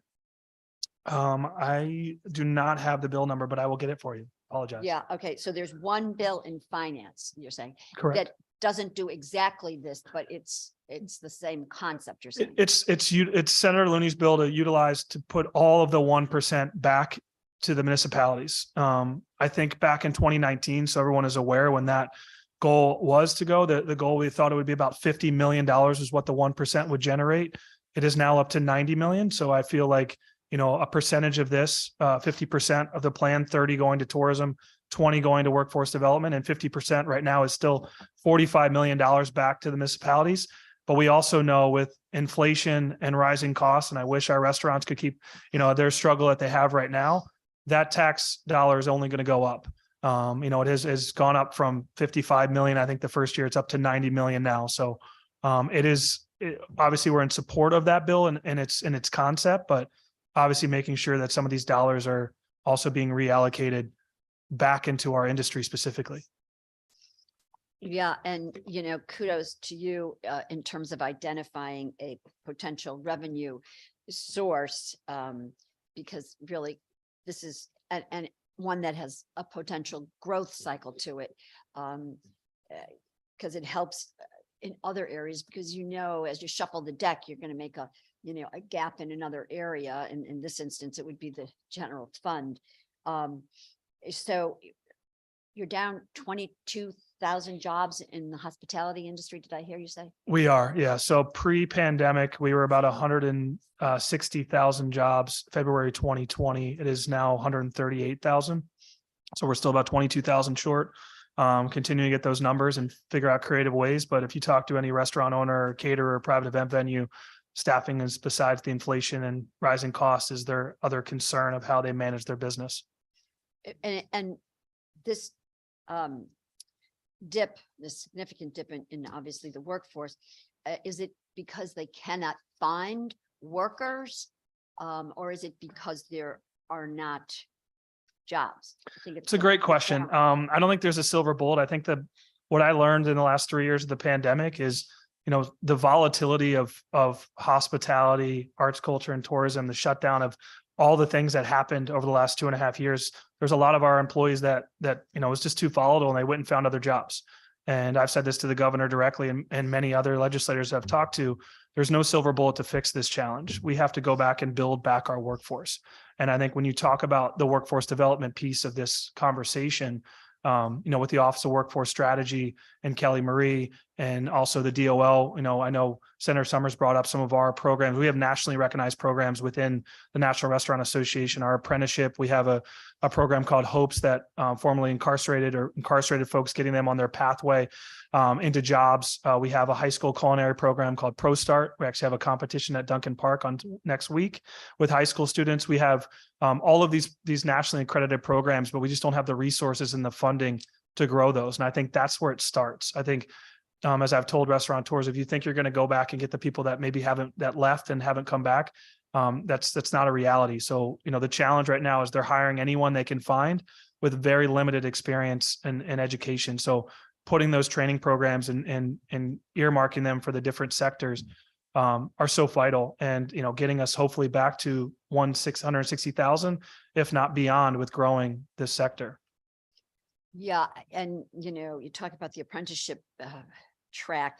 I mean, I'm concerned. I'm watching enrollments, for example, in community colleges in their culinary programs, and I know in my own particular area, we've got a real dip in enrollment there, and in large part, when you look at some of the other more successful programs other community colleges are running, it's because they have dedicated staff to go out and recruit into those programs. And in my own case, we don't have that talent, and our enrollment is way down. And yet on the other side, I talk to restaurateurs who say, we can't, to your point, find, seasoned help, skilled, ready help. So, it becomes a real circular issue. And then we lost 1,000 restaurants, Scott, you said? Yeah, we think that number is probably a little bit higher, but that's one we were able to track. I think the challenge we've seen, we lost about 700 in the first 5 months. And then tracking, whether they were fully closing and back opening and selling. It is a tough metric to stay on with. We have seen openings, which is great, but I think the reality of everyone up on this dais here to listen, you're seeing in the Hartford Courant, there are landmark locations now that are hitting the Hartford Courant and closing. And, we are the #1 state in the country for independently owned full service restaurants. 97% of our full service restaurants are independently owned. It's an unbelievable stat. It's what makes Connecticut's culinary scene so great, but it's also, this is the #1 sector that's taking it on the chin coming out of this pandemic. So you're seeing owners that have 1 location, 2 location, they don't have the buying power. They can't fluctuate staff. They can't invest in technology. Some of these larger chains and corporations can do. And I think that's my fear, is that 97%, unfortunately, probably only has one way to go, is down. But being the #1 ranked, state for full service restaurants being independently owned is amazing. But at the same time, that's what you're feeling right now. When you guys talk to your own district restaurants, if they are independently owned, which the majority of them are, what they're faced with right now. And everyone just sees busy Friday and Saturday nights, but you might go, why are they not open Monday, Tuesday, Wednesday, Thursday? Why are they not open for lunch? Why? It's because of staffing challenges and the rising costs, and they have to be as efficient as possible. And unfortunately, the winter months are also very, very difficult. So, we're just trying to do everything we can to help them. And I think this plan isn't a specific shot in the arm right away. I think it's a long-term plan to try to support, our industry. Tourism dollars do not funnel directly to our restaurants. They don't funnel directly to my association. We're a secondary beneficiary, but the more people that come to our state, the more they will spend at restaurants. They'll go to weddings. They will stay at hotels. They will do all of that in hospitality. And we need to make sure we're reinvesting in that. And then obviously the workforce piece as well. So no, I appreciate your comment, Senator. And I want to do everything I can to be a leader and be one of the top states in the country for hospitality. And when we're talking about, how we're emerging, from the COVID pandemic and so forth, in some respects, it's been a very uneven standing back up. Those venues that are located, strategically by maybe the shoreline versus the ones that are more interior, seem to have recovered fully and then some, as opposed to the others. I mean, I know what's going on, for example, on the convention front. So, we're not able to get back up to where we were pre-COVID, and it's been very uneven. When we were asking for reporting numbers from the Department of Economic and Community Development during the pandemic, as all of the aid was rolling out, we wanted specifically to look at it through that lens to see if, we're having very uneven recoveries, if you will, and who was getting left in the dust. Is that still the case? Yeah, I mean, I think every time a restaurateur calls me, to ask for help, it's always, okay, where are you located? What are your challenges? Who's your demographic of customers? Are you in downtown Hartford versus the shoreline? Are you in West Hartford versus, Bristol? Like everything, what type of food do you serve? Can you do takeout, to go? Are you fine dining, full service? So I've dealt with that for 3 years, and obviously it's about it. Our restaurants have done a phenomenal job at adapting and having to change their model to survive. But I think the bigger piece to this conversation today is supporting tourism, as you talked about DECD Center, on a holistic model of, it's not just marketing dollars, it's grants, it's their staff, it's how do you have the staff to go out and recruit for the universities? How are we bringing people in? People will say to me, well, tourism's about the shoreline. I'm like, tourism's everywhere. I mean, I have kids that play ice hockey, and we travel to tournaments in Danbury, and there's people coming from all over staying in hotels, and what that means and who's attracting them here. So, we need to look at tourism holistically, and we need to be competitive. I mean, when you look at how we compete, I mean, Rhode Island spends $11 million on tourism. They're a fourth of our size, and we're in a Boston and New York market. We should have a $25 million plus budget and not be saying, oh, well, we're above a couple states. We should be a leader in this. We know the return on investment that it has, but it's not just marketing dollars. It's the staff and having a full-fledged, and I give Noelle Stevenson a lot of credit on what she's done in over a year. She's been phenomenal in taking the dollars, and us specifically, we've felt it in culinary, and her team and Adams and Knight and what they've done of going out and pitching culinary stories. And we've seen some of our chefs get highlighted on a national stage. And I want to see more of that. And I think as you look to anytime you cut this budget, the impacts are long-term. And that's when it used to be $1, when I started, a little before I started in this role. It's unacceptable. And I don't like I'm too competitive a person to see states near us and regionally have, a much more robust tourism office compared to what we should have. I want to thank you, Scott, really for all the work that you've done and the creativity also that you always bring to us. Questions from committee members? Yes. Thank you. Thank you, Madam Chair. Hi, Scott. Yes, So Scott, if I understand you, you'd like to take the 7.35% meals tax that we currently have and take 1% from that and apply it to 30%, 20%, and 50%. Correct. So Senator, yeah, so there's been conversations on both sides of the aisle of whether we keep that money, whether we not. Obviously, if you cut that 1%, it doesn't help a restaurant. That's a pass through going to the general fund as a tax. I'd much rather see that money be reinvested back into our industry in this plan. And so, yeah, it is the 1%. So obviously the meals and beverage tax in Connecticut is 7.35 compared to 6.35, which changed in 2019. So our ask is to utilize that 1%, which generates at the end of June 2022, a little over $90 million. And we foresee it to continue to grow just with the growth of, even though we've seen closures of restaurants, we've seen back open. And just because of inflation and everything else, you guys are all feeling at menu prices as well. That just means that 1% at the end of your check is going to be a little bit higher. So many have testified today regarding providing additional funding for various cultural, the arts, museums, et cetera, including tourism. So are you proposing that the 50% that goes to the municipalities, that it would be up to them to decide who to contribute to? Yeah, no, I think my goal today is to more make it aware and try to find a overall plan that makes sense for everybody. I think with arts and culture, the same thing with helping them out. We know dinner and a show, as we talk about, you go to a museum, you're hopefully going to a restaurant later.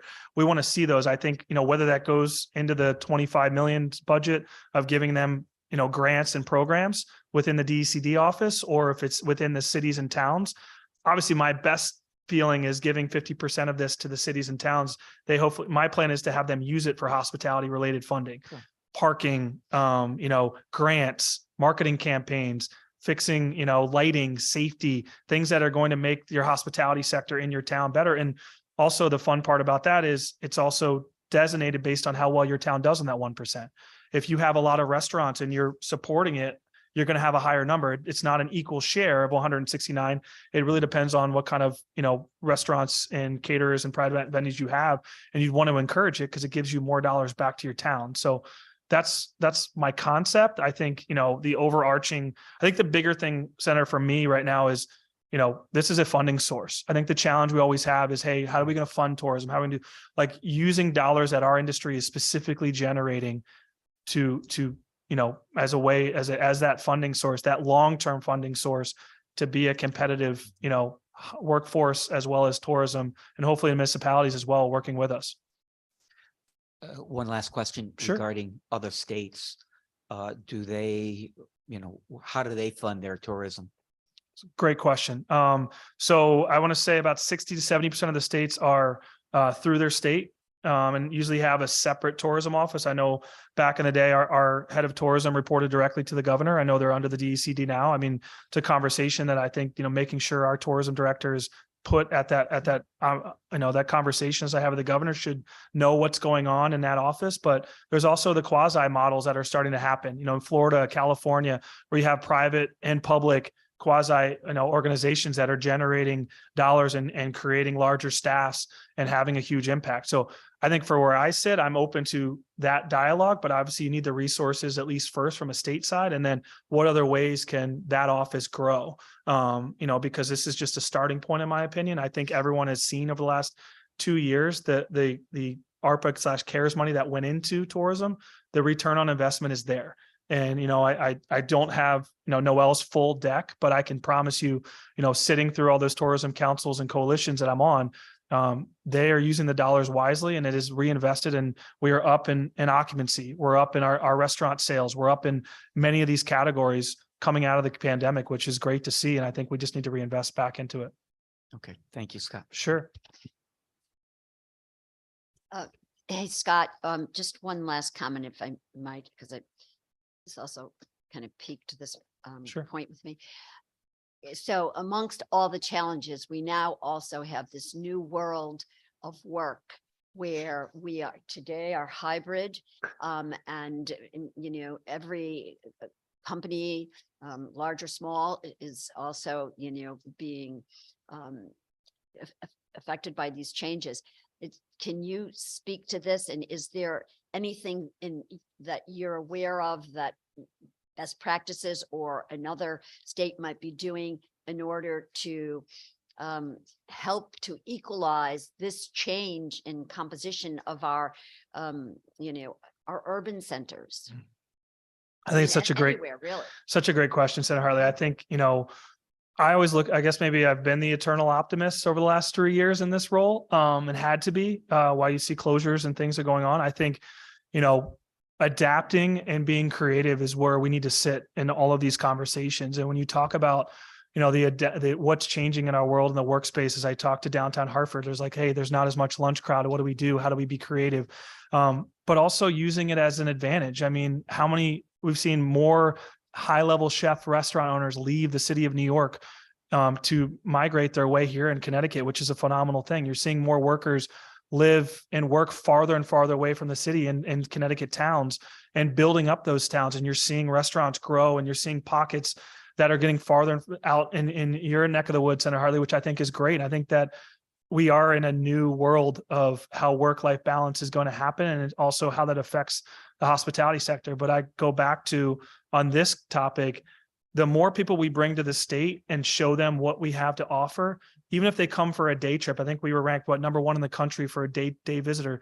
That can spark other interests. That can spark, hey, you know what? That could be a great place to live and work. You know what? That might be a great place to have, a long-term vacation. Like, I think shining a brighter light on the state of Connecticut and what we can offer, and adapting to these ever-changing world that we're in. But I couldn't agree more that, trying to work with these mayors and first selectmen on creative ways, how it's helping restaurants, how it's hurting them, what are the new age, and it's, if any industry understands adapting and having to change on the fly, I think our industry knows that. And I think for me, I want to see the same within this legislation about being creative of how we can put arts, culture, and tourism on a pedestal and be one of the forefronts, because we can be a driver compared to some of our neighboring states, hopefully attract more people to work, attract more people to live in Connecticut long-term. And so, Scott, that brings up one other point. During the pandemic, we put in place an override, if you will, of local zoning for restaurants to operate immediately outside, and so as not to have to go through a lot of hoops. And if I'm recalling, that provision is expiring June or July. Talk to us about that, and what the effects of that is, and how we ought to be thinking going forward. I mean, and recognizing that this is the land of local control, 169 towns and municipalities. No, Senator, so you're right. Outdoor dining was a boom for every single one of our towns, and for our restaurants specifically, allowing them to go outside. At first, it was a safety thing, and people wanted to eat outside, and then they realized, like, wait a minute, like, we've got an unbelievable, weather and forecast in the fall. You've got waterfront, you've got summer and spring, and outdoor dining. The more mayors and first selectmen that called me to say, are we keeping this? Are we doing that? And so, yes, the bill that we passed last year does expire, I believe, the end of April. might be May 1st, I believe it will go into, but the governor and the governor's team and I, they put together a bill that allows, it kind of puts the control back into the land of control of 169 towns. But as I work with them right now, we're trying to work with CCM.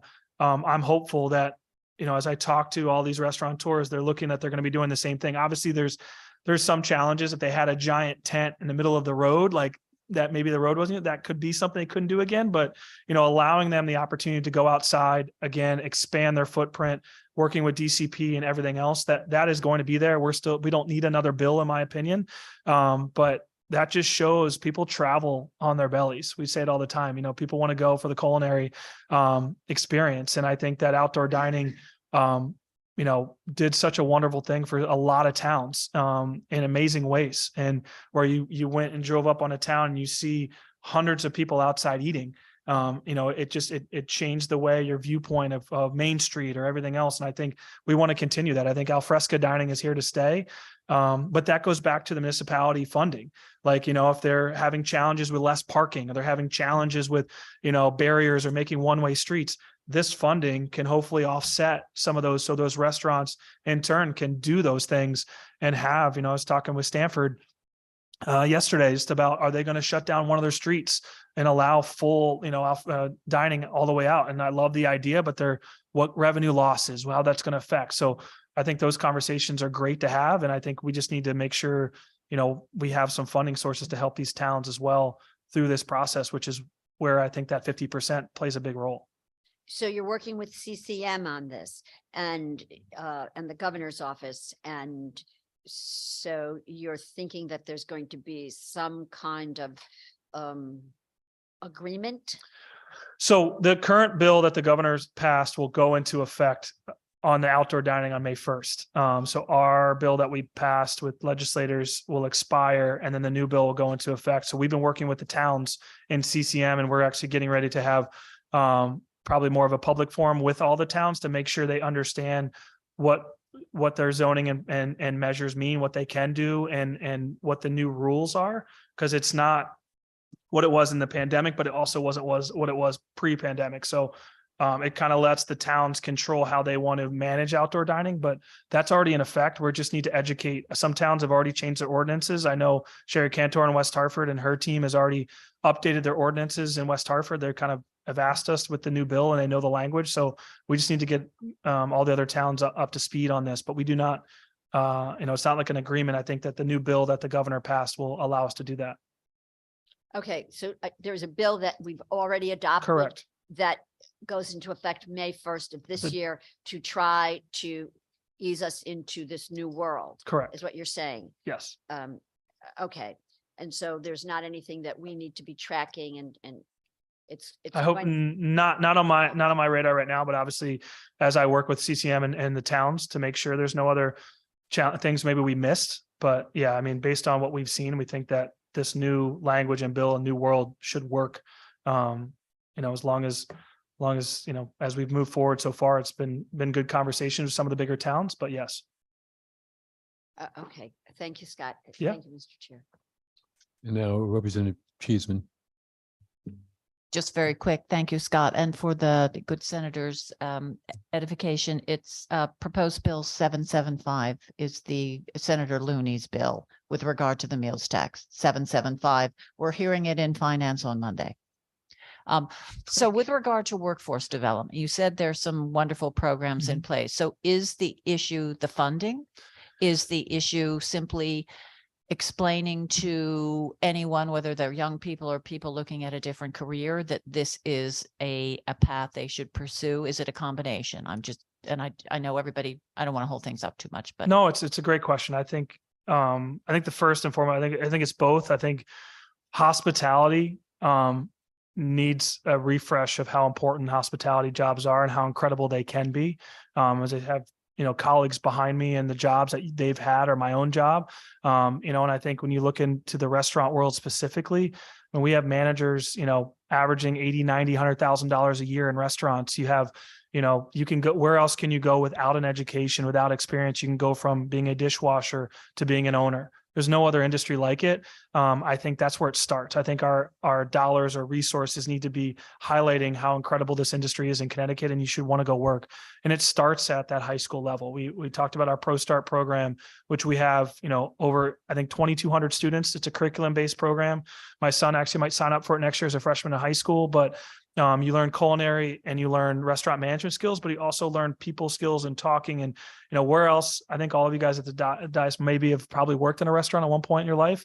Everyone says, oh, it's transient. I always say to them, well, it's great if you do something else later on, but where else did you learn about adversity, dealing with people, serving in the service industry? So I think that's where it starts. And I think the resources, like we have our foundation where we're already doing apprenticeship. We're already doing Pro Start. We're already doing, the HOPES program. I'm trying to work with the Department of Corrections, but those are all private donations. There's nothing coming from the state. And I think that hospitality needs to be a focus of our state's, Office of Workforce Strategy and the DOL. I worked with Dante, their apprenticeship program, and she's like, these are great. We have chefs that want to do it, but we need more resources. And I think that's kind of our hope with these dollars, is to have it be earmarked. And then it's not just our industry. I think we talked about the universities as University of New Haven, and I'd love to have some of the best hospitality programs, in the country. As you see, like Penn State and others, I think we can do that in the hotel world as well. There's an entire hotel curriculum. So I think that it starts with the image of our industry and why a young person should want to get into it, or someone even, that maybe never even got a high school degree. How can you get there? What pathways are there for you? And we need just, I guess, more dollars and more people helping us in that facet. Okay, thank you. And I think to your point that you can have a long career there and move up, but also I'm listening to former Senator Formica, the number of people who started working at his restaurant and their children work, they met their husband or wife there, that it is, in fact, can be like a family and very close bonds, because you say you're working in such close proximity with people over a long period of time. So thank you. I thank you for being here, and thank you for that explanation. Thank you, Representative. So I was being in the restaurant position. I was getting my lunch when you were part of your testimony. So I apologize. I want to thank you for all your support and help during the course of the pandemic. I know we had a couple of conversations about all the issues in the regulatory framework and trying to get things resolved. I thought you were stellar in the effort. I think as an observation, as a communication tool, and I'll tell you this, and I've told this to other groups, there are 151 representatives and 36 senators. Most of them seek every 2 years to get reelected. So they tend to post on Facebook and e-blast and be on social media. So I think the issue that even if you are doing a promotional campaign in terms of advertising for careers, we have a good following, all of us individually and collectively.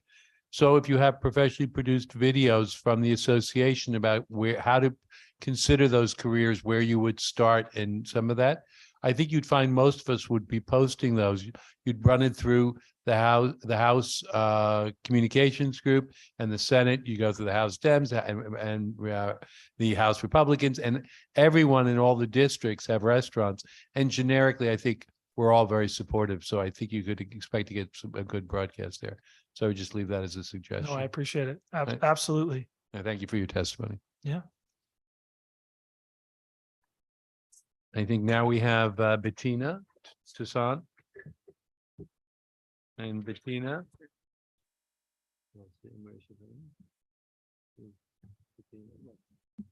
Benita.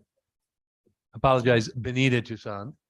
And Benita is from the Cricket Hall of Fame Building Committee.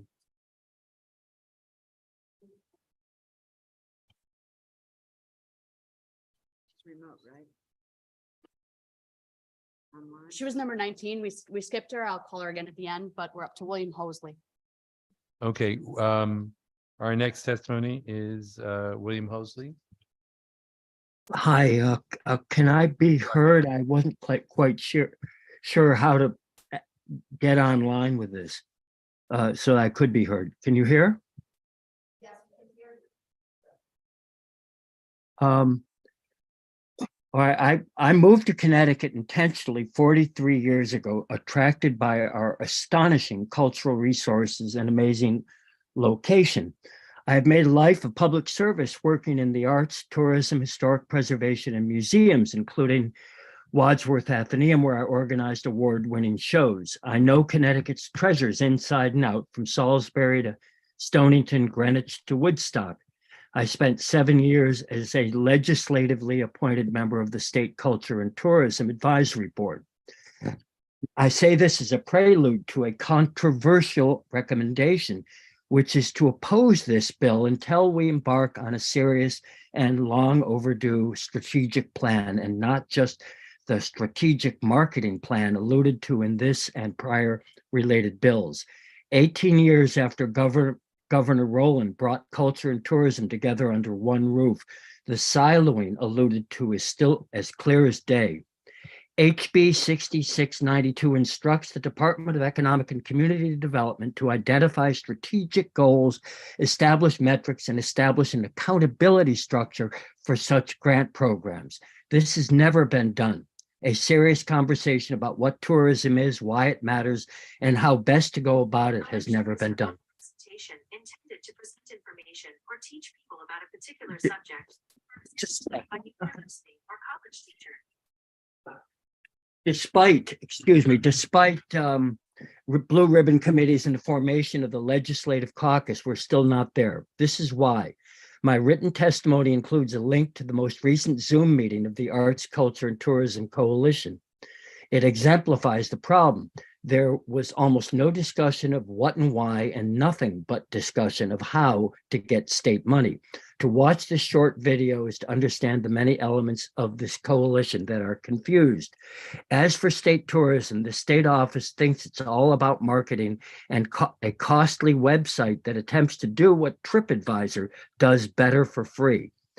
The key to tourism is a deep, granular knowledge of what we have and a coherent sense of the market and the hundreds of affinity groups that like what Connecticut has to offer. The State Office of Tourism doesn't have that granular knowledge, doesn't sufficiently know the product, which is Connecticut's treasures, rich, large, and, as Amaris Williams put it, mostly small.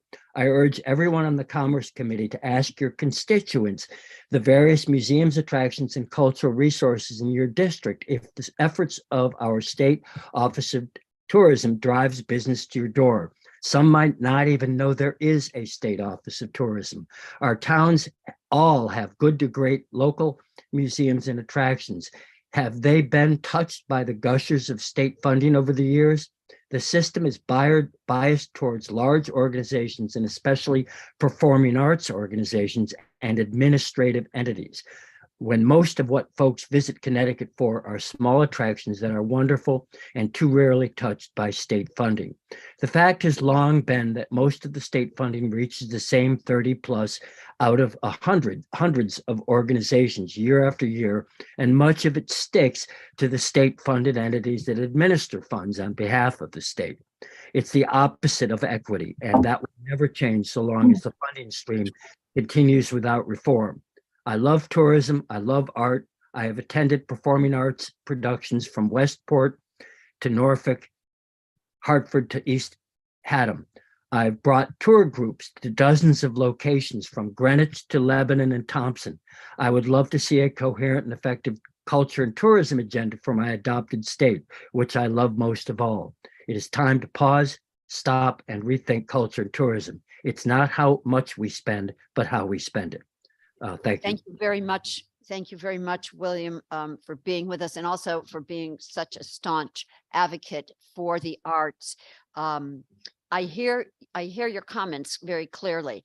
And I have to say, on the whole, I do not disagree.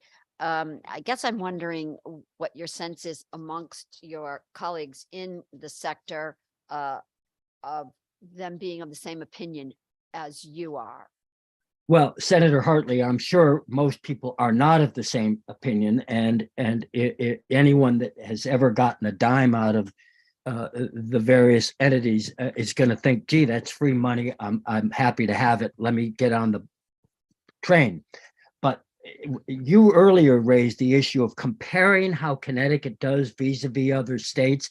I didn't think any of the answers that were given were particularly persuasive. And this idea of stepping back and doing a real strategic plan instead of a strategic marketing plan, it's just long overdue. And I mean, I've been following this like a hawk for 40 years and was involved with Governor Rowland when they created the Arts and Culture Super Agency. And why has it taken 18 years for those entities to become unsiloed and really begin to,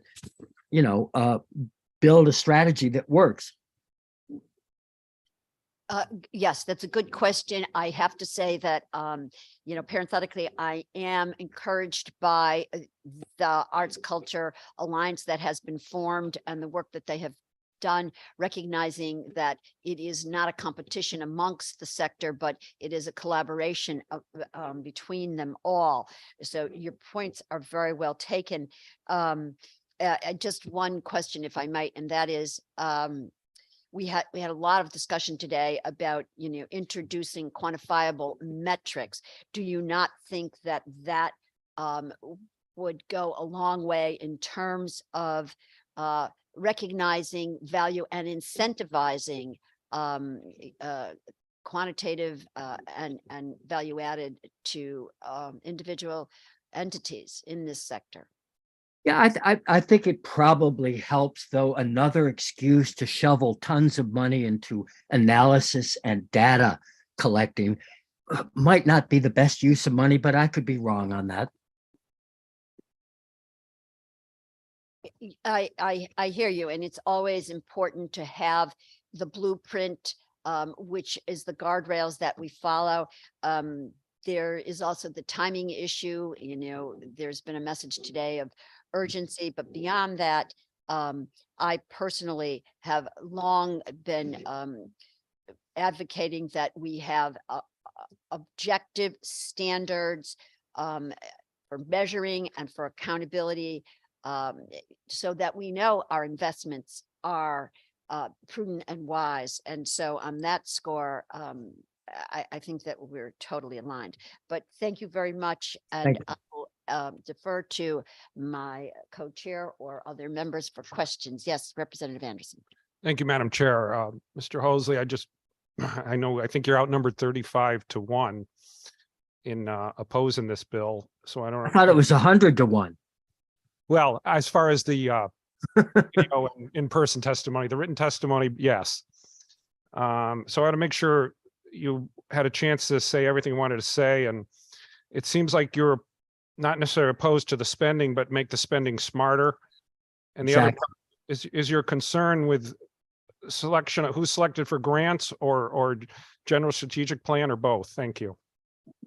Well, the whole system is biased towards large organizations with development staffs that can spend a day waiting to testify about things like this. And I think the point that Amherst Williams made, that there are these, and I love the testimony from Cheshire Historical Society, which was, what an amazing place that is. And, I may be one of 3 people on the planet who's been to pretty much every museum, small, smaller, smallest, but of course the big ones in Connecticut. And some of the stuff we have here is amazing and never gets any attention at all from the tourism officials. I mean, we had the Commissioner of Culture and Tourism some years ago, Jennifer Anaskovich, at one point went on record as saying nobody cares about history, which is, sort of insane. Thank you, Mr. Hosley. I hope you're part of the future strategic planning, whether formally or informally. Thank you, Madam Chair. Thank you, sir. Thank you, sir. Yeah, Mr. Chair. Thank you. Next up is Aaron Markovich from Connecticut Landmarks. Thank you. I appreciate the opportunity to say a few words about 6692. As noted, my name is Aaron Markovich. I'm Executive Director of Connecticut Landmarks. We're a private nonprofit that owns and operates 12 historic properties across the state, from the Hempstead houses in New London to the Phelps Hathaway House in Suffield, from the Butoff Williams House in Wethersfield to the Palmer Warner House in East Haddam, from Bellamy Faraday House in Bethlehem to the Nathan Hale Homestead in Coventry, the home site of the state hero. I also sit on the board of the Last Green Valley Heritage Area, which covers Eastern Connecticut. I appreciate that you have or will be hearing from my friends today, Brett, Amaris, Jason, Rob, all of our friends at historical societies like Windsor, East Haddam, Rocky Hill, Greenwich, Cheshire, and Fairfield. I can tell you how important the Cultural Fund has been to our organization, how it's ensured jobs retained and visitors grown, how it's been a major part of our survival during the pandemic. However, I'd like to focus on one site of ours in particular and its future. The Palmer Warner House in East Haddam will eventually tell the story of Frederick Palmer and Howard Metzger, a gay couple in the middle 20th century who straddled a place between the freedom of being wealthy and white while also being gay and living in a rural community. We've been working with this property for a very long time, but more significantly since 2005 on plans and goals for this site. In the last few years, we've been hosting some behind-the-scenes style tours as our collections team continues the laborious effort of cataloging the massive collection. We're now turning our eyes towards a formal opening. The house is located in East Haddam, a community we believe that has the potential for massive tourism growth in the state. With outdoor recreation as one of their cornerstones, we see heritage as another major cornerstone. Increased tourism dollars would be a game changer for that community and our site in particular. We can see a future where this site is one of the first and perhaps the best stories of LGBTQ+ lives in New England and maybe the United States. This is a site where we would have visitors coming to take tours, potentially taking a hike, as well as eating, as we've just heard, and shopping at local businesses. That spillover effect could radiate as far out to Chester, Old Lyme, Middletown, etc. This, of course, applies to all of our properties. More tourism dollars spent promoting the heritage of this state means a growth to, in our case, our income, which means a growth in our ability to attract and retain those seeking to work in the field. It means more dollars that we can use to restore buildings using, hopefully, local labor, using skilled tradespeople who have perhaps learned how to restore a historic structure right here in Connecticut. It means more dollars that we can use to invest in promoting other tourism resources, such as local bed and breakfasts, kayak tour companies, restaurants, and so on. This bill means jobs and opportunities for those in the tourism world. It means opportunities throughout the tourism world. I hope you consider supporting this bill with the future of Connecticut in mind. Thank you. I appreciate your time. Thank you very much for your testimony. Do we have any questions? Hearing none. Our next testifier is Deborah Mecke from the Greenwich Historical Society, the Executive Director and CEO. Deborah, if you're on the line, I want to welcome you as a as your representative in your district. So I appreciate your testimony. Good afternoon. Good afternoon. I'd like to begin by thanking Chairman Meskers and the Commerce Committee for raising this bill 6692, which recognizes the importance of arts, culture, and tourism to our state and our many communities. Greenwich Historical Society is located on the Connecticut-New York border and serves 12,000 residents and visitors annually, of which approximately 25% come from the tri-state metropolitan region, and I'm sure the potential is much greater. And we also serve 3,000 students who are enrolled in our education programs. We own and operate a museum with visitor amenities just off Exit 4 in Coscob that features the National Historic Landmark Bush Holly House, site of the first art colony in Connecticut. Our organization employs 24 people, and our research and exhibitions and public programs contribute to the state's economy and workforce. Through our tours and public programs, we support Connecticut tourism, especially collaborative efforts associated with the Connecticut Art Trail and the National Trust Historic Artists and Studios initiatives. I am here this afternoon, and I have been waiting since 11 a.m. to provide public testimony in support of this bill because it supports sectors that have historically been underfunded by the state. However, I encourage the committee to fund at the $58.5 million level proposed through the Arts, Culture, and Tourism Roadmap, as that plan invests in our sector at levels that will help organizations like us make Connecticut a more attractive place to visit and to live. Funding from the Connecticut Cultural Fund operating support grants over the past 2 years was critical. It allowed us to maintain staff and programs and expand our menu of free and low-cost educational programs and community events. We were able to develop new programs and partnerships with local community organizations to reach a broader, more diverse audience, particularly among Asian, South Asian, and Latino communities, which represent Greenwich's fastest growing populations, according to the most recent census. A recent example made possible by our current Connecticut Cultural Fund operating grant is My Story, Our Future. This is a project of the Greenwich Historical Society in partnership with India Cultural Center and the Asian American Studies Institute at UConn to create oral histories and a student-curated exhibit on view in our museum through February 26th, along with online resources to support the state's mandated K-12 Asian American Pacific Islander curriculum. I sincerely thank Chairman Stephen Meskers and the Commerce Committee for your support and look forward to working with you and with Connecticut Arts Alliance and Connecticut Humanities and Connecticut Tourism Coalition to implement the funding roadmap for the benefit of our state and its residents. We want you to know, I want you to know, that this bill matters greatly to us and to the people we serve. Thank you. Deborah, thank you very much for your testimony. For the edification of the public listening, Greenwich has a very diverse population. We have 30% of the population under the ALICE program, which people don't expect. People expect us to be all driving around in a Mercedes or a Bentley, and that's not the case.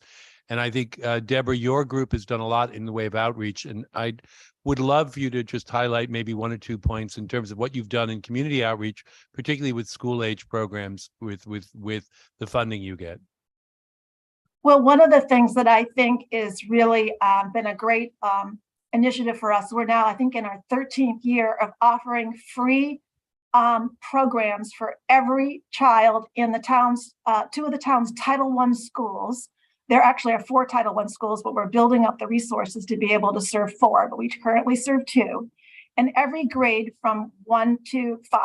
So we have a consistent relationship with these children through 5 years of their elementary education, in which there's a consistent meeting with our curators. We bring artists into the classroom.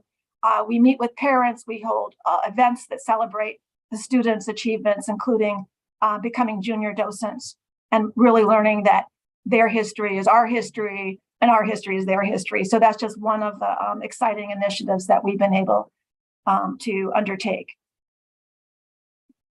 Thank you very much for that. I appreciate it. I think, what we hear from the arts is and tourism and the culture is the outreach and the impact it has on our young lives. And I think it's important to keep in mind. So thank you very much, Deborah.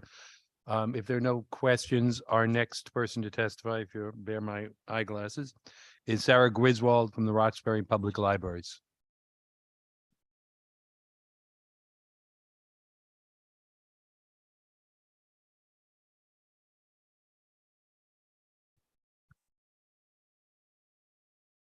Thank you.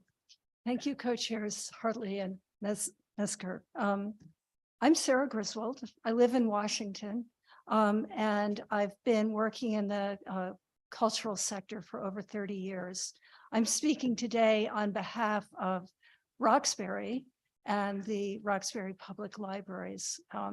It's kind of great following Deborah, because I'm representing not the small organizations. I'm representing some tiny projects and tiny organizations, which have been transformed, I think, thanks to the Connecticut Cultural Fund support. We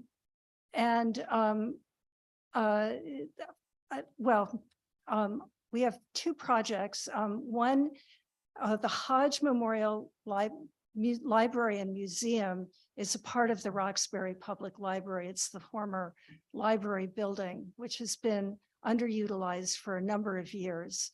And thanks to state SHPO funding, we were able to get an architectural assessment which led to prioritized lists of repairs, which the Connecticut Cultural Fund enabled us to do. The Arthur Miller Writing Studio is a brand new initiative to honor the legacy of the playwright Arthur Miller, who lived and worked in Roxbury for years. The Roxbury Public Library is the fiscal agent for the Arthur Miller Writing Studio. Our hope is to get the building moved onto the campus of the library. The cultural support grant allowed us to hire somebody, me, to start up that process, and also got us a laptop and an iPad so that we can start to present programs and have a digital interface with the public while we wait to get funding to move the building and secure it. I think that Roxbury, a lot of times people say, well, Roxbury, it's like at one point it had the highest per capita celebrity quotient in the state of Connecticut. People think it's a very affluent town, but it's also a very small town, and it's a little under-resourced. And because it's not terribly diverse, we struggle to find our place. But I think the work that we're doing, restoring the Hodge Museum building and making it available to the public, and also the Arthur Miller project, which has so much potential for the town of Roxbury, is worthy of this funding. And so I support HB 6692. I think that the funding that we could potentially get would be just a fabulous way to support community quality of life, and the overall functioning of our organization. So thank you. Thank you very much for your testimony. Are there any questions? Okay, thank you. Go ahead. Please. So I would just like to thank you for coming down. Thank you. Arthur Miller was a great resource in town, and there have been others, and continue the good work on the project. Thank you. Yeah, thank you. Yeah, the Roxbury cultural legacy is enormous and deserves attention. Thank you. My suspicion is that you're a plant, as I had one of the leads in the Crucible in high school, which was a long time ago, unfortunately. Thank you very much. Absolutely. Thank you very much for your testimony. Thank you.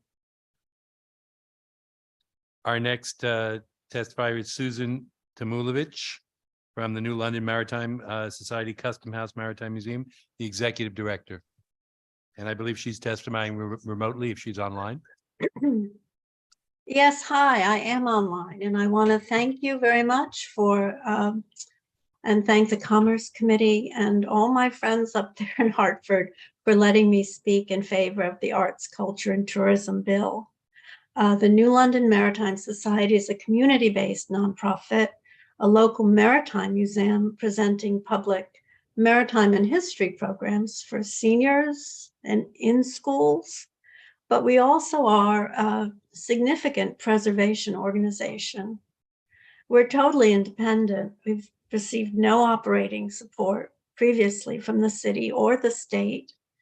And in the 15 years I've been there, it's a rewarding job, but day to day, it's kind of a hard and struggling spot to be in, as a number of the speakers today have already said. There's only one employee, and and I and the board have to knock ourselves out every year to just about break even.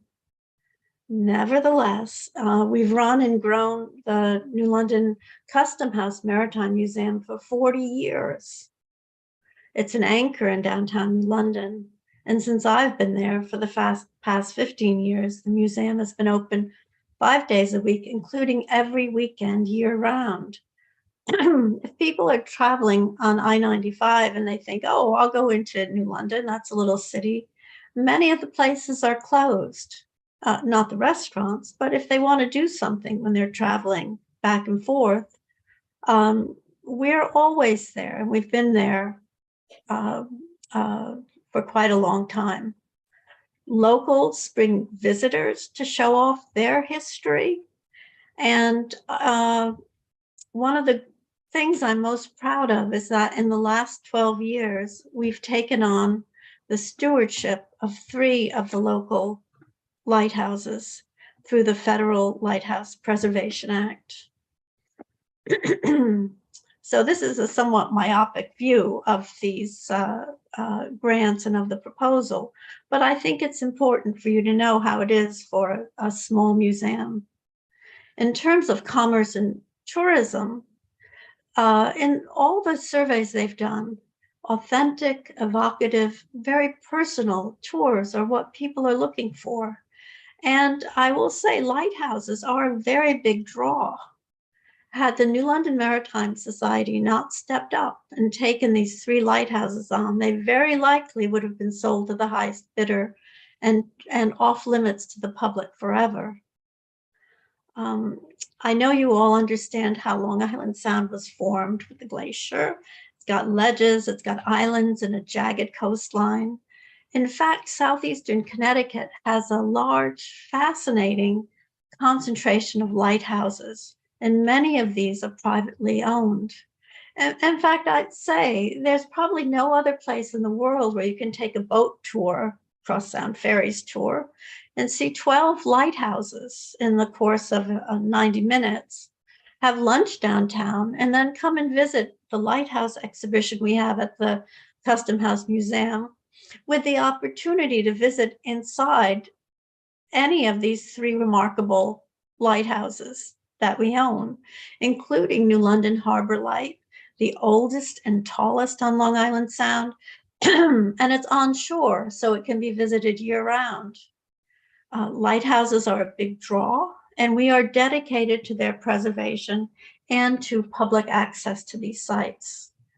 But being the only employee of this organization, you can imagine that my time is fully spent just working to keep everything afloat. It's a little bit tough. We had no operating support until COVID. And in a way, that's sort of the flip side of that pandemic, because despite all the challenges, with your financial boost of operating support, the Maritime Society was finally able to focus to a degree on our mission and grow our programs in an impactful way. We used to have to scramble and have people sign up in advance to take a lighthouse tour because boats were expensive. You know, it's expensive to lease them, and you can't just have people standing by and then say, oh no, we're not going to do a tour today. Because we had the time, we could get a New London Water Authority grant, which allowed us to rent a boat, in fact, from the Maritime Heritage Group, so that we could have a tour for 30 people every Saturday and Sunday going out to the lighthouses. And that grant allowed us $5 tickets for local families, students and their families, to go inside Ledge Lighthouse. So when we gave these tours, half the people would be local, these wonderful families who, in fact, learned a lot about lighthouses from our programs in the public schools. But the other half were tourists who, because we had this support, we had a schedule mapped out months in advance, and people who loved lighthouses coming along the coastline could book their tours and pay full price and do something that's really very rare. I think there's probably no other place where you can visit inside. In fact, we did 4 lighthouses last year. We included Little Gull, which is a new partner of ours. Why is this important? Because people are dying to get inside these lighthouses, and we need to be able to have the time not to be scrambling to pay the light, to keep the lights on, but to be able to plan these excursions and trips for people. We're so grateful for the help we had over the last 2 years. Please continue your support so we can continue to focus on our mission. And as I said, not just keeping the lights on. I'm sorry you can't see me, but that's the way it is. I'm happy to take any questions. No, at some level, you sound like a lone voice crying in the wind.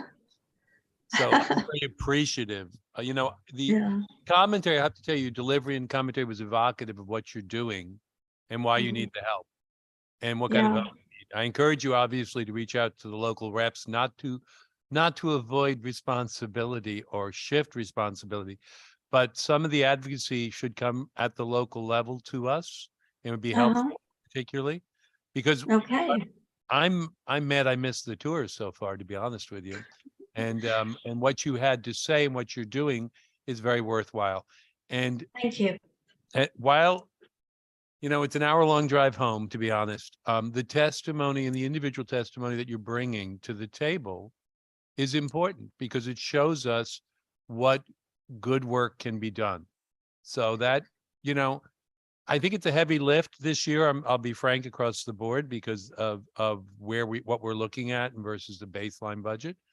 But between the tourism advocacy, the dollars generated in tourism, the advocacy for outreach to communities, your sponsorship your voice is heard.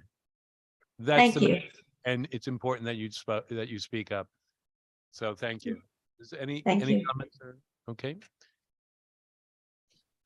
We now have Bob Murdoch, Connecticut Convention and Sports Bureau President, who is speaking remotely. I am here. I'm not sure you can see me. Nope, you're seeing some numbers. Well, good afternoon. I want to thank you for this opportunity to speak on behalf of House Bill 6692. Again, my name is Bob Murdoch. I'm the president of the Connecticut Convention and Sports Bureau, which is also known as CT Meetings. And really just straight ahead on funding, Connecticut's tourism and hospitality industries are a net revenue generator, producing a rate of return of at least $3 for every $1 invested by the state. Additional funding for tourism and the arts and cultural initiatives does not compete with other priority programs, but instead helps to pay for them. And I don't have the source of that, but I know Frank Burns from the Connecticut Tourism Coalition is coming in after me, and we can get a source from him, or I can forward it on to the committee as well. And to reiterate what Representative Borer brought up earlier, the hospitality and tourism sectors need sustained, consistent, and predictable funding so that we can plan for the future. So right now, we're a staff of 5 people. I'm not going to hire anybody coming up. We're sort of hedging our bets on our travel schedule for trade shows. Just a lot of things on hold for us now because it's difficult to plan for the future. So the Connecticut Convention and Sports Bureau, again, I said CT Meetings, is Connecticut's only statewide meetings and sports event sales and marketing organization. Our mission is to sell and market Connecticut as a premier destination for national, regional, and statewide group businesses, conventions, and sporting events. We don't own any venues or hotels. We actively partner with venues and hotels throughout the state to help bring events to them.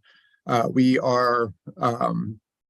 really a facilitator to help bring in that business and to drive basically sales tax revenue for the state.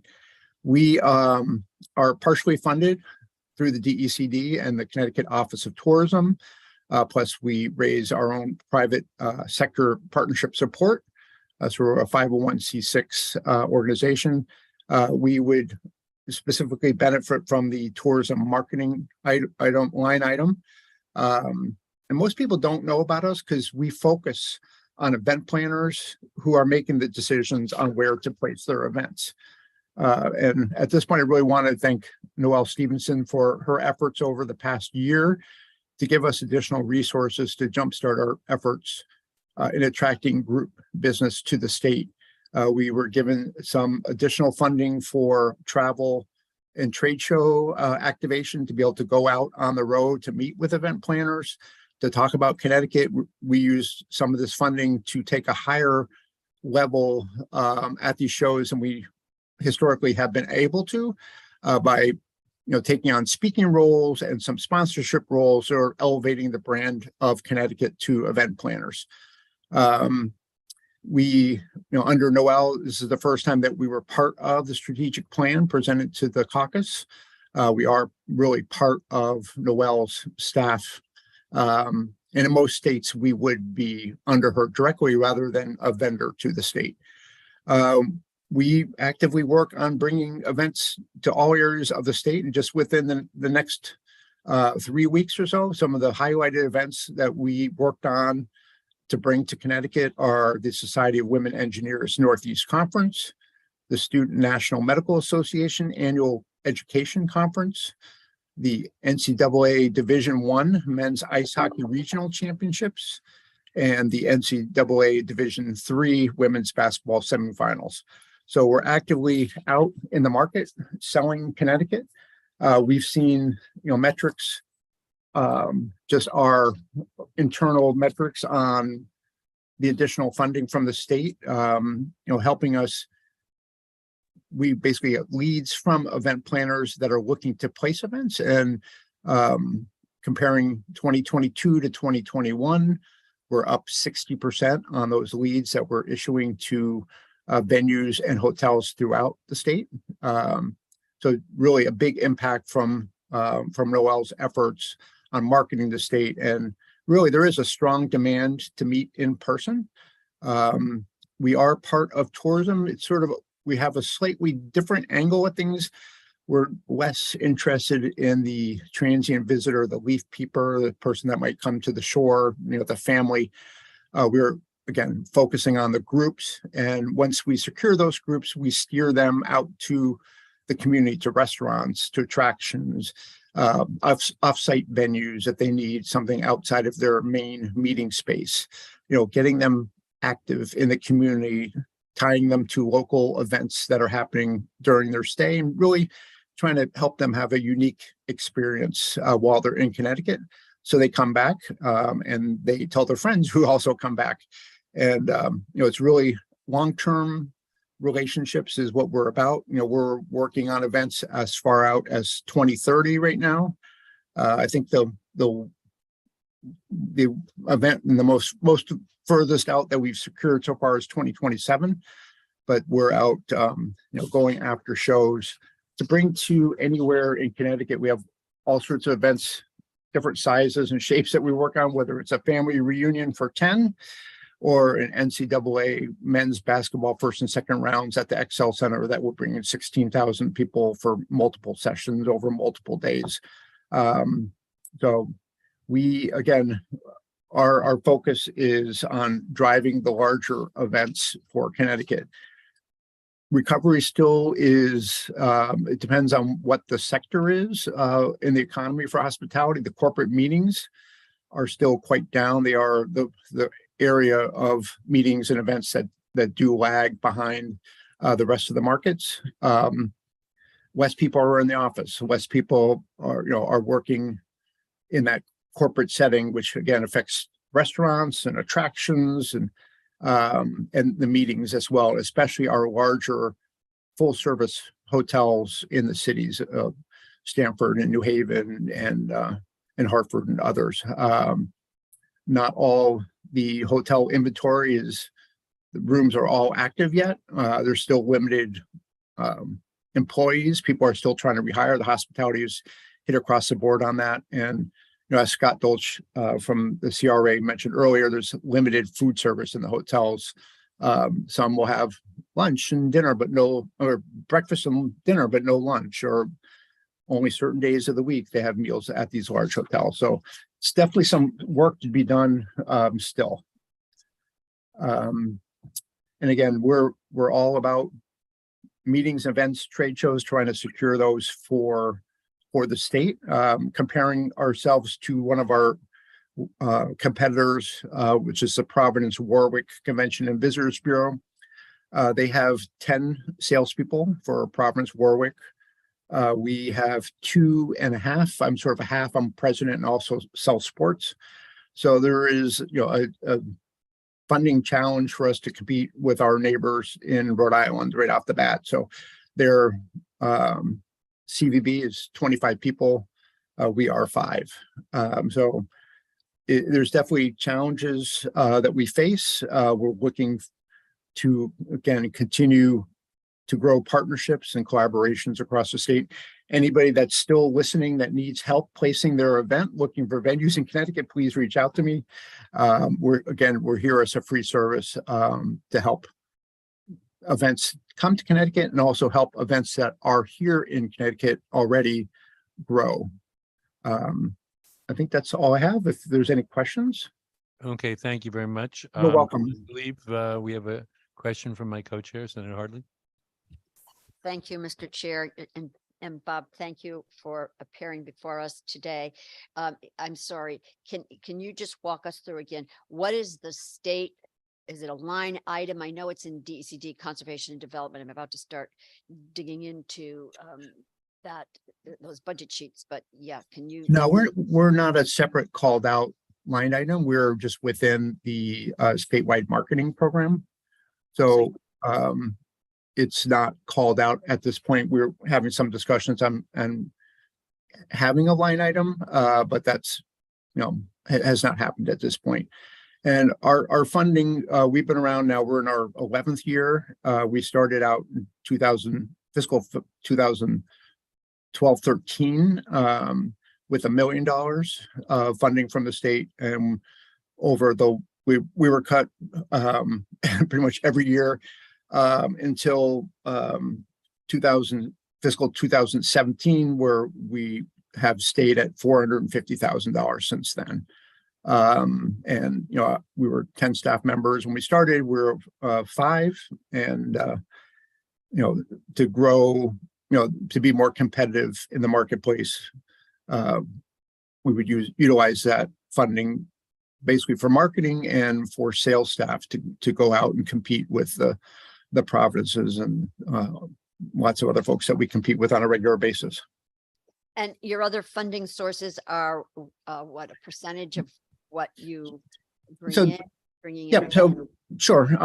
So state funding is $450,000, and then we have hotels. We have a membership program, which we need to survive, which brings in between membership, and we have a housing bureau that some of our events utilize. They're not required to, but some utilize, which brings in about $180,000 more a year.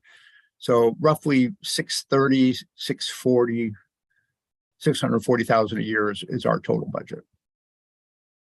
I see. And then would it be possible, I know we're probably not going to get to you in the Approps Committee, but to share with us, like perhaps over the last 5 years, what events that you brought in to the state? Sure. Yeah, that would be helpful. So calendar year 2022, I just ran the numbers on that we brought in, again, all sorts of different size and shapes events, 223 that were definite events. And we're a facilitator. So if it's something like NCAA men's basketball, we have a role in that. When we last hosted that at the XL Center, we partnered with XL Center and the University of Connecticut and the City of Hartford and Metro Hartford Alliance. So we're part of that team. But yeah, I can definitely provide, again, 223 events last year. We had quite a drop during COVID. Most of the events that we did host in Connecticut were sporting events, primarily outside sporting events, and some smaller events, just with the limitations on how many people could be in a venue. Right, I understand. And I'm just curious, have you in your portfolio of events that have been brought here to the state, have anything like triathlons. I just see what's going on in other states. It seems to be like a big business driver because they are typically weekend long. They bring Sure. in vendors, there's food and the like. Yeah. We partner with the Hartford Marathon Foundation, which does have one marathon in Niantic, but we haven't done a lot with that. It's really, again, we're a small office. We need an event planner in Connecticut to want to do this event and take the risk on for the event. We would help them with elements such as, you know, hotels and government relations and media and different elements outside of their sports event space. Vendor referrals, but we haven't worked on a triathlon per se, but plenty of running events and a lot of cycling events. We helped with the New Haven Grand Prix back in the day. It's sort of up and running, so I don't take credit for it anymore. But when they initially started a bike race around the green in New Haven, we were instrumental in the first couple of years of that. And after the event's been here for a while, if I don't do a lot of work, I don't take credit for it anymore. So cycling events, we had the 2017 and the 2022 cyclocross national championships that were at Riverside Park in Hartford. So we do work on cycling, but not as much triathlons. Yeah, well, the Ironman, they're always looking for venues, and the truth is that the Connecticut terrain is one that is particularly unique in terms of offering that diversity to those elite athletes, where we've got the hills and the valleys, and that makes for, we've probably all had a chance to sit back and watch Tour de France. That's what makes an event. And so we are particularly blessed because we're not like, the Midwest or even the South, where we're just Sure. high and flat. We are the opposite of that. And so I think we might be uniquely positioned to be attractive to those kinds of events. The other venue that I'm thinking of is, for example, like the brand CrossFit. They've basically kind of created a niche in Austin where it has scaled into being a large part of their economy and their economic development initiative. We have, I'm going back to triathlon. So we did help with the Ironman Connecticut when it came out of an event called Rev 3 at Lake Quasi. So we did help with that event. They decided to go somewhere else with that event. When COVID hit, they basically just didn't come back. Lake Quasi is a great spot for a triathlon. So that's definitely one spot. CrossFit, we did actually hold the Northeast Regional Championships at the Excel Center a few years back. We do face some challenges when it comes to funding some of the events. We bid on the CrossFit Nationals, which went to Madison, Wisconsin, a 2-year deal, and they were looking for $100,000 of a grant from us to bring the event to Connecticut, which we don't have the money. So we did lose that bid to Madison. So there are some challenges when it comes to funding some of the larger events on how we can cobble things together. Other states have incentive or grant funding. We have historically have not had that funding. Have we had any conversations with ESPN in relation to any of the sporting events that would make Hartford or Connecticut the destination? Yeah, most of the stuff I've done with ESPN has been for skateboard events. They're looking for skateboard events for the X Games and some regional events. We just didn't have the right venue for them unless they built something temporary on the street. But yeah, we try to activate both ESPN and NBC Sports and some of the sports marketing companies that are largely in Fairfield County to do events here. There's definitely an ongoing process to get them to do things here. ESPN staffers do volunteer at some of our events. They do have an outreach program where we get people to come out and volunteer on whether it was NCAA men's lacrosse national championships at Pratt Whitney or other events, but we really haven't got them to do something at home yet, which is annoying for sure. Yeah, but I guess it's more specific.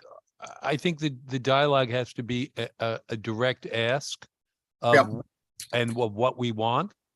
And then you have to come to us and tell us what you need.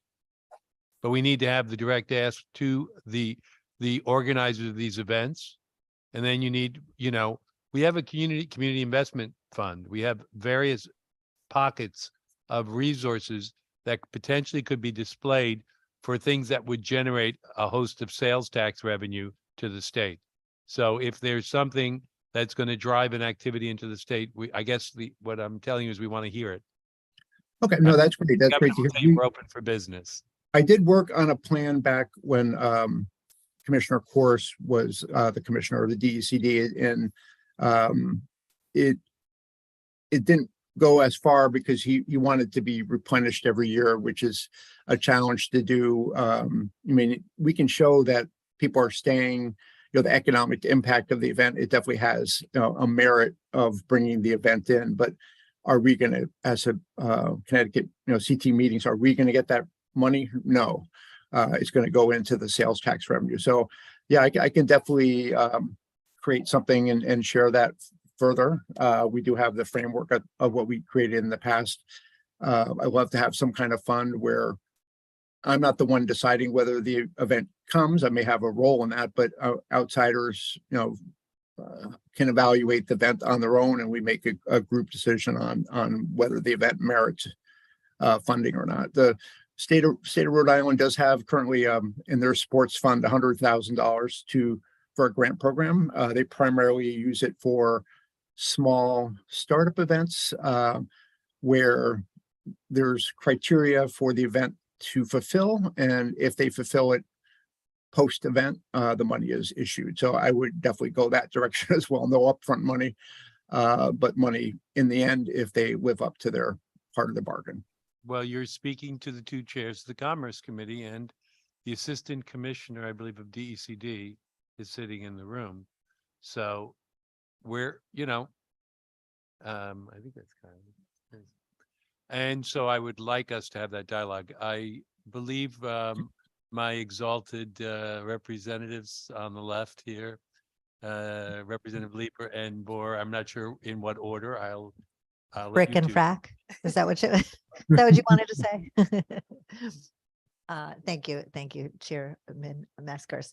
Bob, thanks for being here. And I just want to say that your organization is truly an example of an economic driver for the state, and I think is deeply underappreciated and undervalued. When I look at the list of events that you've brought in, from sporting events to pageants to professional organizations, and your staff literally goes out to all across the country and recruits events to come to Connecticut, and that drives our tourism, our arts, our culture, our restaurants, our hotels. So it's an investment that we get back. I don't want to say tenfold because I don't know actually the statistics, but I know we get it back. So thank you for all you do. But I have a question regarding marketing, because you are line item. You're not an individual line item, and you come within the marketing section of the appropriations budget. My question to you is, the most recent marketing campaign, has that helped you in your recruitment efforts? A campaign that may be running outside of our state? Yeah, so the Office of Tourism about a year ago ran a marketing campaign on our behalf, geared strictly to meeting and event planners and focusing on all areas of the state. It was pretty broad, like come to Connecticut. It wasn't like come to the Excel Center or wherever. It was more broad messaging. And we've definitely seen an increase in activity, no question. We have all sorts of event planners that have found us that we've never heard of. So it's definitely being seen out there. They spent roughly $300,000 the last fiscal year on this advertising plan, again, geared towards event planners, working with Noelle and her staff, as well as Adams and Knight and Media Storm, to place these at different events and also in publications and mostly online. So we could get a lot of length out of it. But it's definitely had an impact historically, since I've been here. The most we spent in a year on advertising before this was $10,000. So we just haven't had the money to advertise. So having this huge, advertising program was, a godsend for us, just raising exposure for us as a group. So it's definitely helpful. Thank you. That's great to hear because often when we're talking about cutting, when cutting line items, and usually marketing is one of the line items on the chopping block, it's important to have those metrics and tracking and really see what a difference that the investment makes, because I don't look at it as an expense. I look at it as an investment into our economy. So sharing those statistics and those what the return on our investment is when we fund marketing, especially outside of our state, to bring people into our state is really important for us to have. So I just want to thank you for all the work that you're doing. And I look forward to, and it's important we get the information out there that if there is an organization, that wants to host something, you've done everything from, the New England Lawyers to the National Dentist to the, your team will create an event around just any type of convention or sporting event that comes into Connecticut. So you guys do a really great job, and just want to say thank you. No, I appreciate that. Yeah, I mean, and if there's we love ideas. We take ideas from anywhere. I mean, if there's legislative meetings, nationally that you want, that we can help bring to Connecticut, we'd love to do that. Really anything. I can only, there's very few events that I want to host in Connecticut. Some of the really controversial ones, no thanks.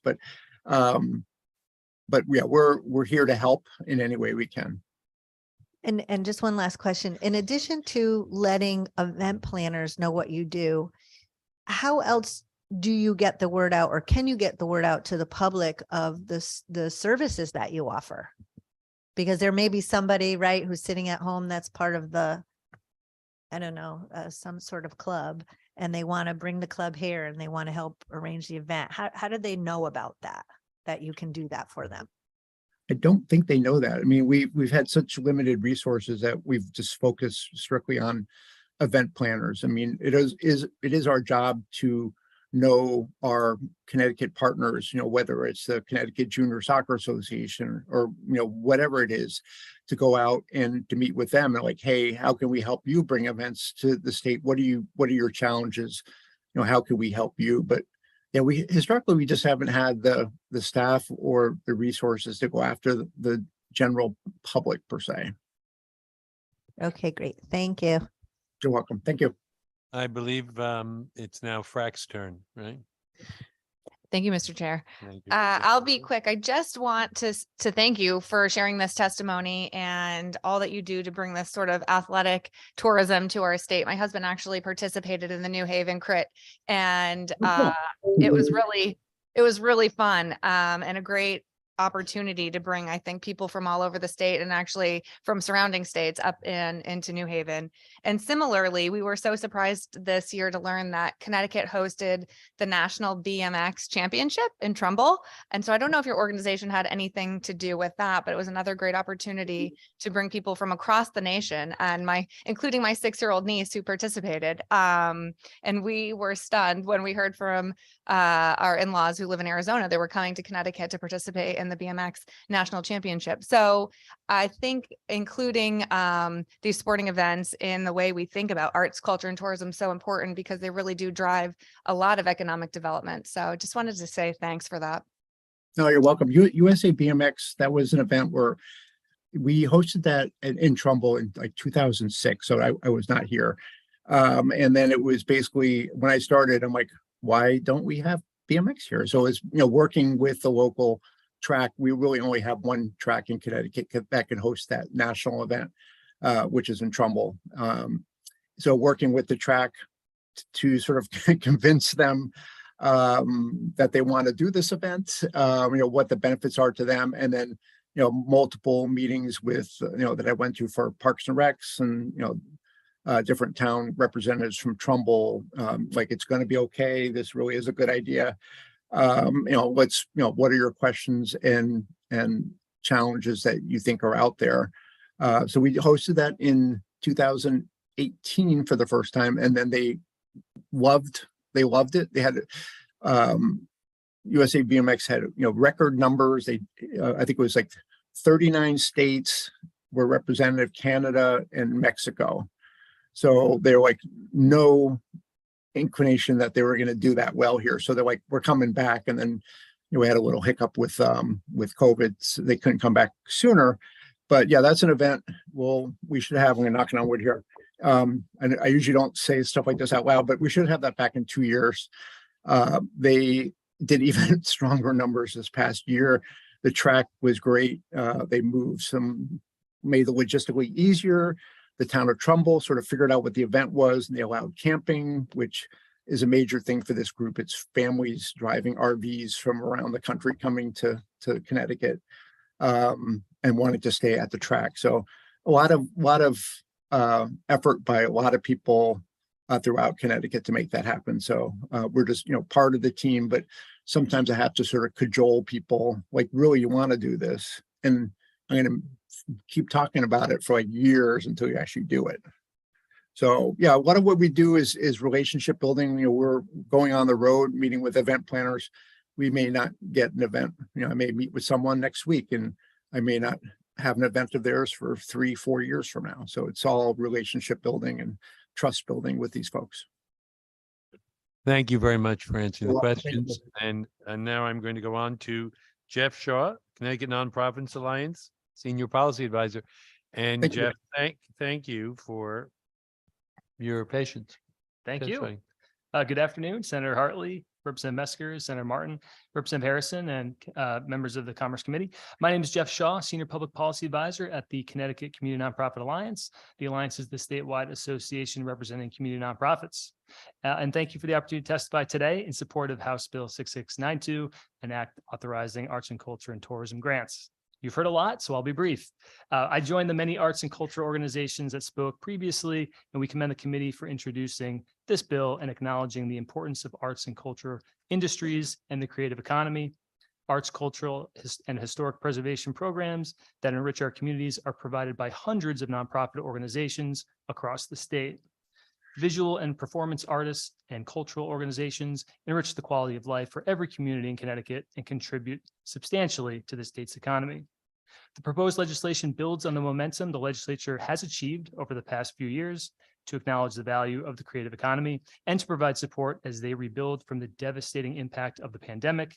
The pandemic shuttered operations, resulting in the loss of in-person visitation, darkening museums, theaters, and other cultural organizations, and reduced visitation at hotels, restaurants, and other tourist destinations. These closures and limited operations illuminated what could have been permanently lost without additional state investment to aid in the recovery. This bill incorporates recommendations of a proposal presented by the Connecticut's Arts Alliance, which you heard earlier, Connecticut Humanities, which you heard earlier, and Connecticut Tourism Coalition, heard earlier, to provide meaningful, reliable, and equitable investments in arts, culture, and tourism programs, which will remain an important part of the state's economy and workforce. The Alliance supports the partnership between those partners and is in full support of the arts, culture, and tourism funding roadmap.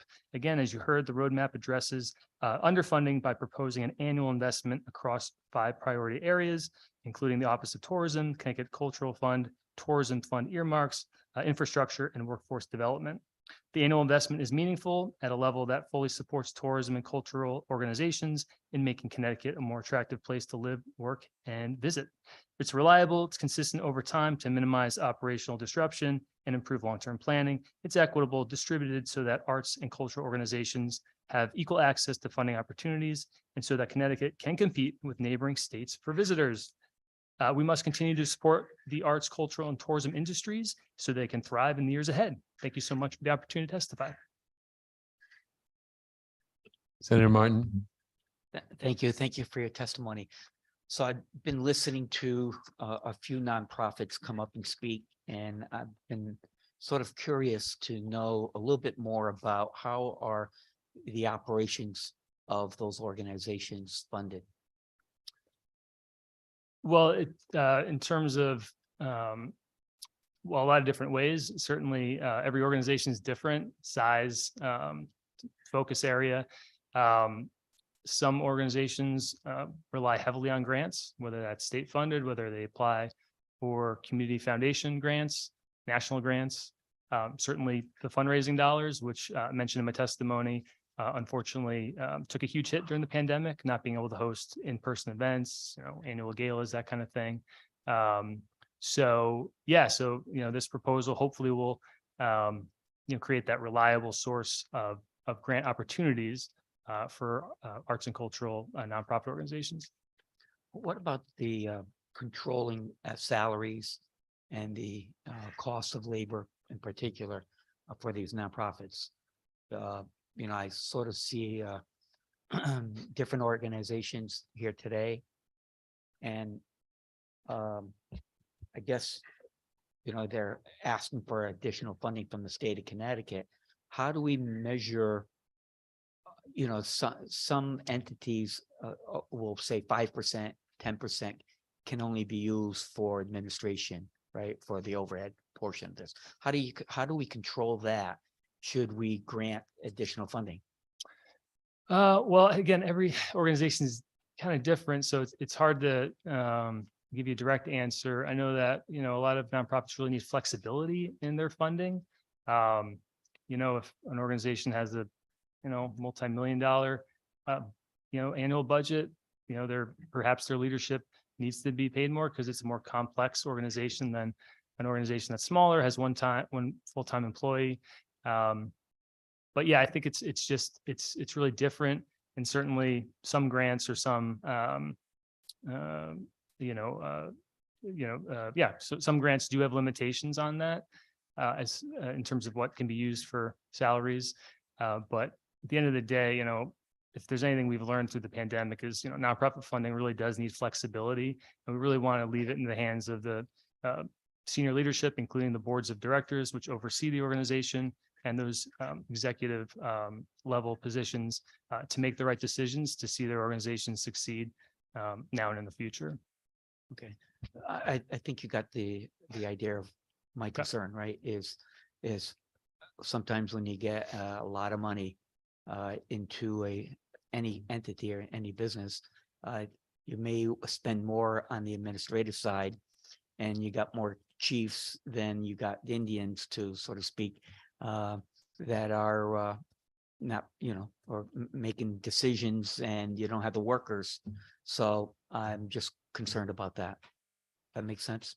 Yeah, definitely. Yeah, I just want to see any of these nonprofits get top heavy without producing what they say that they would do. Right. Yeah. And I guess I'll also just add, we're seeing across the nonprofit industry, again, wanted to focus today on arts and cultural humanities, historic preservation nonprofits, but, really historic vacancy rates. Again, this is across the board. So there are positions that are needing to be filled. And, just with inflation, what it was or what it is, what it has been, really being able to pay people to stay, to retain and recruit people to work. So, but I do understand what you're getting at. But yeah, there's definitely a need to fund these unique arts and cultural organizations so that they're here for many years in the future. Okay. All right. Thank you. Thank you, Mr. Chair. No further questions. Our next testifier will be Nadia Dillon from the Barnes Museum, Outreach Coordinator and Preservationist, and she's testifying remotely if she's online. I am online. Do you hear me? Loud and clear. Perfect. Hi, my name is Nadia Dillon, and like you said, I am the Outreach Coordinator and Preservationist at the Barnes Museum in Southington, Connecticut. I first want to thank you for allowing us to testify today as to how these grants do benefit our museum and why we are in support of the HB 6692 bill authorizing certain arts, culture, and tourism grants. To tell you a little bit about ourselves, we are a historic house museum built in 1836. And we are the Center for the Study of 19th Century Material Culture and Decorative Arts, whose mission is to preserve and promote the Bradley Barnes homestead, its unique collections and archives, and its gardens and grounds in ways that educate and engage current and future generations. The Barnes Museum will educate, entertain, and inspire a diverse audience by maintaining and providing access to our homestead and its contents, in keeping with the explicit wishes of our benefactor, Bradley Barnes, who was the last person to own the house. And because of his passion for historic preservation, he donated the house to the town of Southington to become a museum, because his family is deeply ingrained into Southington with its industries and, of course, their artifact collections. We have one of our notable collections is our early American press glass goblets, and we have over 1,000 of them. And the funding from the Connecticut Humanities Grant has helped us start to research this extensive collection. And because the family was involved in many of the industries in Southington, we are now starting a new program called History Pints, where we research a factory and hold a free event for the community to learn about that building. And in fact, we're having our first annual, or not annual, it's hopefully going to be monthly. We're having our first event tonight at Witch Doctor Brewing, which used to be the old Southington Cutlery Company. And the person who built this house, Eamon Bradley, was the first president. We have also benefited with these grants to be able to host events in our community. And I'm going to touch upon the events that we have hosted for the children throughout Southington. We have had an Easter egg hunt on the grounds of the museum. We have also had a Halloween event where we provide safe trick-or-treating and have other companies in the community come and help us with that. We even hired a magician last time. And we hosted an event called An Evening with Santa Claus, where children can partake in crafts and meet Santa. And we also have a program called Hands On with History, where we bring artifacts to schools and libraries and give presentations about them. And we have seen many people, this has brought in hundreds of people to our house museum. And even if they just come to the event, they usually end up coming back to get a full tour. And we hope that we can continue to work with Connecticut Humanities and the committee to receive grants that will help us continue to reach out with our community. And that's why we support the bill.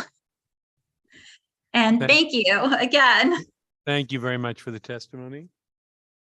Are there any further questions or any questions? Okay, thank you very much. Thank you. Our next speaker is Christopher Regan Sr. from Old Mystic Village, and he should be speaking remotely if he's online.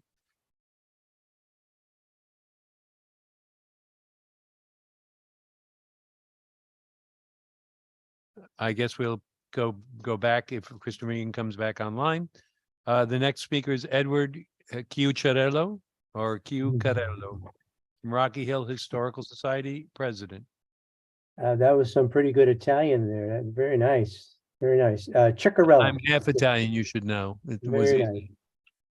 Good job. Yeah, my name is Edward Ciccarello, or Ciuccarello, as the chairman said. And I am the president of the Rocky Hill Historical Society. We've been a nonprofit since 1962, and I have been president since my retirement as a elementary school teacher of 2016. There is a renaissance of sorts happening in Rocky Hill right now. It is in part, I'd like to think, because of the Rocky Hill Historical Society and the support it has received from the Connecticut Cultural Fund, Connecticut Humanities Operational Grants, Representative Kerry Wood, and Senator Matt Lesser. The financial support we have received in the last 2 years has been critical to our all-volunteer organization in our community. With these grants totaling close to $12,000, we have been able to improve our 1803 Academy Hall Museum, located on Old Main Street in Rocky Hill. If you have not visited us, please come down and see us sometime. The first grant allowed us to hire a contractor to install new track lighting to illuminate our displays. The second grant gave us the opportunity to hire another contractor to put a new coat of paint on our walls. With new lighting and new paint, we had to take our museum apart and we had to put it back together again. It is going back now as I speak, better than ever. Our artifacts look awesome. Our Rocky Hill Glastonbury Ferry photos just fly off the wall. Our interpretation of history has increased because the Connecticut Humanities Operational Grants gave us this meaningful opportunity to take something down and build it back up again. This opportunity goes well beyond these walls. Our friendly little museum has become a catalyst in Rocky Hill's Old Town Triangle, which encompasses our library, our senior and community center, our town hall, the fire museum, the 9/11 memorial, and the Congregational and Methodist churches, our community. For the community, we are installing historic point of interest signs in our town center. We've created a sustainable plan and a new website for our historic center cemetery. We're beginning a new genealogy program, and through a new grant from the Connecticut Heritage Foundation and the Connecticut State Library, we will soon be assessing and creating a plan for our collections. We have been given an opportunity to build it back up, and we're taking it. Operating support funds like this from the state have not been available to us until recently. We could really get used to reliable funding like this. There is always more history to uncover and more connections to be made with the public.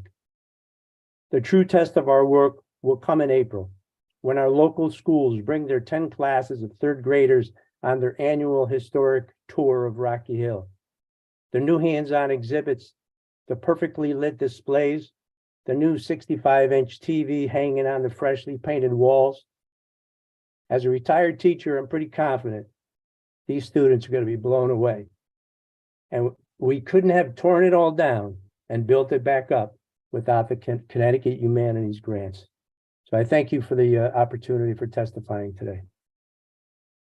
Thank you very much for the testimony. I don't see any questions. I think now we have Frank Burns, Connecticut Tourism Coalition Executive Director.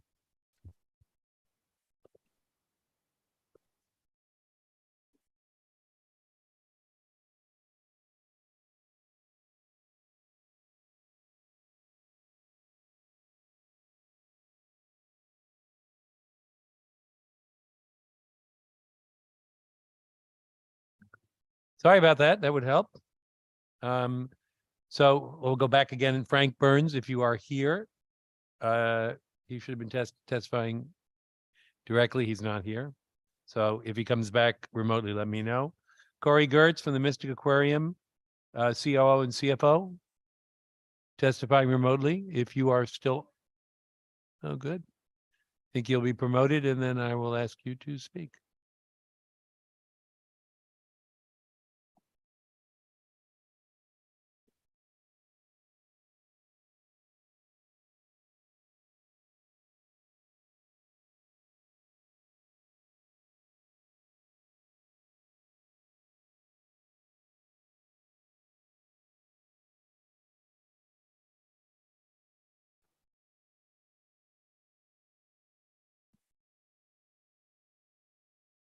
Corey Gertz, if you can hear me. Yes, I can hear you. And so now I can hear you. So it sounds like we can dance. You're the COO and CFO, and you're here to testify in the bill, I believe. Yes, that's correct. And thank you for having me today for this testimony. My name is Koray Gürs, and I work at Mystic Aquarium as Chief Operating and Financial Officer. I also reside in southeastern Connecticut, in East Lyme, with my family. I would like to thank the committee for raising this important bill and recognizing the importance of arts, culture, and tourism to state's economy and workforce. I also express my sincere appreciation to the committee, the General Assembly, and the governor for the support our industry have received in the past. I believe it has been the common theme since the testimonies have been started, that it has been vital to our organizations and communities we serve. Living in the area and being part of Mystic Aquarium community has allowed me to see and participate in a broader spectrum of what makes Connecticut great, and development and expansion of cultural and tourism destinations through funding as proposed in this bill will have a complete positive ripple effect on restaurants, stores, and even real estate in our state, as people are shown what a great state Connecticut is to visit, work, and live. Like the other art, culture, and tourism organizations talked before me, in our state, each one of them provides something unique, and Mystic Aquarium provides many unique benefits as well. As you might all know, that we are top tourist destination in the state of Connecticut and fourth most visited cultural attraction in New England. And we are the only place in New England where public can see beluga whales and stellar sea lions. We are essential economic driver for the state of Connecticut. Each year, the aquarium draws almost 800,000 visitors. And similar to what Jason Patlis from Norwalk Aquarium reported in his testimony, last year, 56% of our visitors, roughly 450,000 people, came out of state, which means that these visitors eat at local restaurants, shop in local stores, buy gas in Connecticut, and stay overnight in our state. All major contributions to Connecticut state revenue. We are an important resource for underserved communities through our participation in initiatives such as CT free and EBT programs. We provide free admission to underserved guests and high-need communities. We are playing a key role in STEM education for Connecticut students. Each year, we engage with over 100,000 children, including more than 15,000 from underserved audiences. We are pivotal in teaching the public about environmental issues and engaging them in coastal stewardship.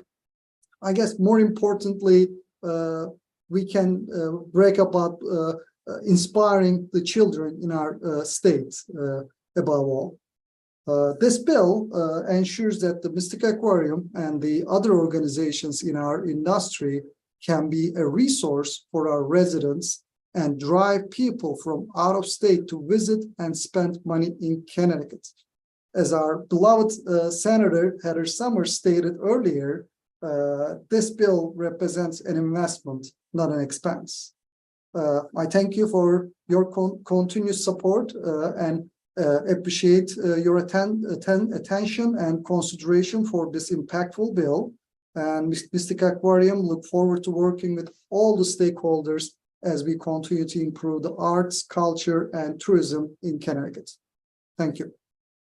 Corey, I'll have to apologize for the question. Did you submit your testimony in writing as well for this, what you just gave to us? Yes, I did.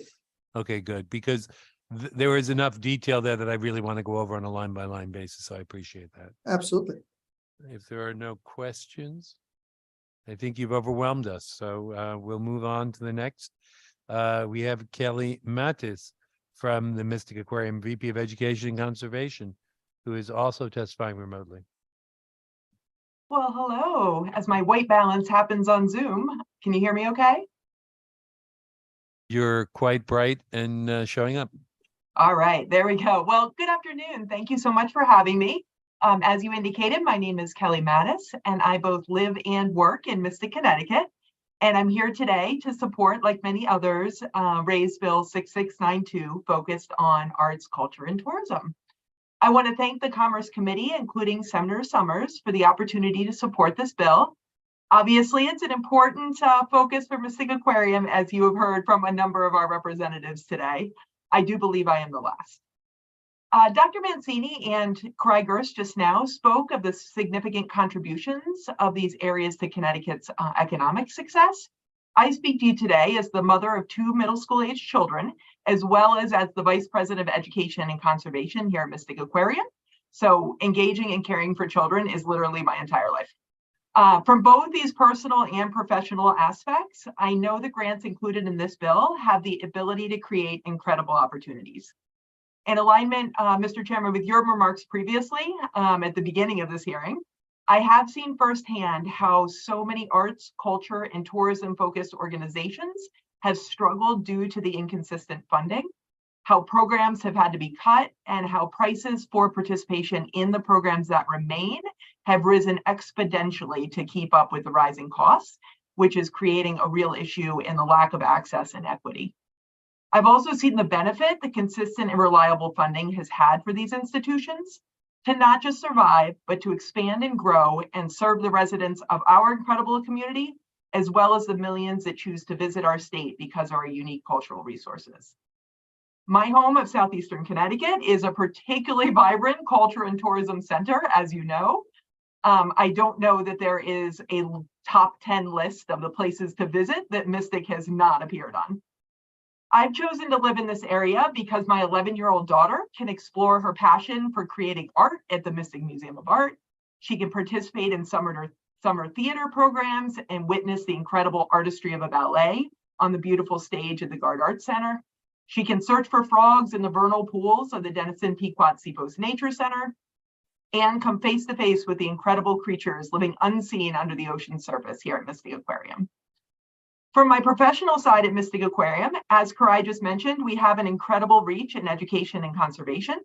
Over 800,000 people from all over the world have the opportunity to explore, learn, grow, and participate in our mission to inspire people to care for and protect our ocean planet.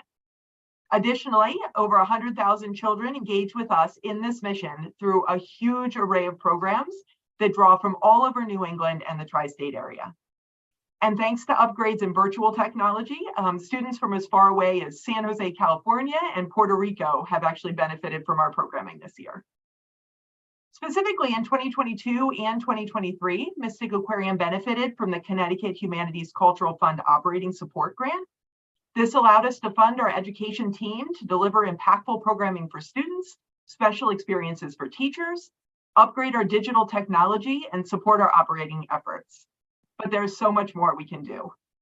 So I urge you to continue your important support for the Arts, Culture, and Tourism Roadmap of Connecticut. Investing in these areas is really an investment in the future of our wonderful state for our residents and state visitors alike. Thank you very much for having me. Thank you very much for your testimony. I don't see any questions from the committee. So we'll move on to our next, which is Douglas Shipman, the Executive Director of the Windsor Historical Society. Douglas?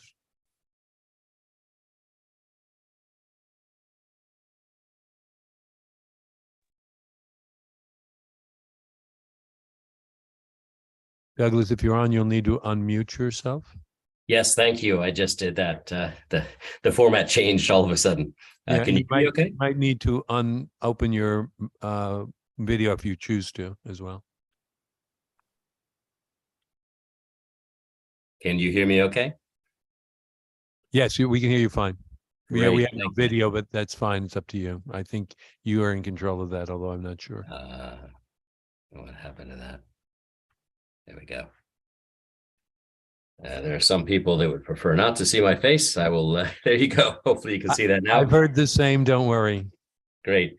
Well, thank you both, Madam and Mr. Co-Chair and members of the committee for the opportunity to submit testimony in support of HB 6692. I'm Doug Shipman, the Executive Director of the Windsor Historical Society in Windsor, Connecticut, proud to be Connecticut's first town I grew up in Glastonbury and have served as director of Wethersfield Historical Society as well, where I now live. I also have the privilege to serve on the boards of directors of both the Connecticut League of History Organizations and Connecticut Landmarks. You've heard from both of those organizations already today, which represent historical and cultural sites and organizations all across our beautiful state. The Windsor Historical Society Museum resides in House District 60, represented by our esteemed representative, Jane Garibay, who is a member of your committee. I'd like to thank you for past support of the Connecticut Cultural Operating Fund and for bringing forward the current bill. People in Windsor deeply appreciate your recognition of the importance of arts, culture, and tourism to the growth and development of our town and of the state. This bill supports, in part, a proposal for a funding roadmap presented by Connecticut Arts Alliance, Connecticut Humanities, and the Connecticut Tourism Coalition, all of which you've heard from today, to provide meaningful, reliable, and equitable investment in these important contributors to the state's economy and workforce. Contributors which, from my experience working in this sector over the past 3 decades, has been sorely underfunded. The proposed funding roadmap is intended to address this historical underfunding by investing in the arts, culture, and tourism sector at a level that more fully supports making Connecticut a more attractive place to visit, work, and live, as you've heard. There are many reasons to support this initiative. Just cite one for you that's particularly important to us. As each of you know from your personal experience, wide annual variations in funding support make planning and delivery of programs and services extremely difficult. Many of the organizations affected are nonprofit organizations, as you've heard, led by volunteer boards that struggle each year to make budget and provide meaningful programs for their communities and are many out-of-state visitors. By supporting the entire roadmap, you would be supporting funding that is consistent over time to minimize operational disruption, improve long-term planning and sustainability, and maximize the return on the state's investment. Our organization, Windsor Historical Society, has for decades celebrated the town's white colonial history and culture, but in recent years has rededicated itself to becoming a more inclusive organization to better serve our very diverse community. The Connecticut Cultural Operating Fund has been a vital part of this effort, enabling us to expand our diversity, equity, and inclusion program and invest new technology that makes our town's rich and diverse history more accessible to our visitors. In fact, our 2022 Cultural Operating Fund grant is supporting the opening of our newest exhibition this very weekend called Inspiring Equal Participation, Windsor's Afro-American Civic Association. This exhibit was developed in collaboration with members of the Windsor community and features the firsthand stories of Black civic leaders who fought to make Windsor a more inclusive town. Your past support has made these dramatic and important changes in how our community shares and celebrates its rich and diverse history together. I urge you to support HB 6692 as well as the entire funding roadmap. Thank you again for your consideration. I look forward to working with you to advance these goals as the session progresses and welcome any questions. Thank you, Douglas. I don't see any questions from the committee. So I really appreciate your testimony.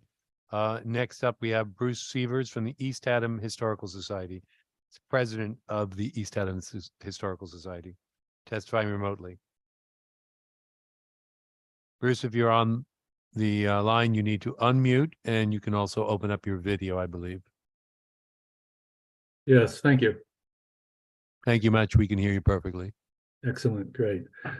Thank you to the Commerce Committee for holding today's public hearing on House Bill 06692, an act concerning certain arts, culture, and tourism grants.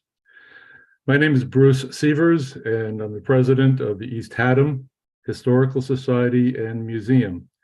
East Haddam is in Senate District 33, represented on this committee by our friend and advocate, Senator Norm Needleman. I thank the committee for raising this bill and for recognizing the importance of arts, culture, and tourism to the state's economy and workforce. HB 06692 supports a proposal presented by Connecticut Arts Alliance, Connecticut Humanities, and Connecticut Tourism Coalition to provide meaningful, reliable, and equitable investment in these important contributors to the state's economy and workforce. These sectors have historically been underfunded by the state. The East Haddam Historical Society is a relatively small organization. We have 375 members, and we own and operate a museum dedicated to illuminating and preserving the stories of the people and places that shape our community. We employ a part-time museum director and one part-time office manager. Without the financial support provided by the legislature, and without the assistance of Connecticut Humanities, our museum would not have been able to sustain operations during the pandemic, and we would not have the financial capacity to enhance the visitor experience at our museum. More specifically, the East Haddam Historical Society has received 2 Connecticut Cultural Operating Fund support grants totaling $14,300, which allowed us to maintain our 2 part-time staff during the pandemic when our museum was closed to visitors. We have also received a grant to create and implement a 3-year strategic plan in which we identified 6 strategic operating goals that now drive our work. We have received a program grant that funded a collaborative project with the East Haddam Land Trust called Saving Land, Saving History. The series of mini documentaries produced in this project won a 2021 Award of Merit from the Connecticut League of History Organizations. We were awarded a $10,000 capacity grant to begin the work of reconceptualizing our gallery space to transform the manner in which we present and interpret the major stories of our town's history. And in June 2022, we were awarded a $25,000 planning grant to continue this project.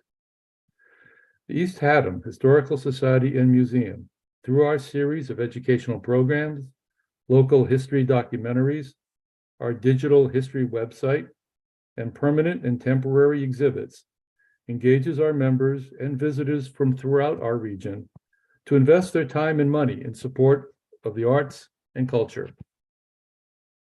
Thousands of tourists yearly visit East Haddam Historical Society and nearby historic, cultural, and artistic sites.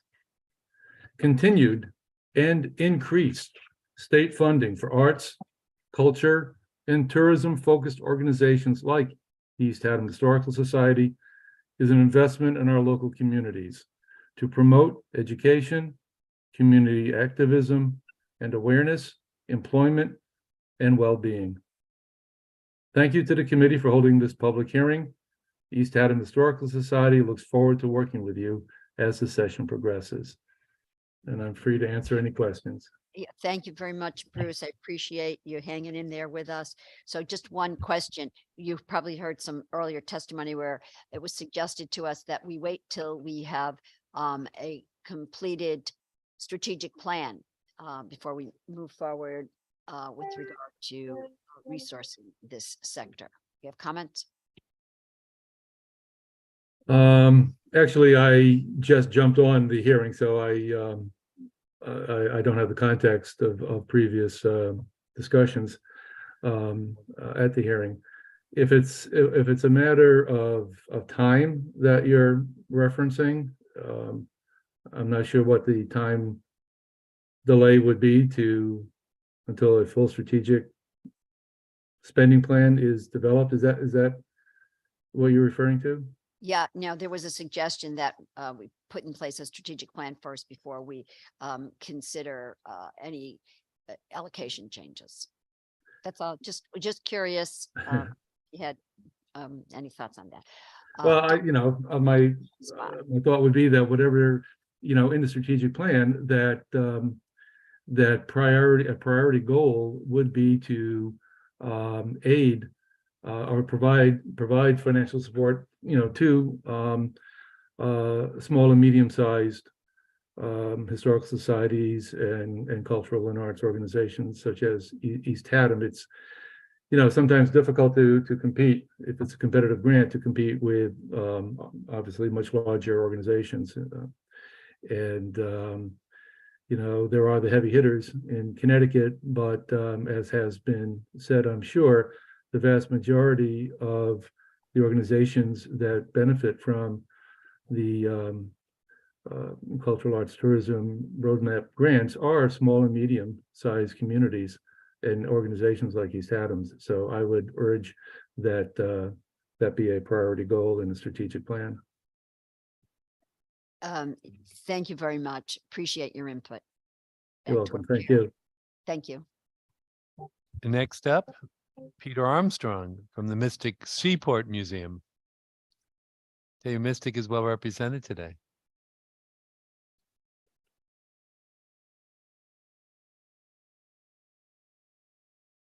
I don't know if you hit, there you go. Sorry. I didn't Okay. see the button on there. Perfect. Okay. Thank you for giving me the opportunity to speak to you today. I'm honored to be here. This is the first time I've spoken to the Connecticut State Committee, but despite my accent, I've spoken many times with the museum I ran in the state in Virginia.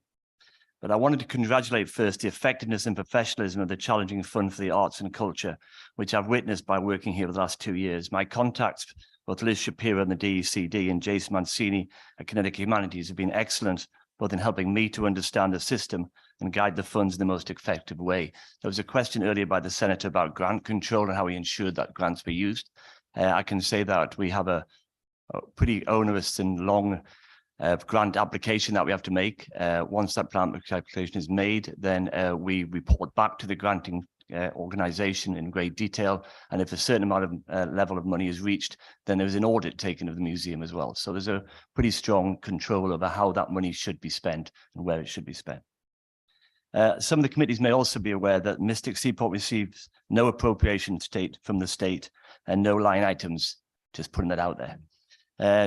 I know that my tourism colleagues have spoken powerfully about how the arts and tourism fuels the economy, employment, education, and makes this state a better place to live in and to visit. And I think by now you'll realize that's a given. But of course, COVID funding was vital in helping us to meet our institution's immediate operational and staff needs.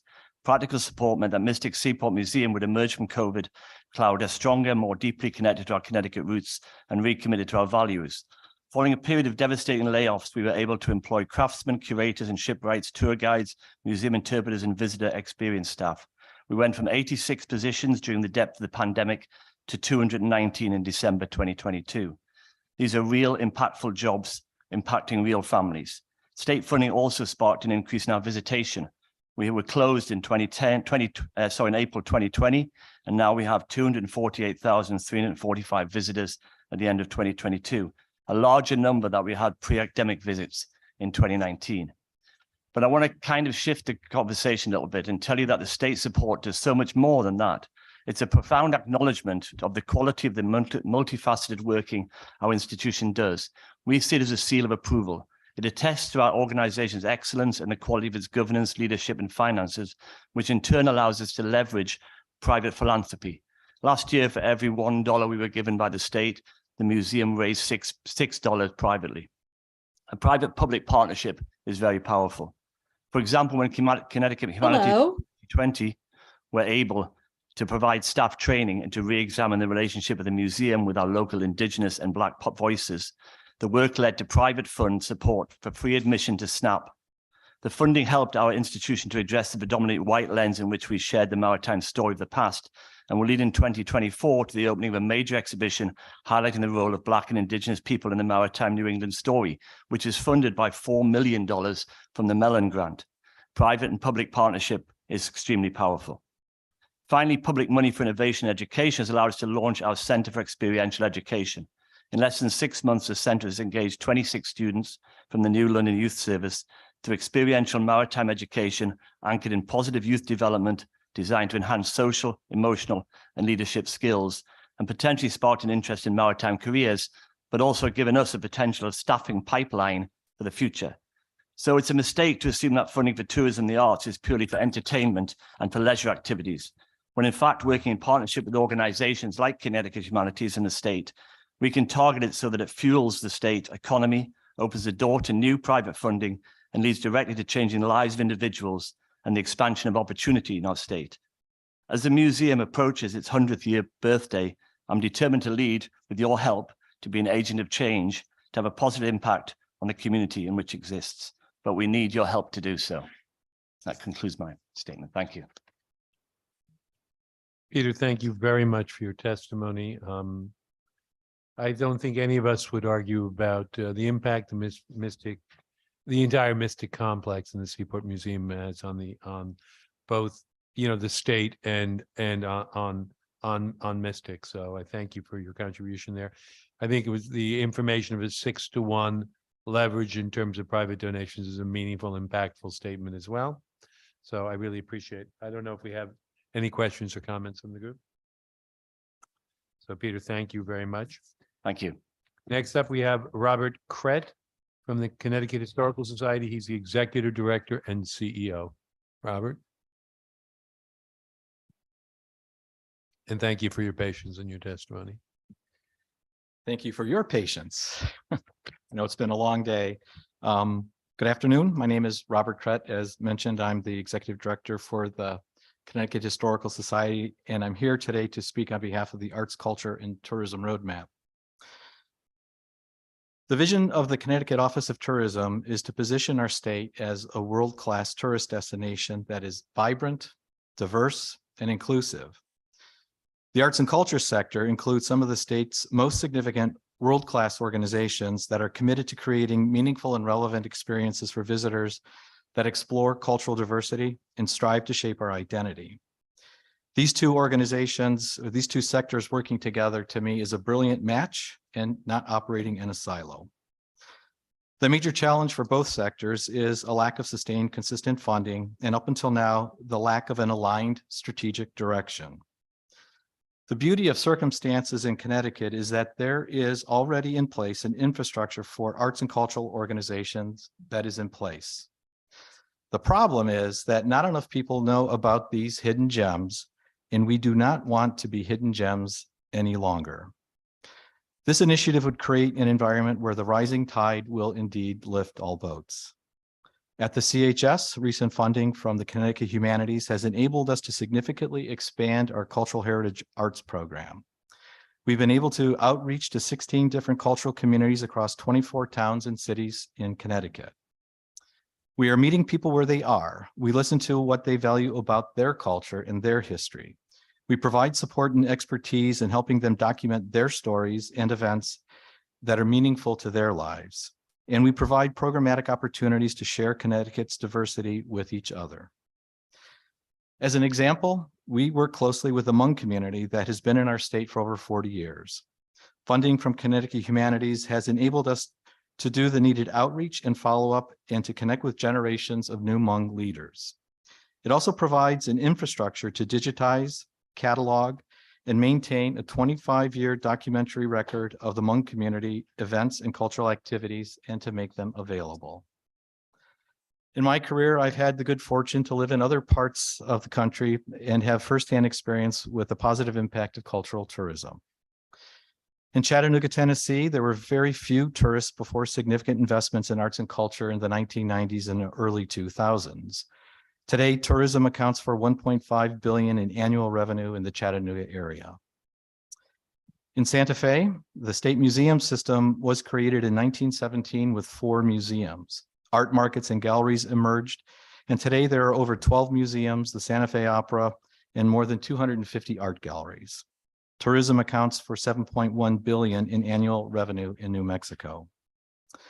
What these examples have in common is years of meaningful, sustained, and thoughtful investment in cultural tourism. Supporting this effort will not only support these cultural organizations, but you will also be supporting education, since these cultural organizations have education as central to their missions. I think that we can do it here in Connecticut, and with your help, we will have a roadmap to help to get us there. Thank you. Thank you very much for your testimony. I don't see any questions, Robert, so I appreciate that. Next up is Sarah Fika of the Arts Council of Greater New Haven. Go ahead. Hello, can everybody hear me? Perfectly. All right, wonderful. Thank you so much. And thank you for everyone's time. Greetings to co-chairs Hartley and Meeskers and everyone else. I am supporting the bill HB 06692, and I just want to be really real with you about my personal experience. I currently work as the communications person for the Arts Council, and I am the person that couldn't afford the Arts Council when I was young. We now make all of our services for free to our members because we're seeking to make things more equitable and equal and reach people like me. I think back on when I was a struggling artist, the services that we offer, like free space, job listings, direct granting, emergency funding, a youth arts journalism program, an arts paper. I think of all of the things that could have helped me that I didn't have access to because the Arts Council had to charge. And the reason I stayed on the testimony so long was I really wanted you to hear that we also offer fiscal sponsorship, because that came up earlier this morning in discussion about how do organizations without the capacity to do their own 401c3 gain access to that. So that's another thing that we offer. And so you'll see written testimony from our executive director that's going to be much more focused on facts and figures and numbers. But I just wanted you to hear a personal story about someone who could have benefited from the services that we provide, but I couldn't at the time because there wasn't the funding to make those services free like we have now. So I wanted you all to know how valuable what we offer is and how it's deserving of continued funding. That's all. So you were waiting a long time to testify. So yeah, and that's not easy. We've been here a long time listening. I have to say, I'm more conflicted in my commentary than I was as I started the day, because I thought Peter Armstrong was phenomenal. I thought some of the gifted or institutional commentaries on outreach and programs is very important, but the personal commentary resonates. So I'm not sure where we'll end up. This is a wrestling match in allocations of a budget, which is a complicated affair. But I guess what I can tell you is I'll probably be staring up at the ceiling a couple of times as we try to balance out the equation.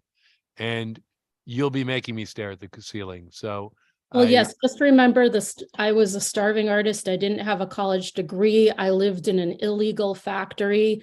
People brought me to these services and I couldn't afford them and I could have used them. So thank you for listening. And I mean that. It's important. So thank you for the testimony. It's very helpful. Thank you very much. Okay, I don't see any other questions or comments. Next up, we have Susan Fisher, Mystic Museum of Art, Executive Director and Chief Curator, who is supposed to testify remotely. If you are on the Susan Fisher, we need you to unmute and you can turn on your video if you choose to. The video should be on and I am unmuted. Live and ready to go. Thank you. Okay, thank you. I want to thank you for the opportunity to testify. Let me pull up my notes here very quickly. Hang on. I was waiting a while and got to work on something else. Excuse me.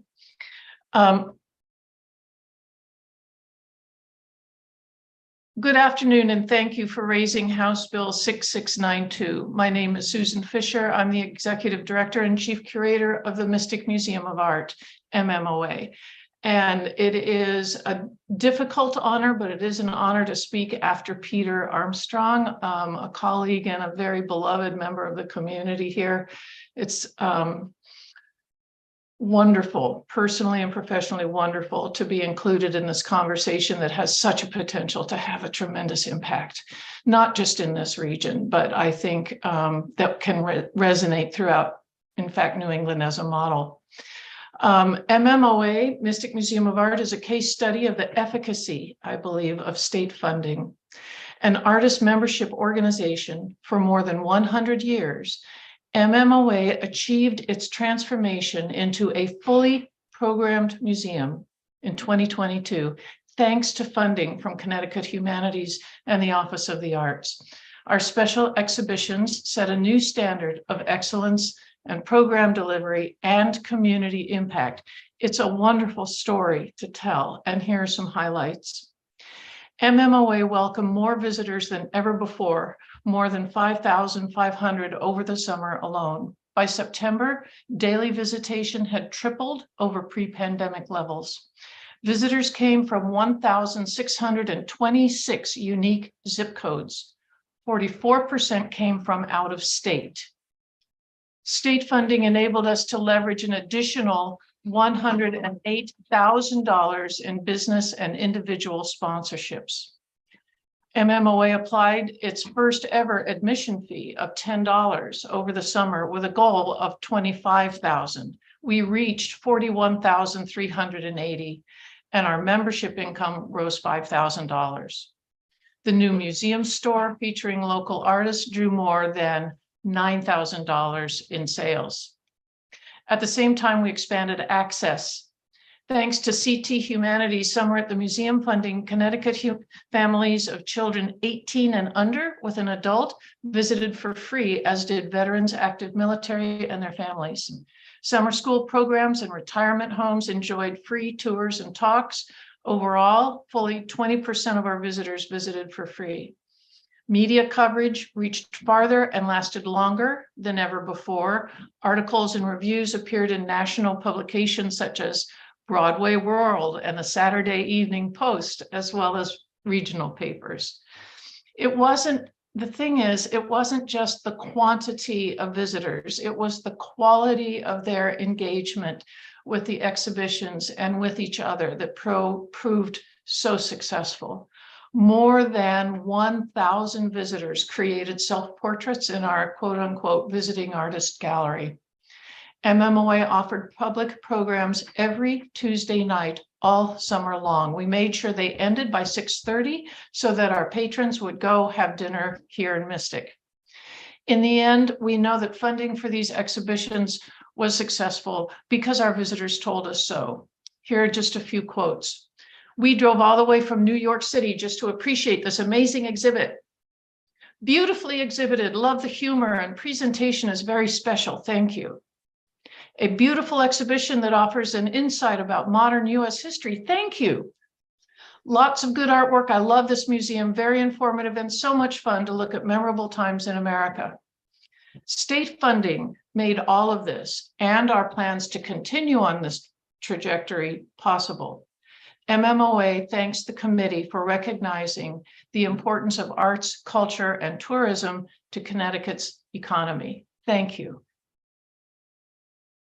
Thank you for your beautiful testimony. Very helpful and appreciative. I don't think we have any commentary. It was, but again, your voice was heard and we appreciate it. Next up, we have Mark French, the Office of Higher Education, Director of Financial Aid. Do we have Mark French here or remotely? That would seem to be a no. I believe Sydney Bell is no longer is not on. So I believe now next up is Rafael Feliciano Roman from the Afro-Caribbean Cultural Center, founder, president, and CEO. Rafael, Hola, hello everybody. Good, we can hear you perfectly. Go ahead. Hola, and I hope you guys can see me too. Un placer. Thank you all so much for having me. My name is Rafael Feliciano Roman. Speaking to you from the shining city of Waterbury, Connecticut. I grew up and was born and raised in Senator Hartley's district. I used to be an intern of hers back when I graduated Kennedy High School. I'm a proud product of Waterbury, born and raised Borinquen, Puerto Rican, and Cuban man. And I love the city of Waterbury. I want to thank you and this committee for taking up HB 06692. And I'm speaking today in favor of it and really imploring you both as co-chairs, and I know Senator Hartley is my biggest, fiercest advocate, to please consider even increasing and using the roadmap that was outlined in HB 6321 as the model. A little bit of history about the Cultural Center myself. Like I said, I was born and raised here in Waterbury, and like many young Latinos or artists or creatives, I did move out of the state after high school. I lived in New York, Chicago, Puerto Rico, Massachusetts. And I was an artist in both theater and these beautiful masks you see behind me. I'm a vejigante mask artist, a traditional Puerto Rican mask making. And that's my passion in art. Teaching traditional Puerto Rican, Afro-Caribbean culture and art is my heart. With the onset of the pandemic and some family matters, I came back home and I chose to come back home to the Brass City. And in 2021, 10 amazing women of color and myself got together and we formed the Afro-Caribbean Cultural Center. We are in that 10% population that was discussed this morning in the hearing of BIPOC, Black, Indigenous people of color, and minority-led. I'm also an LGBT queer open person, and the Cultural Center was born. We have many pillars within our Cultural Center of Waterbury, and because of state funding, both through the Connecticut Office of the Arts and the Connecticut Cultural Fund, we literally, truly would not be alive or in existence today. Truly, I want to highlight, and to anyone else who's listening who's a Black or minority-owned nonprofit, I love the fact that I reached out to Scott Wands at the Connecticut Humanities Office and said, hey, there's this new Latino artistic organization here in Waterbury. What's going on? How can we participate? How can we get funding? Scott threw together and the team at Connecticut Humanities a meeting with myself, Liz Shapiro, Tamara Damides, and Colton Harris. And from that meeting, our organization was selected from the State Office of the Arts as part of an Empower program. And for the Empower program is identifying and highlighting 4 organizations of color in the state who are small to medium sized, who could just use that boost of funding to just create, to do what they need to do. And it's a cohort model, co-chairs. And that's something that I would like to see as we go forward. And we have taken these funds year 1, and we are truly implementing them in a way to offer our programming for free. In year 1, we have truly come out like a phoenix. We have our arts and cultural workshops. You see the product behind me. We have Palante Theater Company that launched this week with a world premiere play in collaboration with Seven Angels Theater. We literally, in 1 week, we've gone viral on TikTok. I am a young, millennial guy myself. We had a post about an audience reviewer who came to see the show that got over 50,000 likes and hits. And we've increased our ticket sales by 50%, and 24% of ticket goers are from outside of the state of Connecticut, because the art and culture that we're producing and creating is conscious cultural tourism that is reflective of the beautiful, rich Afro, Latine, Caribbean, Black and Brown communities. And so a couple of points that I'd like to take is, please take a leap of faith when you're considering the economic development and workforce development portion. I'm sitting in my full-time job. I work 2 full-time jobs to pay for my full-time love. I did not take a lunch break today because I was listening to you guys like an NPR radio show as I was working my second job, because it means that much to me. If there was a funding stream in workforce development that could pay for Black and Brown communities and organizations to pay for a staff. I have no staffers. We're all 100% volunteers. If I could do this full time, I could take this to the next level. If we could put more money into the Empower program, that is a cohort model that develops and helps Black and Brown organizations really get on their foot and stabilize and come up with those metrics that you were talking about, Mr. Co-Chairman. We went away for a retreat weekend. We built it and we team built it, and we had to come up with what are our goals and objectives, and how is the state funding that we're going to get for the next 3 years going to be properly utilized. And we are a proud member of the Waterbury Chamber of Commerce, Main Street Waterbury, NALAC, which is the National Association of Latino Arts and Cultural Organizations. And lastly, I would say this, it was brought up during this session, and I learned because we literally went through that as a new organization. When we started in 2021, we did not have our 501c3. But when Colton Harris and the State Office of the Arts reached out to us and said, hey, your organization can qualify for this Empower grant. You either have to have a fiscal sponsor or be a 501c3. There was a provision within the IRS tax laws that allows nonprofits to have an expedited review of their 501c3 application status, so long as they are possibly going to be able to not get a funding stream if they do not have their status. And because I did that research, we got our expedited 501c3 status application reviewed within 3 months. Usually it's 18 months. It's a simple standard form that gets sent out to the IRS, and more Black and Brown and all small nonprofit organizations or minority owned should know about this valuable resource. Be at the Afro-Caribbean Cultural Center, with 1 year of funding alone, we are now an incubator and a home to other Black, Brown, and minority organizations and groups. The Waterbury Puerto Rican Day Parade and Festival Committee and Waterbury LGBT Pride. We are their fiscal sponsors. We are proud to continue sewing in and sharing this knowledge and say collaboration is the wave of the future. We have proud MOUs, like I stated, with Seven Angels Theater, the Palace Theater, Mattituck Museum, Silas Bronson Library, and we are so excited because of this funding to be able to continue to grow and develop. And I would really from the heart of hearts, thank Senator Hartley, thank Step Representative Mike DeVancarlio, State Representative Gerardo Reyes, and State Senator Rob Sampson. Originally, the Culture Center incubated in the 16th district, and they are all staunch supporters of our organization. I really would implore you to use the roadmap, fully fund it. And I thank you for allowing me to testify After this, I'm running to some arroz con gandules because I'm starving. But I thank you for a really, really awesome hearing today, and I'll answer any of your questions. I was in need of a coffee until you started. So have we lost him, Rafael? No, I'm still here. I'm still here. Okay. I was going to say I was in need of a coffee until you testified. I have to thank you, not only for the level of energy, but I'm wondering whether I need to get you on the board of the convention center, because the energy level and the creativity was pretty good. So I'm appreciative of what you've done, you've accomplished, the roadmap you've explained to other nonprofits or people considering applications for nonprofits. Just so we're clear, I think at Commerce, what we're looking to do is elevate the issue, raise the concept, raise a bill, and it's going to be within the allowable allocations, because we don't think it's within our role to do that. That's going to be a battle, if you will, at appropriations level. But we believe, you can hear, we all have different points of view in terms of executive compensation, as Senator Martin spoke, and I think that's a worthwhile question. We all have questions about the incremental tourism. We have questions about metrics and making the metrics sound.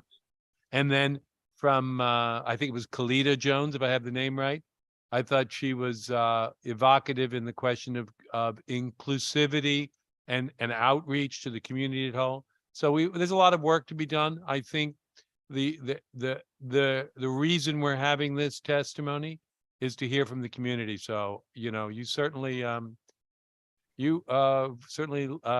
lit us up, I would say, at the end. So mil gracias, as I say. Gracias, Tere. Thank you guys so much. And I don't know if we have any comments or questions from the group. So I'm not sure that I have anyone left online to testify and within the group. Do we have another registered speaker? Okay.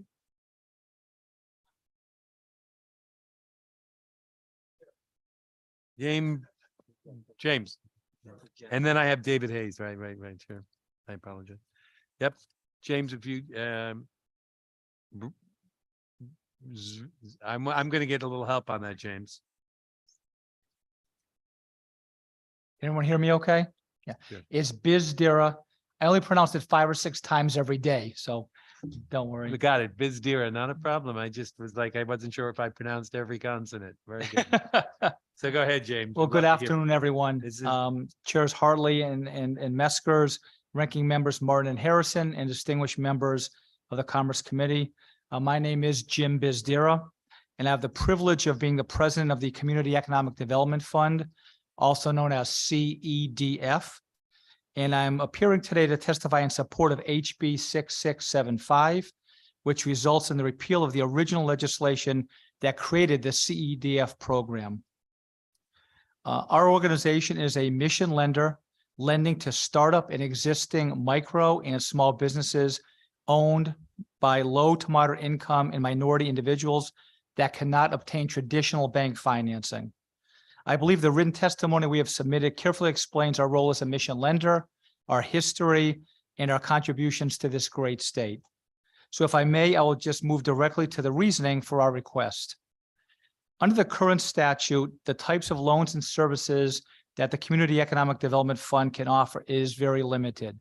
By being fully independent, we can add to our product offerings to further benefit our existing and our future customers. CDF will continue to need new capital investors and grant funders in order to grow and offer those new products and services and to better accomplish our mission. Given the existing statute, our organization can only perform its mission inside of Connecticut. It has become very, very clear to us over the last 3 or 4 years that in order for our organization to survive, we need the flexibility to expand beyond our current geographic region and do that geographic outreach. We have no plans to diverge from our mission and home state of Connecticut. We own our own property and building in Meriden. However, exposure beyond our state's borders can help us build relationships with new additional investors, grant funders, and other partners, which will work to the benefit of us and our borrowers right here in our state.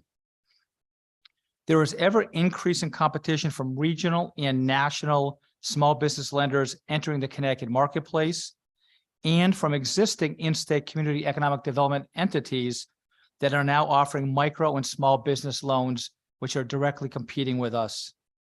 Our organization needs the flexibility to remain strong to properly serve Connecticut's small and minority-owned businesses. The state of Connecticut, quite frankly, has not supported CEDF with additional funds for administration, overhead, or operating expenses. It appears from the state's and from DCD's perspective that our organization is expected to operate independently and is effectively already viewed as an independent and self-sustaining organization. Since our founding almost 30 years ago now, the Community Economic Development Fund has been true to its mission of lending to and supporting the low to moderate income and minority and underserved entrepreneurs and small business owners across Connecticut. And we will strongly continue to do so. It is our mission, our purpose, and our passion. Additionally, because our organization is a certified community development financial institution, a CDFI, there should be no concern or fear that we will abandon or in any way lessen our mission. CDFIs are required to have a very similar mission to what is outlined in the Connecticut statute that created us. And in various ways, the CDFI program requires us to be even more mission-centric and even more focused on serving the underserved. Members, for these reasons, I ask for your support for the approval of HB 6675. Thank you for listening and for reading our written testimony. I welcome any questions you may have. I'll start off with a question. I'm not sure, you're looking to change charter or change the statute you're subject to? I repeal the statute that we are subject to. With the idea of that you could serve a greater community. And I guess I'm understanding that's Connecticut plus, if you will. Correct. And the reason you feel you need to do that, and I guess fundamentally the reason you want us to let you do that, I'll ask it in very simple and folkloric terms. So if you can put that into my ears so I have a better understanding of where we're headed. Sure. There's no question, again, over the last 3, 4, 5 years, a lot more competition has entered Connecticut. A lot of regional and national small business lending organizations have come into the state and continue to kind of chew away at the marketplace. We have less opportunities to make our loans and provide our services now than we did 4 or 5 years ago. And in terms of, when we're looking ahead strategically 3, 4 years from now, in terms of being able to truly survive, we believe that we need to offer new products and services and do some geographic outreach, probably into Massachusetts, Rhode Island, to just keep the organization healthy and robust. And the source of funding and lending, et cetera. I mean, are you looking for state support, and is the state support dedicated to economic activities within the state's borders? We are not looking for state support. The state supported us when we were created back in 1993-94. As I said, there's been very little support from the state or DCD for many, many years in terms of helping us with our overhead or administration or operating expenses. That comes from the interest we earn on our loans, and the dollars we get to lend out come from primarily banks that are equity investors in our organization. That makes it relatively clear to me. So you've grown past our support, and the statute is hindering your economic growth and your market share in the type of lending you do. Very well said. Yes. And the target audience for your lending is, so I understand. the function. Low to moderate income business owners, minority business owners, almost exclusively in low to moderate income communities throughout the state, like Hartford, Waterbury, New Haven, Stamford, Norwich. Okay. Thank you very much. You're welcome. I don't know if there are any further questions, Madam Co-Chair. Senator Hartley? Thank you, Mr. Chair, and thanks. I know it's been a long afternoon. Did you give us written testimony, James? We did, yes. Okay, that's important. So the way it's structured right now, you would not be able to do that product expansion nor geographic expansion? Correct. The statute that created us was just allowed us to carry out our mission inside of Connecticut and gave us maybe 3 or 4 products that we can use, such as small business loans, lines of credit, and term loans. I see. And so you're contemplating what other kinds of products? We looked at, for example, right now, what we can do is for small businesses, working capital lines of credit, term loans for them to buy equipment or inventory, and owner occupied mortgages. That's what we're limited to. We've seen a lot Is of that articulated in the statute? I didn't see that. articulated where? In the statute, I guess it's one of the sites. I mean, what Ye- you're limited to? Yes, it is. It's in the statute. So tell me again, you're limited to what, please? Working capital lines of credit, Uh-huh, term loans, and owner occupied mortgages. uh-huh. So for example, we've had a lot of requests, especially in the last few years, from small business owners in Waterbury, in Hartford, in Torrington, as examples, for them to buy or refinance small investor properties. You know, the classic 4 apartments over 2 retail storefronts, two retail storefronts that we see across the state, and we cannot finance those now. We're also looking at some perhaps an affinity program to be able to kind of work with a bank or a credit union and issue business credit cards to small businesses. We see a large need for that in the marketplace. And so you are are you part of our Boost program? Yes, we are. Yeah, we're trying to find that out earlier. Yeah, we're one of 7 lenders in the Boost program. That's what I thought. So what does this portend then, this change for that participation? Can you be a little bit more specific? Will you continue in the Boost program? Oh, absolutely. Sure. Yeah, it's a fine program. Yes. Yeah. And your target universe is small and moderate, low income investors in property. Right now, our full mission is on might startup in existing businesses, micro businesses, small businesses that are owned by low to moderate income business owners, minority business owners, and most of our loans are in low to moderate income census tracts around the state. That's who we serve.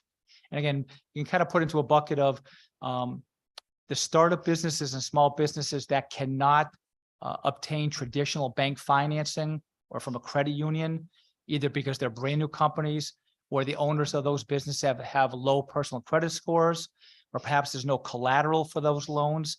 That's the exact type of business that we try to help every day.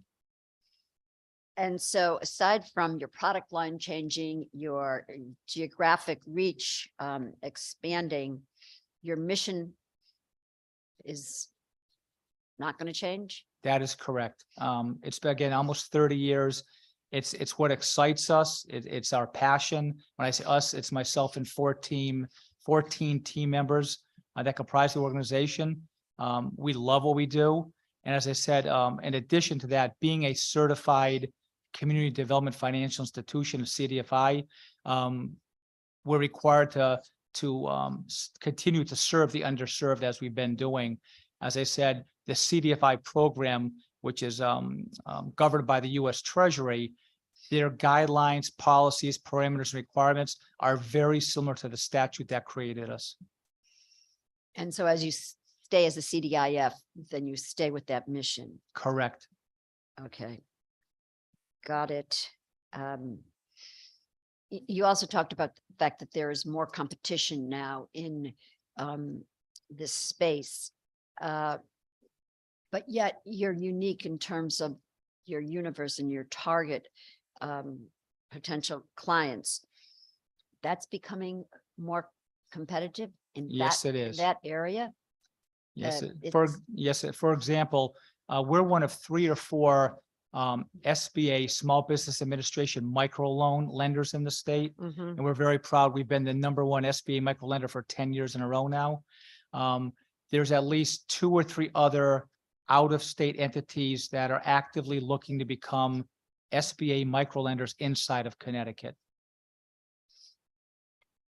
So you can Okay. imagine just, as my CFO and I talk about all the time, yes, we're a nonprofit. Yes, we're a mission-driven lender, but guess what? We're also a small business, right? We employ 15 people. We own our own property. We're employing landscaping folks. We're our own small business. And we need to survive in order to be able to continue providing the products and services that we've been doing. And just like any small business, we see and we have seen increased competition, and we see no end to that in the near future. And so you are looking to, for example, bring your business and your SBA micro lending and so forth into other Northeast states, communities. Yeah, at this point, again, just, in a 2 or 3 year strategic plan between myself, my chief financial officer, and our boards of directors, we've had some very preliminary discussions about Massachusetts, Rhode Island. It would just make sense as adjoining states. And does that then diminish the Connecticut landscape in terms of availability, in particular to this target population? It will not, no. We were started here. Again, we're based in Meriden. We own our own property. There's still a large need in Connecticut. It's our home base. We love it here. And it's just, that's who we are. I think it just by being able to potentially go into some additional states, and again, talk with some additional investors, learn some new items, learn some new things from folks in those states. We can kind of bring those best practices back into what we're doing here in Connecticut. No, But in no way will we ever abandon Connecticut or abandon our mission here. Can I grab the mic? I think Representative Vale wants, all right, all right, Representative Vale, you had a question? Yes, thank you. Good evening. Amen. So you were created by statute in the 90s, correct? Correct, 1993, 94. By the state of Connecticut, obviously. Then why do you need to expand outside the state of Connecticut? Because of what I've explained in terms of increasing competition from other lenders entering the state, existing economic development groups already in the state that are now getting into small business lending. And we can just see our market share shrinking in the last couple of years. And we can see a future, again, 3 or 4 years from now, as this happens, that we could become a very unviable entity in the state and quite frankly, threaten our existence here. For example, as a quick example, typically we're running in our SBA loans. We have a pipeline of maybe 30 loans at any one time of applications we're looking at. We're now down to about 8 or 10 just because of additional competition coming in. But is your goal to be, you're a nonprofit, is that correct? Correct. Obviously you need to say viable, but if people aren't asking for it and you're providing it to the ones that are, isn't that what the initial incentive was in the 1990s? Sure, yes. So I don't think this bill probably wouldn't have passed in 1990 if they knew you were going to expand to Massachusetts and Rhode Island. I don't know. I wasn't here. I haven't been here that long. It just gives me some concern. So I'm not familiar. I'm new to this committee and I've been in other hearings all day. The Boost program, what can you briefly, are you familiar with it? And sure, because I've yes. heard people ask that question. Yeah. What is the Boost program and what is your connection to it? Sure. We are one of 7 lenders in the Boost program. There's a program put in place last July by DECD. It is a loan program for loans, I think as low as probably a couple of $1,000 up to $500,000, priced at 4.5% to the borrowers, no origination fee, with terms of either 5 or 6 years. Is that just for businesses? That's yes, just for businesses. And I believe at least 50% of the loans need to go to low to moderate income and minority owned small businesses. So in a calendar year, what percentage of your loans are from the Boost program? At this point, none. We entered the Boost program in October. Once we were sure internally that we had the internal structure to be able to support that. We currently have 5 or 6 active applications, and we're going to be closing on our first loan next Friday. All right, so none yet. None yet. Have the other members started doing Boost loans? Yeah, as I said, there's 7 of us, 4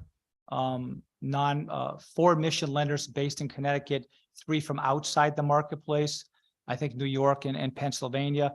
Those 3 out-of-state lenders, and don't quote me on this, but I think have done the vast majority of the Boost loans thus far, probably 80 to 90%. And the in-state Connecticut lenders like us, like a Headco, and a Sector, and Capital for Change. We are in the process. I think those other entities may have done a couple of Boost loans so far. And that's kind of what it kind of goes full circle to, and no disrespect to the state of Connecticut or DCD by introducing the program. I think it's a good program, especially for small businesses to get capital at very good rates with no origination fees for them. But the Boost program is a prime example of competition for our other core products. And it's also an example of, 3 regional or national small business lenders now having a very strong foothold in Connecticut. And so if we were to pass this bill, you would essentially be separated from the state altogether. That is correct. And you said that you have no desire, you're a good partner with Connecticut, even though you're talking about, going to Rhode Island and Massachusetts. But if we were to pass or enact this act, then you wouldn't be required to loan in Connecticut, correct? We would still, since all of our right now, all of our referral sources are here, right? Our bankers, all the folks we do business with, the SCORE chapters, Small Business Development Center, they're obviously helping us with our own website and our own outreach, drive all the business into our into what we do every day. The concept again of going into, when I use Rhode Island, Massachusetts as an example, that's part of a long-range strategic plan. But all of our existing loans and the vast majority of our future loans are going to be originated right here, because this is how we've been cultivating all those relationships and all those loans for almost 30 years now. And again, but you have been exclusively in Connecticut for those 30 years. Correct. And if we enact this legislation, even though, it may be prudent to stay in Connecticut, there's nothing that would stop you from no longer doing loans in Connecticut. I'm not saying you would, but there'd be nothing if you guys chose to just do business in other states. You could leave and you'd have that ability if we passed this law, correct? That's my understanding. But again, to leave our base and all of our connections, it just wouldn't make sense to us now or in the future. I understand, but as again, I wasn't here in 1990 or the 1990s, but I just have concerns that you were started by this body, with a purpose. And I'd be concerned that that purpose is somewhat being lost. That's a concern I have, but I'll sit here and listen to further discussion. Thank you. I appreciate that. I'd like to add one comment to that. And again, it's something that our team and our boards have been discussing now for several years. And it's a concern that we could become an irrelevant entity and have a very small market share and not be able to, provide the value we provide to these businesses that otherwise would not get financing. And we could just, be kind of an afterthought in the not too distant future. And we're trying to protect against that by, again, having more products and services, having a somewhat larger geographic footprint to be able to better serve the constituents here in our state. I believe Senator Martin, you have a question. Yeah, thank you, Mr. Chair. Thank you, James. Just a couple of quick questions regarding the boost. The boost program, how did the outside institutions get such a jump start? Without going into, I feel like I'm being serenaded back there, without going into the program details too much. Small businesses and entrepreneurs that are looking to find financing through the Boost program, they go through electronic portal. And based on what they're looking for, I think they have to answer 19 questions. They then get matched with one or more of the 7 Boost participants. So if someone's applying for a loan, they could get matched with an NDC or a Pursuit, and with us, for example. So that's how it can happen that So quickly. it's based on online. Correct. It's application all process. through an electronic portal. Forgive me for this, but I just don't know the answer to this. Sure. but Can you be bought out? Can you sell? your No, entity? no, You cannot. we cannot. What I've read in this proposed bill is the state shall not seek reimbursement for any funds that may have been provided prior to October 1st, 2023. Can you speak to that? Sure.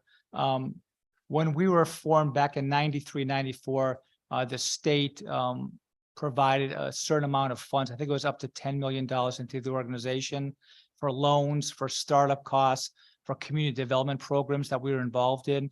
All that money has been used and churned in the last almost 30 years. So we're just asking the state to leave that money in the organization. Again, most of it's already been used and churned and reloaned a number of times, just so we can move forward with our current balance sheet. Okay, I guess, what has that grown into now? So you're self-sustaining. What type of assets are we talking about? From our foundation level, about $20 million of assets over the last 30 years. Okay, thank you. Thank you. Representative Harris.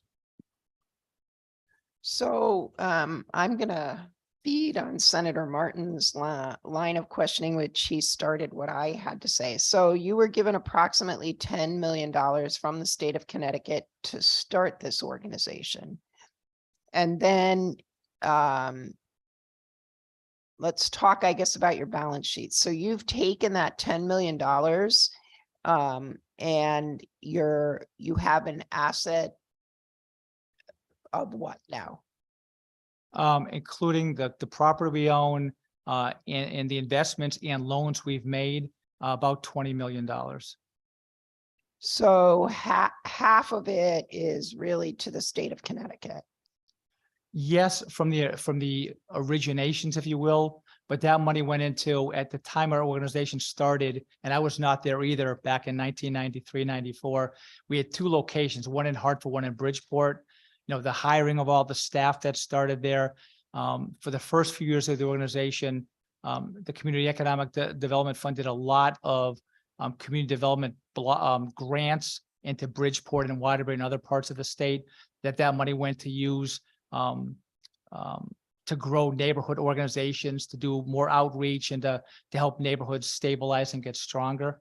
And a lot of that money also went into was, if you will, downstreamed into our corporation, into what we have as an LLC1, and we use that as part of the money to make loans to our borrowers. In addition to the state money, initially we had 6 investor banks back in the day that each invested $1 million in the organization as well, to help us make loans across the state.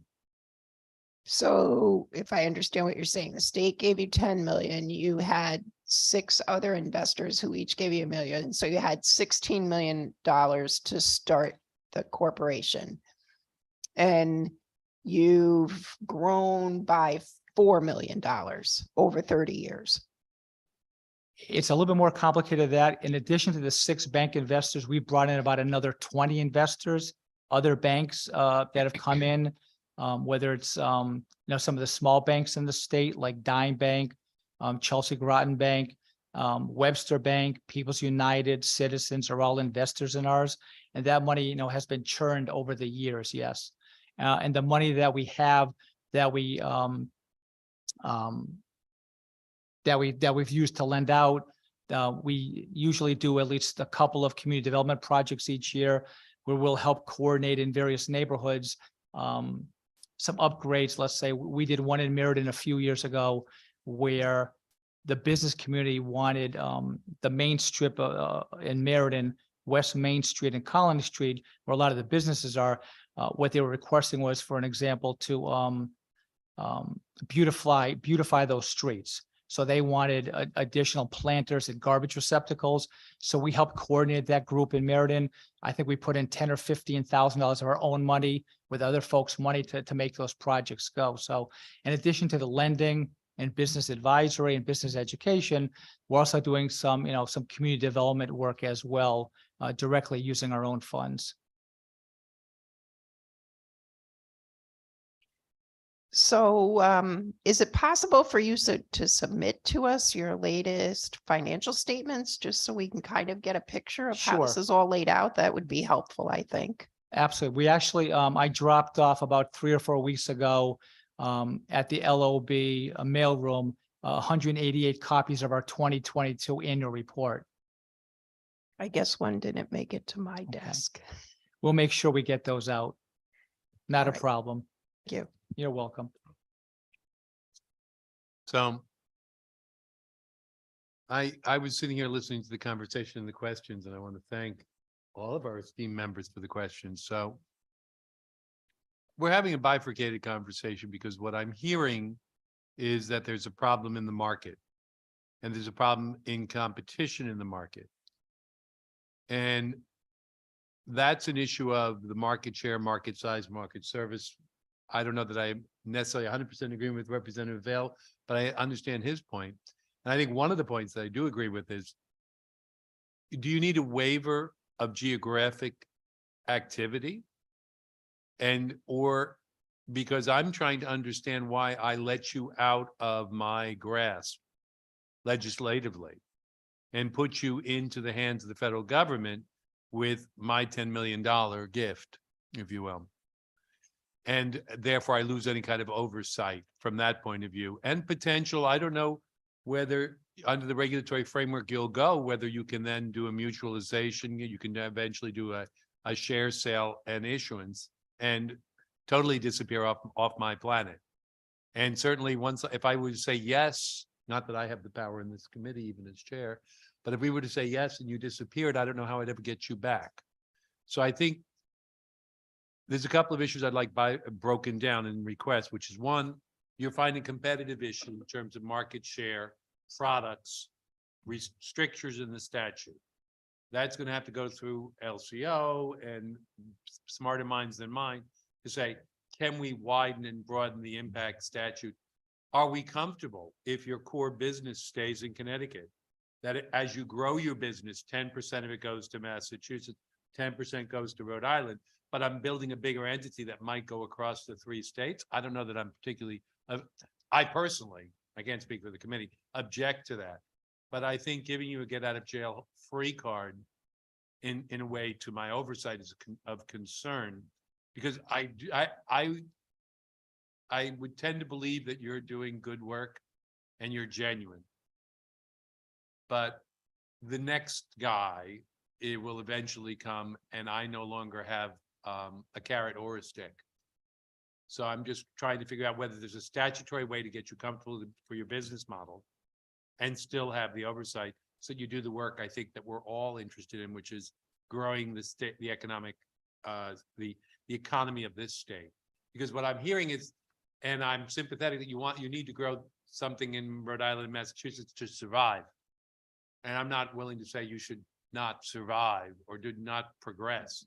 But I don't know why I want to get you out of my oversight and then lose you into another state. I think I'd like the activity growth in the state.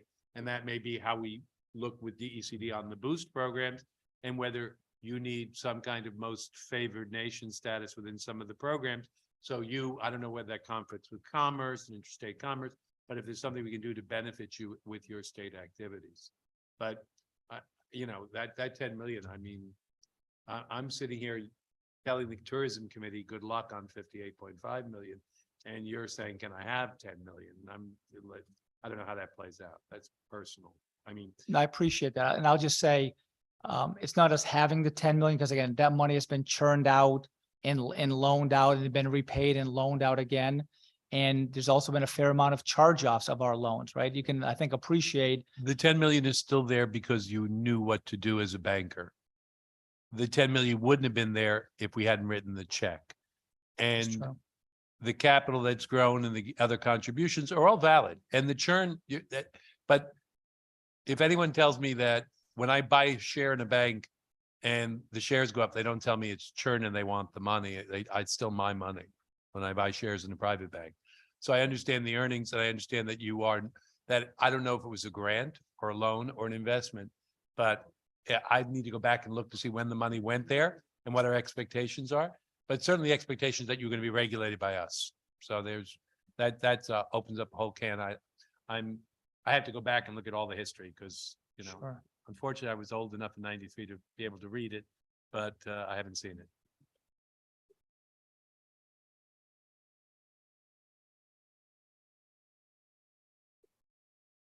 So I think you're doing great work. Thank you. You know, we certainly want to encourage and obviously we meant it statutorily when we did that.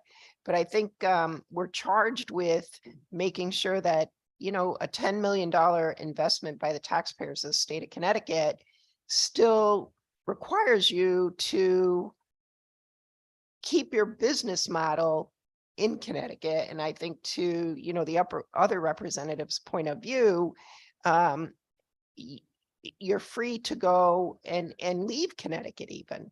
I trust you and, you know, your model is here, but I think we do have an obligation to carefully look at that for the sake of our taxpayers who I appreciate that. Thank you. invested in you. Thank you.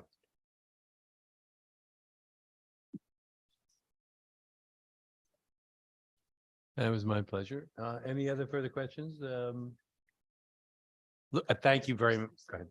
Go ahead, Senator Hartley. Yeah, thank you. And so not to belabor this conversation, Sure. but you can understand the appreciation that we have for the work and for this universe, but likewise for the state investment. It's been a 20-year, you know, history with the fund, and it's targeted the places where there is not always the desire to go in and underwrite, and that's so very important. And then the other piece of this is also the state investment to date. And I understand the process, and it's been that number of years and that many loans and so forth. So if you kind of went through an amortization or something, you might then get down to a net zero. But nonetheless, you know, there is concern, you know, to lose a state entity or an association in this universe. So we just want to understand what the options are to be supportive of your mission and the continuation of that. We don't want to see you flatlined in any way. And then, you know, do the balance overall.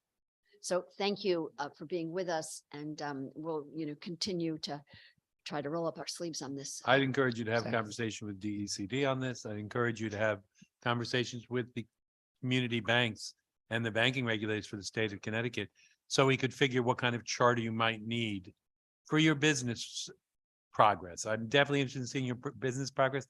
I just don't know if I want you checking out, as it were. Thanks. Thank you all. Thank you very much. I believe we still have David Hayes as, David. Cynthia was, no, she was 43, 46. So David Hayes, Hayes Sculpture Fields Curatorial. What are the 3 words you'd like to hear from me? It would be hello and good night, but I'll but be that would brief. be, that would I'll be. be brief. First, I'd like to thank the committee for listening to your long-winded constituents for the last 6.5 hours. This is a blessing, and thanks for your personal patience. I'd also like to acknowledge the clerk for facilitating my presence here today, and I'd like to speak to Scott Wands, who's sitting in the gallery, who has given our organization several years worth of cogent guidance and advice. He's behind my right shoulder. I'm David Hayes. I'm a taxpayer. I've heard a lot of worthy organizations here with their hands out. I'm not here for that. I am here to support 6692. I think it's a worthy bill that deserves your consideration. Your job obviously is to make choices and to balance things out. It's a difficult job. Do we support the arts? Do we buy sewer pipes? Do we buy snow plows? Do we pay for a state police? It's a hard job. That's what we elect to do. I would encourage you, if you also support this bill, to lobby your colleagues on the Appropriations Committee. I think this is an important bill for Connecticut. So I said I would be brief. I'd like to tell you about a success story, an unusual success story. My late father is the American sculptor David Hayes. He's well regarded. He's in most of the major North American museums, Museum of Modern Art, Guggenheim, Houston, Detroit, Wadsworth Atheneum. We've got a large piece, for example, in front of the library here in town. Short stories, we manage grounds. By we, I mean the David Hayes Art Foundation managed grounds in Bucolic, Coventry, acres and acres of fields with large steel sculptures all over the grounds where anybody can just show up and walk around, bring their family, bring their children, and enjoy a pleasant experience. So there's a point I was going to make, and I forget what that point was. Doesn't matter. Point is that we don't charge admission. We're open year round, every day of the year. During daylight hours, everybody is welcome. And it's an example of I just got my point, of a small organization that is helped like other sister organizations, which is why I'm here to support this bill. The point is this: COVID, surprisingly enough, has been good to us, has been really good to us. And here's why. For 3 years, people could not walk into a museum, could not walk into an art gallery. People who could not go anywhere. But in Coventry, with our acres of grounds, people could walk around and enjoy. We've seen our numbers go from several hundred visitors a year to several thousand visitors a year. Again, we don't charge admission. It's there's a legitimate public good. It's the arts and young people enjoying themselves. We also do fundraisers for other nonprofits on the grounds, and we don't charge for a venue. I suppose what I'm saying is that this bill is worth your consideration. I urge you to pass it. I urge you to lobby your colleagues on appropriations, and thanks for your time. I have to you cannot escape without the comment about the appreciation for the length at which you stayed here to talk about the fact that you're doing things for free for the state and for the residents of the state and encouraging us. I think that is, you didn't come in other than to support other people. I think that's just a testimony to we're not here for the ask. I do support our sister organizations. These are all worthy asks, and so I do support that. No, so I really do. I think that's an outstanding comment.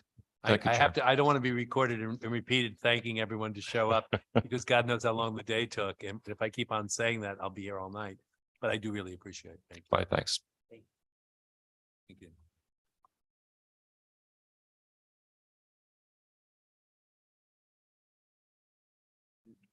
Is there anyone left to speak who has not yet spoken? Oh,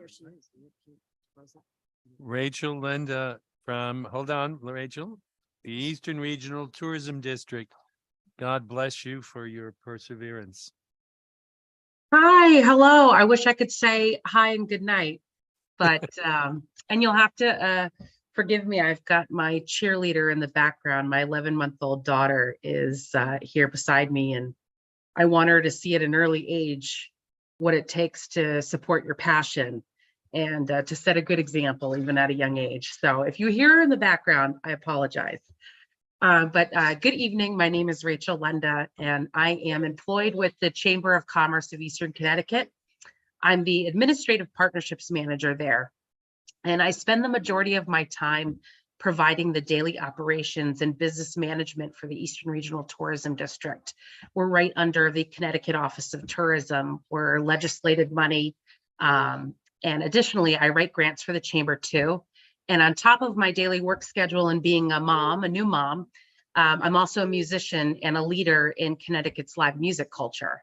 My testimony today is in reference to Raise Bill number 6692, an act authorizing certain arts, culture, and tourism grants. I want to thank the co-chairs, Representative Mesker and Senator Hartley, and the Commerce Committee for also holding it out with me today and for being so gracious and really listening to all of the testimonies today. I think it's wonderful. Additionally, I want to put my gratitude out for the Eastern Regional Tourism District senators and representatives. We have Senator Summers, Senator Needleman, Representative Vail, and Representative Cheeseman on this committee. I'd also like to acknowledge our district sponsors for this particular bill, Senator Summers, Senator Marks, Representative Carney, and Representative Nolan. They recognize the importance of investing in arts, culture, and tourism to the state's economy and workforce. This bill has the potential to provide, I'm going to say it again, meaningful, reliable, and equitable investment supported by the proposals from the Connecticut Arts Alliance, the Connecticut Humanities, and the Connecticut Tourism Coalition. J. Irwin Miller, he famously said, the calling of the humanities is to make us truly human in the best sense of the word. And Raise Bill 6692 is an opportunity to elevate the human experience and impact the core memories of residents and travelers alike in Connecticut and beyond. This investment in arts, culture, and tourism, it moves beyond the fiscal contribution. It is what Representative Mesker shared at the beginning of this hearing, that emotional and communal development support.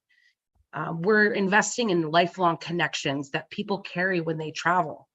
They listen to music, they view art, and they immerse themselves in local culture. We want to be the destination people think of when they reflect on their life experiences, to be associated with, I often say in tourism and hospitality, their core memories. It's like a thumbprint with them for the rest of their life. It should also be stated, though, that research shows that most companies want a certain quality of life for their employees in order to retain them. This isn't just about money for arts, culture, and tourism. It's also money and support for the broader economic development and residential retention. On behalf of the Eastern Regional Tourism District under the Connecticut Office of Tourism, I have been doing some traveling to trade shows across the country to represent and promote our great state. In January, I attended the Travel and Leisure Trade Show in Chicago. In February, brought me to Detroit. Yes, Detroit in February. It was a lot of fun. For the annual American Bus Association Trade Show, as well as the Travel and Leisure Trade Show in Washington, D.C., which was attended by my district colleague, Francesca Kafalis of the Last Grain Valley. There she is. Meetings and conversations with tour operators, group travel agencies, and booking agents were both alarming, but they were also, excuse me for a moment. This is real life, right? This is a working mom in action. Absolutely. I know you're all so tired and we've been working hard all day. So our meetings and conversations with those tour operators, group travel agencies, and booking agents, they were alarming, but also enlightening, because I discovered that Connecticut has been a forgotten and untapped destination for some time. Tour operators, group travel agencies, and booking agents, both domestic and international, stated that Connecticut had fallen off of their map because we hadn't been top of mind. These decision makers showed enthusiasm and convincing interest. that Connecticut is a destination for their client base. Connecticut is a thriving cultural hub. There is no shortage of potential tourism assets, yet these entities struggle to promote their product due to lack of funds, resources, and employees. Meanwhile, for every dollar Connecticut invested per capita in arts and culture in 2020, Massachusetts and New York invested $1.60 and Rhode Island $2.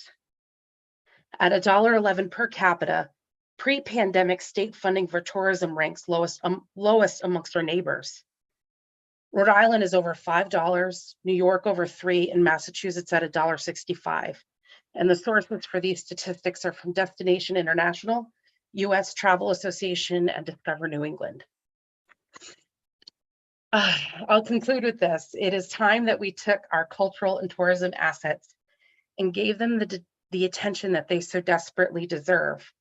Through Raise Bill 6692 and funding and grant resources for arts, culture, and tourism will directly impact the livelihood of our tourism industry residents and their financial stability, especially people like me who work in tourism and have a baby. To this end, my support and testimony speaks from firsthand experience out on the road, promoting the great state of Connecticut as the place to live, work, and play. Thank you. I want to testimony. I want to congratulate you for balancing motherhood, testimony, and travel. I think you've done yeoman's work, so I really thank you. Thank you. Your testimony, you did submit it in writing as well? I have not, but I will. You better, because it was pretty good, but there were some interruptions. So I'd like to be able to read it in a more coherent format than at this exhausted point in my day. I know, I can imagine. I certainly will. Because then if we have questions, we can come back to you on a couple of questions, particularly if you're going to these venues. I'm almost annoyed that you keep on talking about Detroit and all these other bloody places you're going to. And I would like to loop back to our convention center and understand why you're not going to Hartford for a tourism convention. So I want to know why we're booking them, why all these other events are happening out of state and what we can do to bring them in state. So I appreciate it. I think that that's a great question to ask. And Bob Murdoch spoke earlier, and I did attend the American Bus Association with him. And, you know, he's out there feverishly working to get these tour and travel conventions into the state. But, you know, you can only do so much with 8 to 10 hours in a day. You know, the good Lord only gave us 24 hours in a day. And we have only so many employees that can put the work in to get these things done. Nice. So I would say that staffing is certainly an issue with putting in the actual man hours to get the work done. So I work full-time at the Chamber of Commerce of Eastern Connecticut, and the Eastern Regional Tourism District is my biggest client. And the old group that used to run the district operated on 6 people. I am one individual in an office of 11 with support that is doing the daily operations and business management of this $400,000 a year budgeted entity.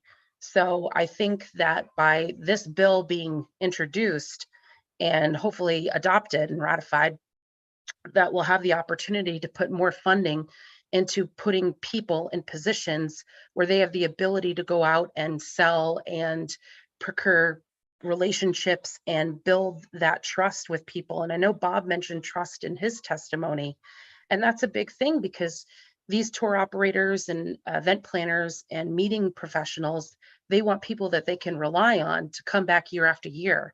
And Connecticut has the assets for that. There are plenty of meetings at Foxwoods and Mohegan Sun. They do an incredible job, the Mystic Marriott. So I would say yes, that this bill and the funding will really help with staffing and employ more people to put in the legwork. I was being half facetious, but you're not wrong. I was in institutional sales on Wall Street, and you spent 3, 4, 5 years banging on the door to prove your consistency, your integrity, your interest before somebody either answered the phone or had that conversation or took the visit. So you're right. If we open and close the doors on the efforts on tourism, to, particularly when we're trying to solicit international groups, there's always the, yeah, I'm from Missouri, show me, prove it. And there's amount of time that needs to be, so I do take your criticism or observation very well. I think you're 100% right. So I want to thank you for your testimony. I think Thank you. if I go on, I don't know who will kick me first. So I think the committee, I will thank all of our testimony and our loyal clerk for her and our internet guru and the rest of the crowd for their strong support. And I make a motion to close the public hearing.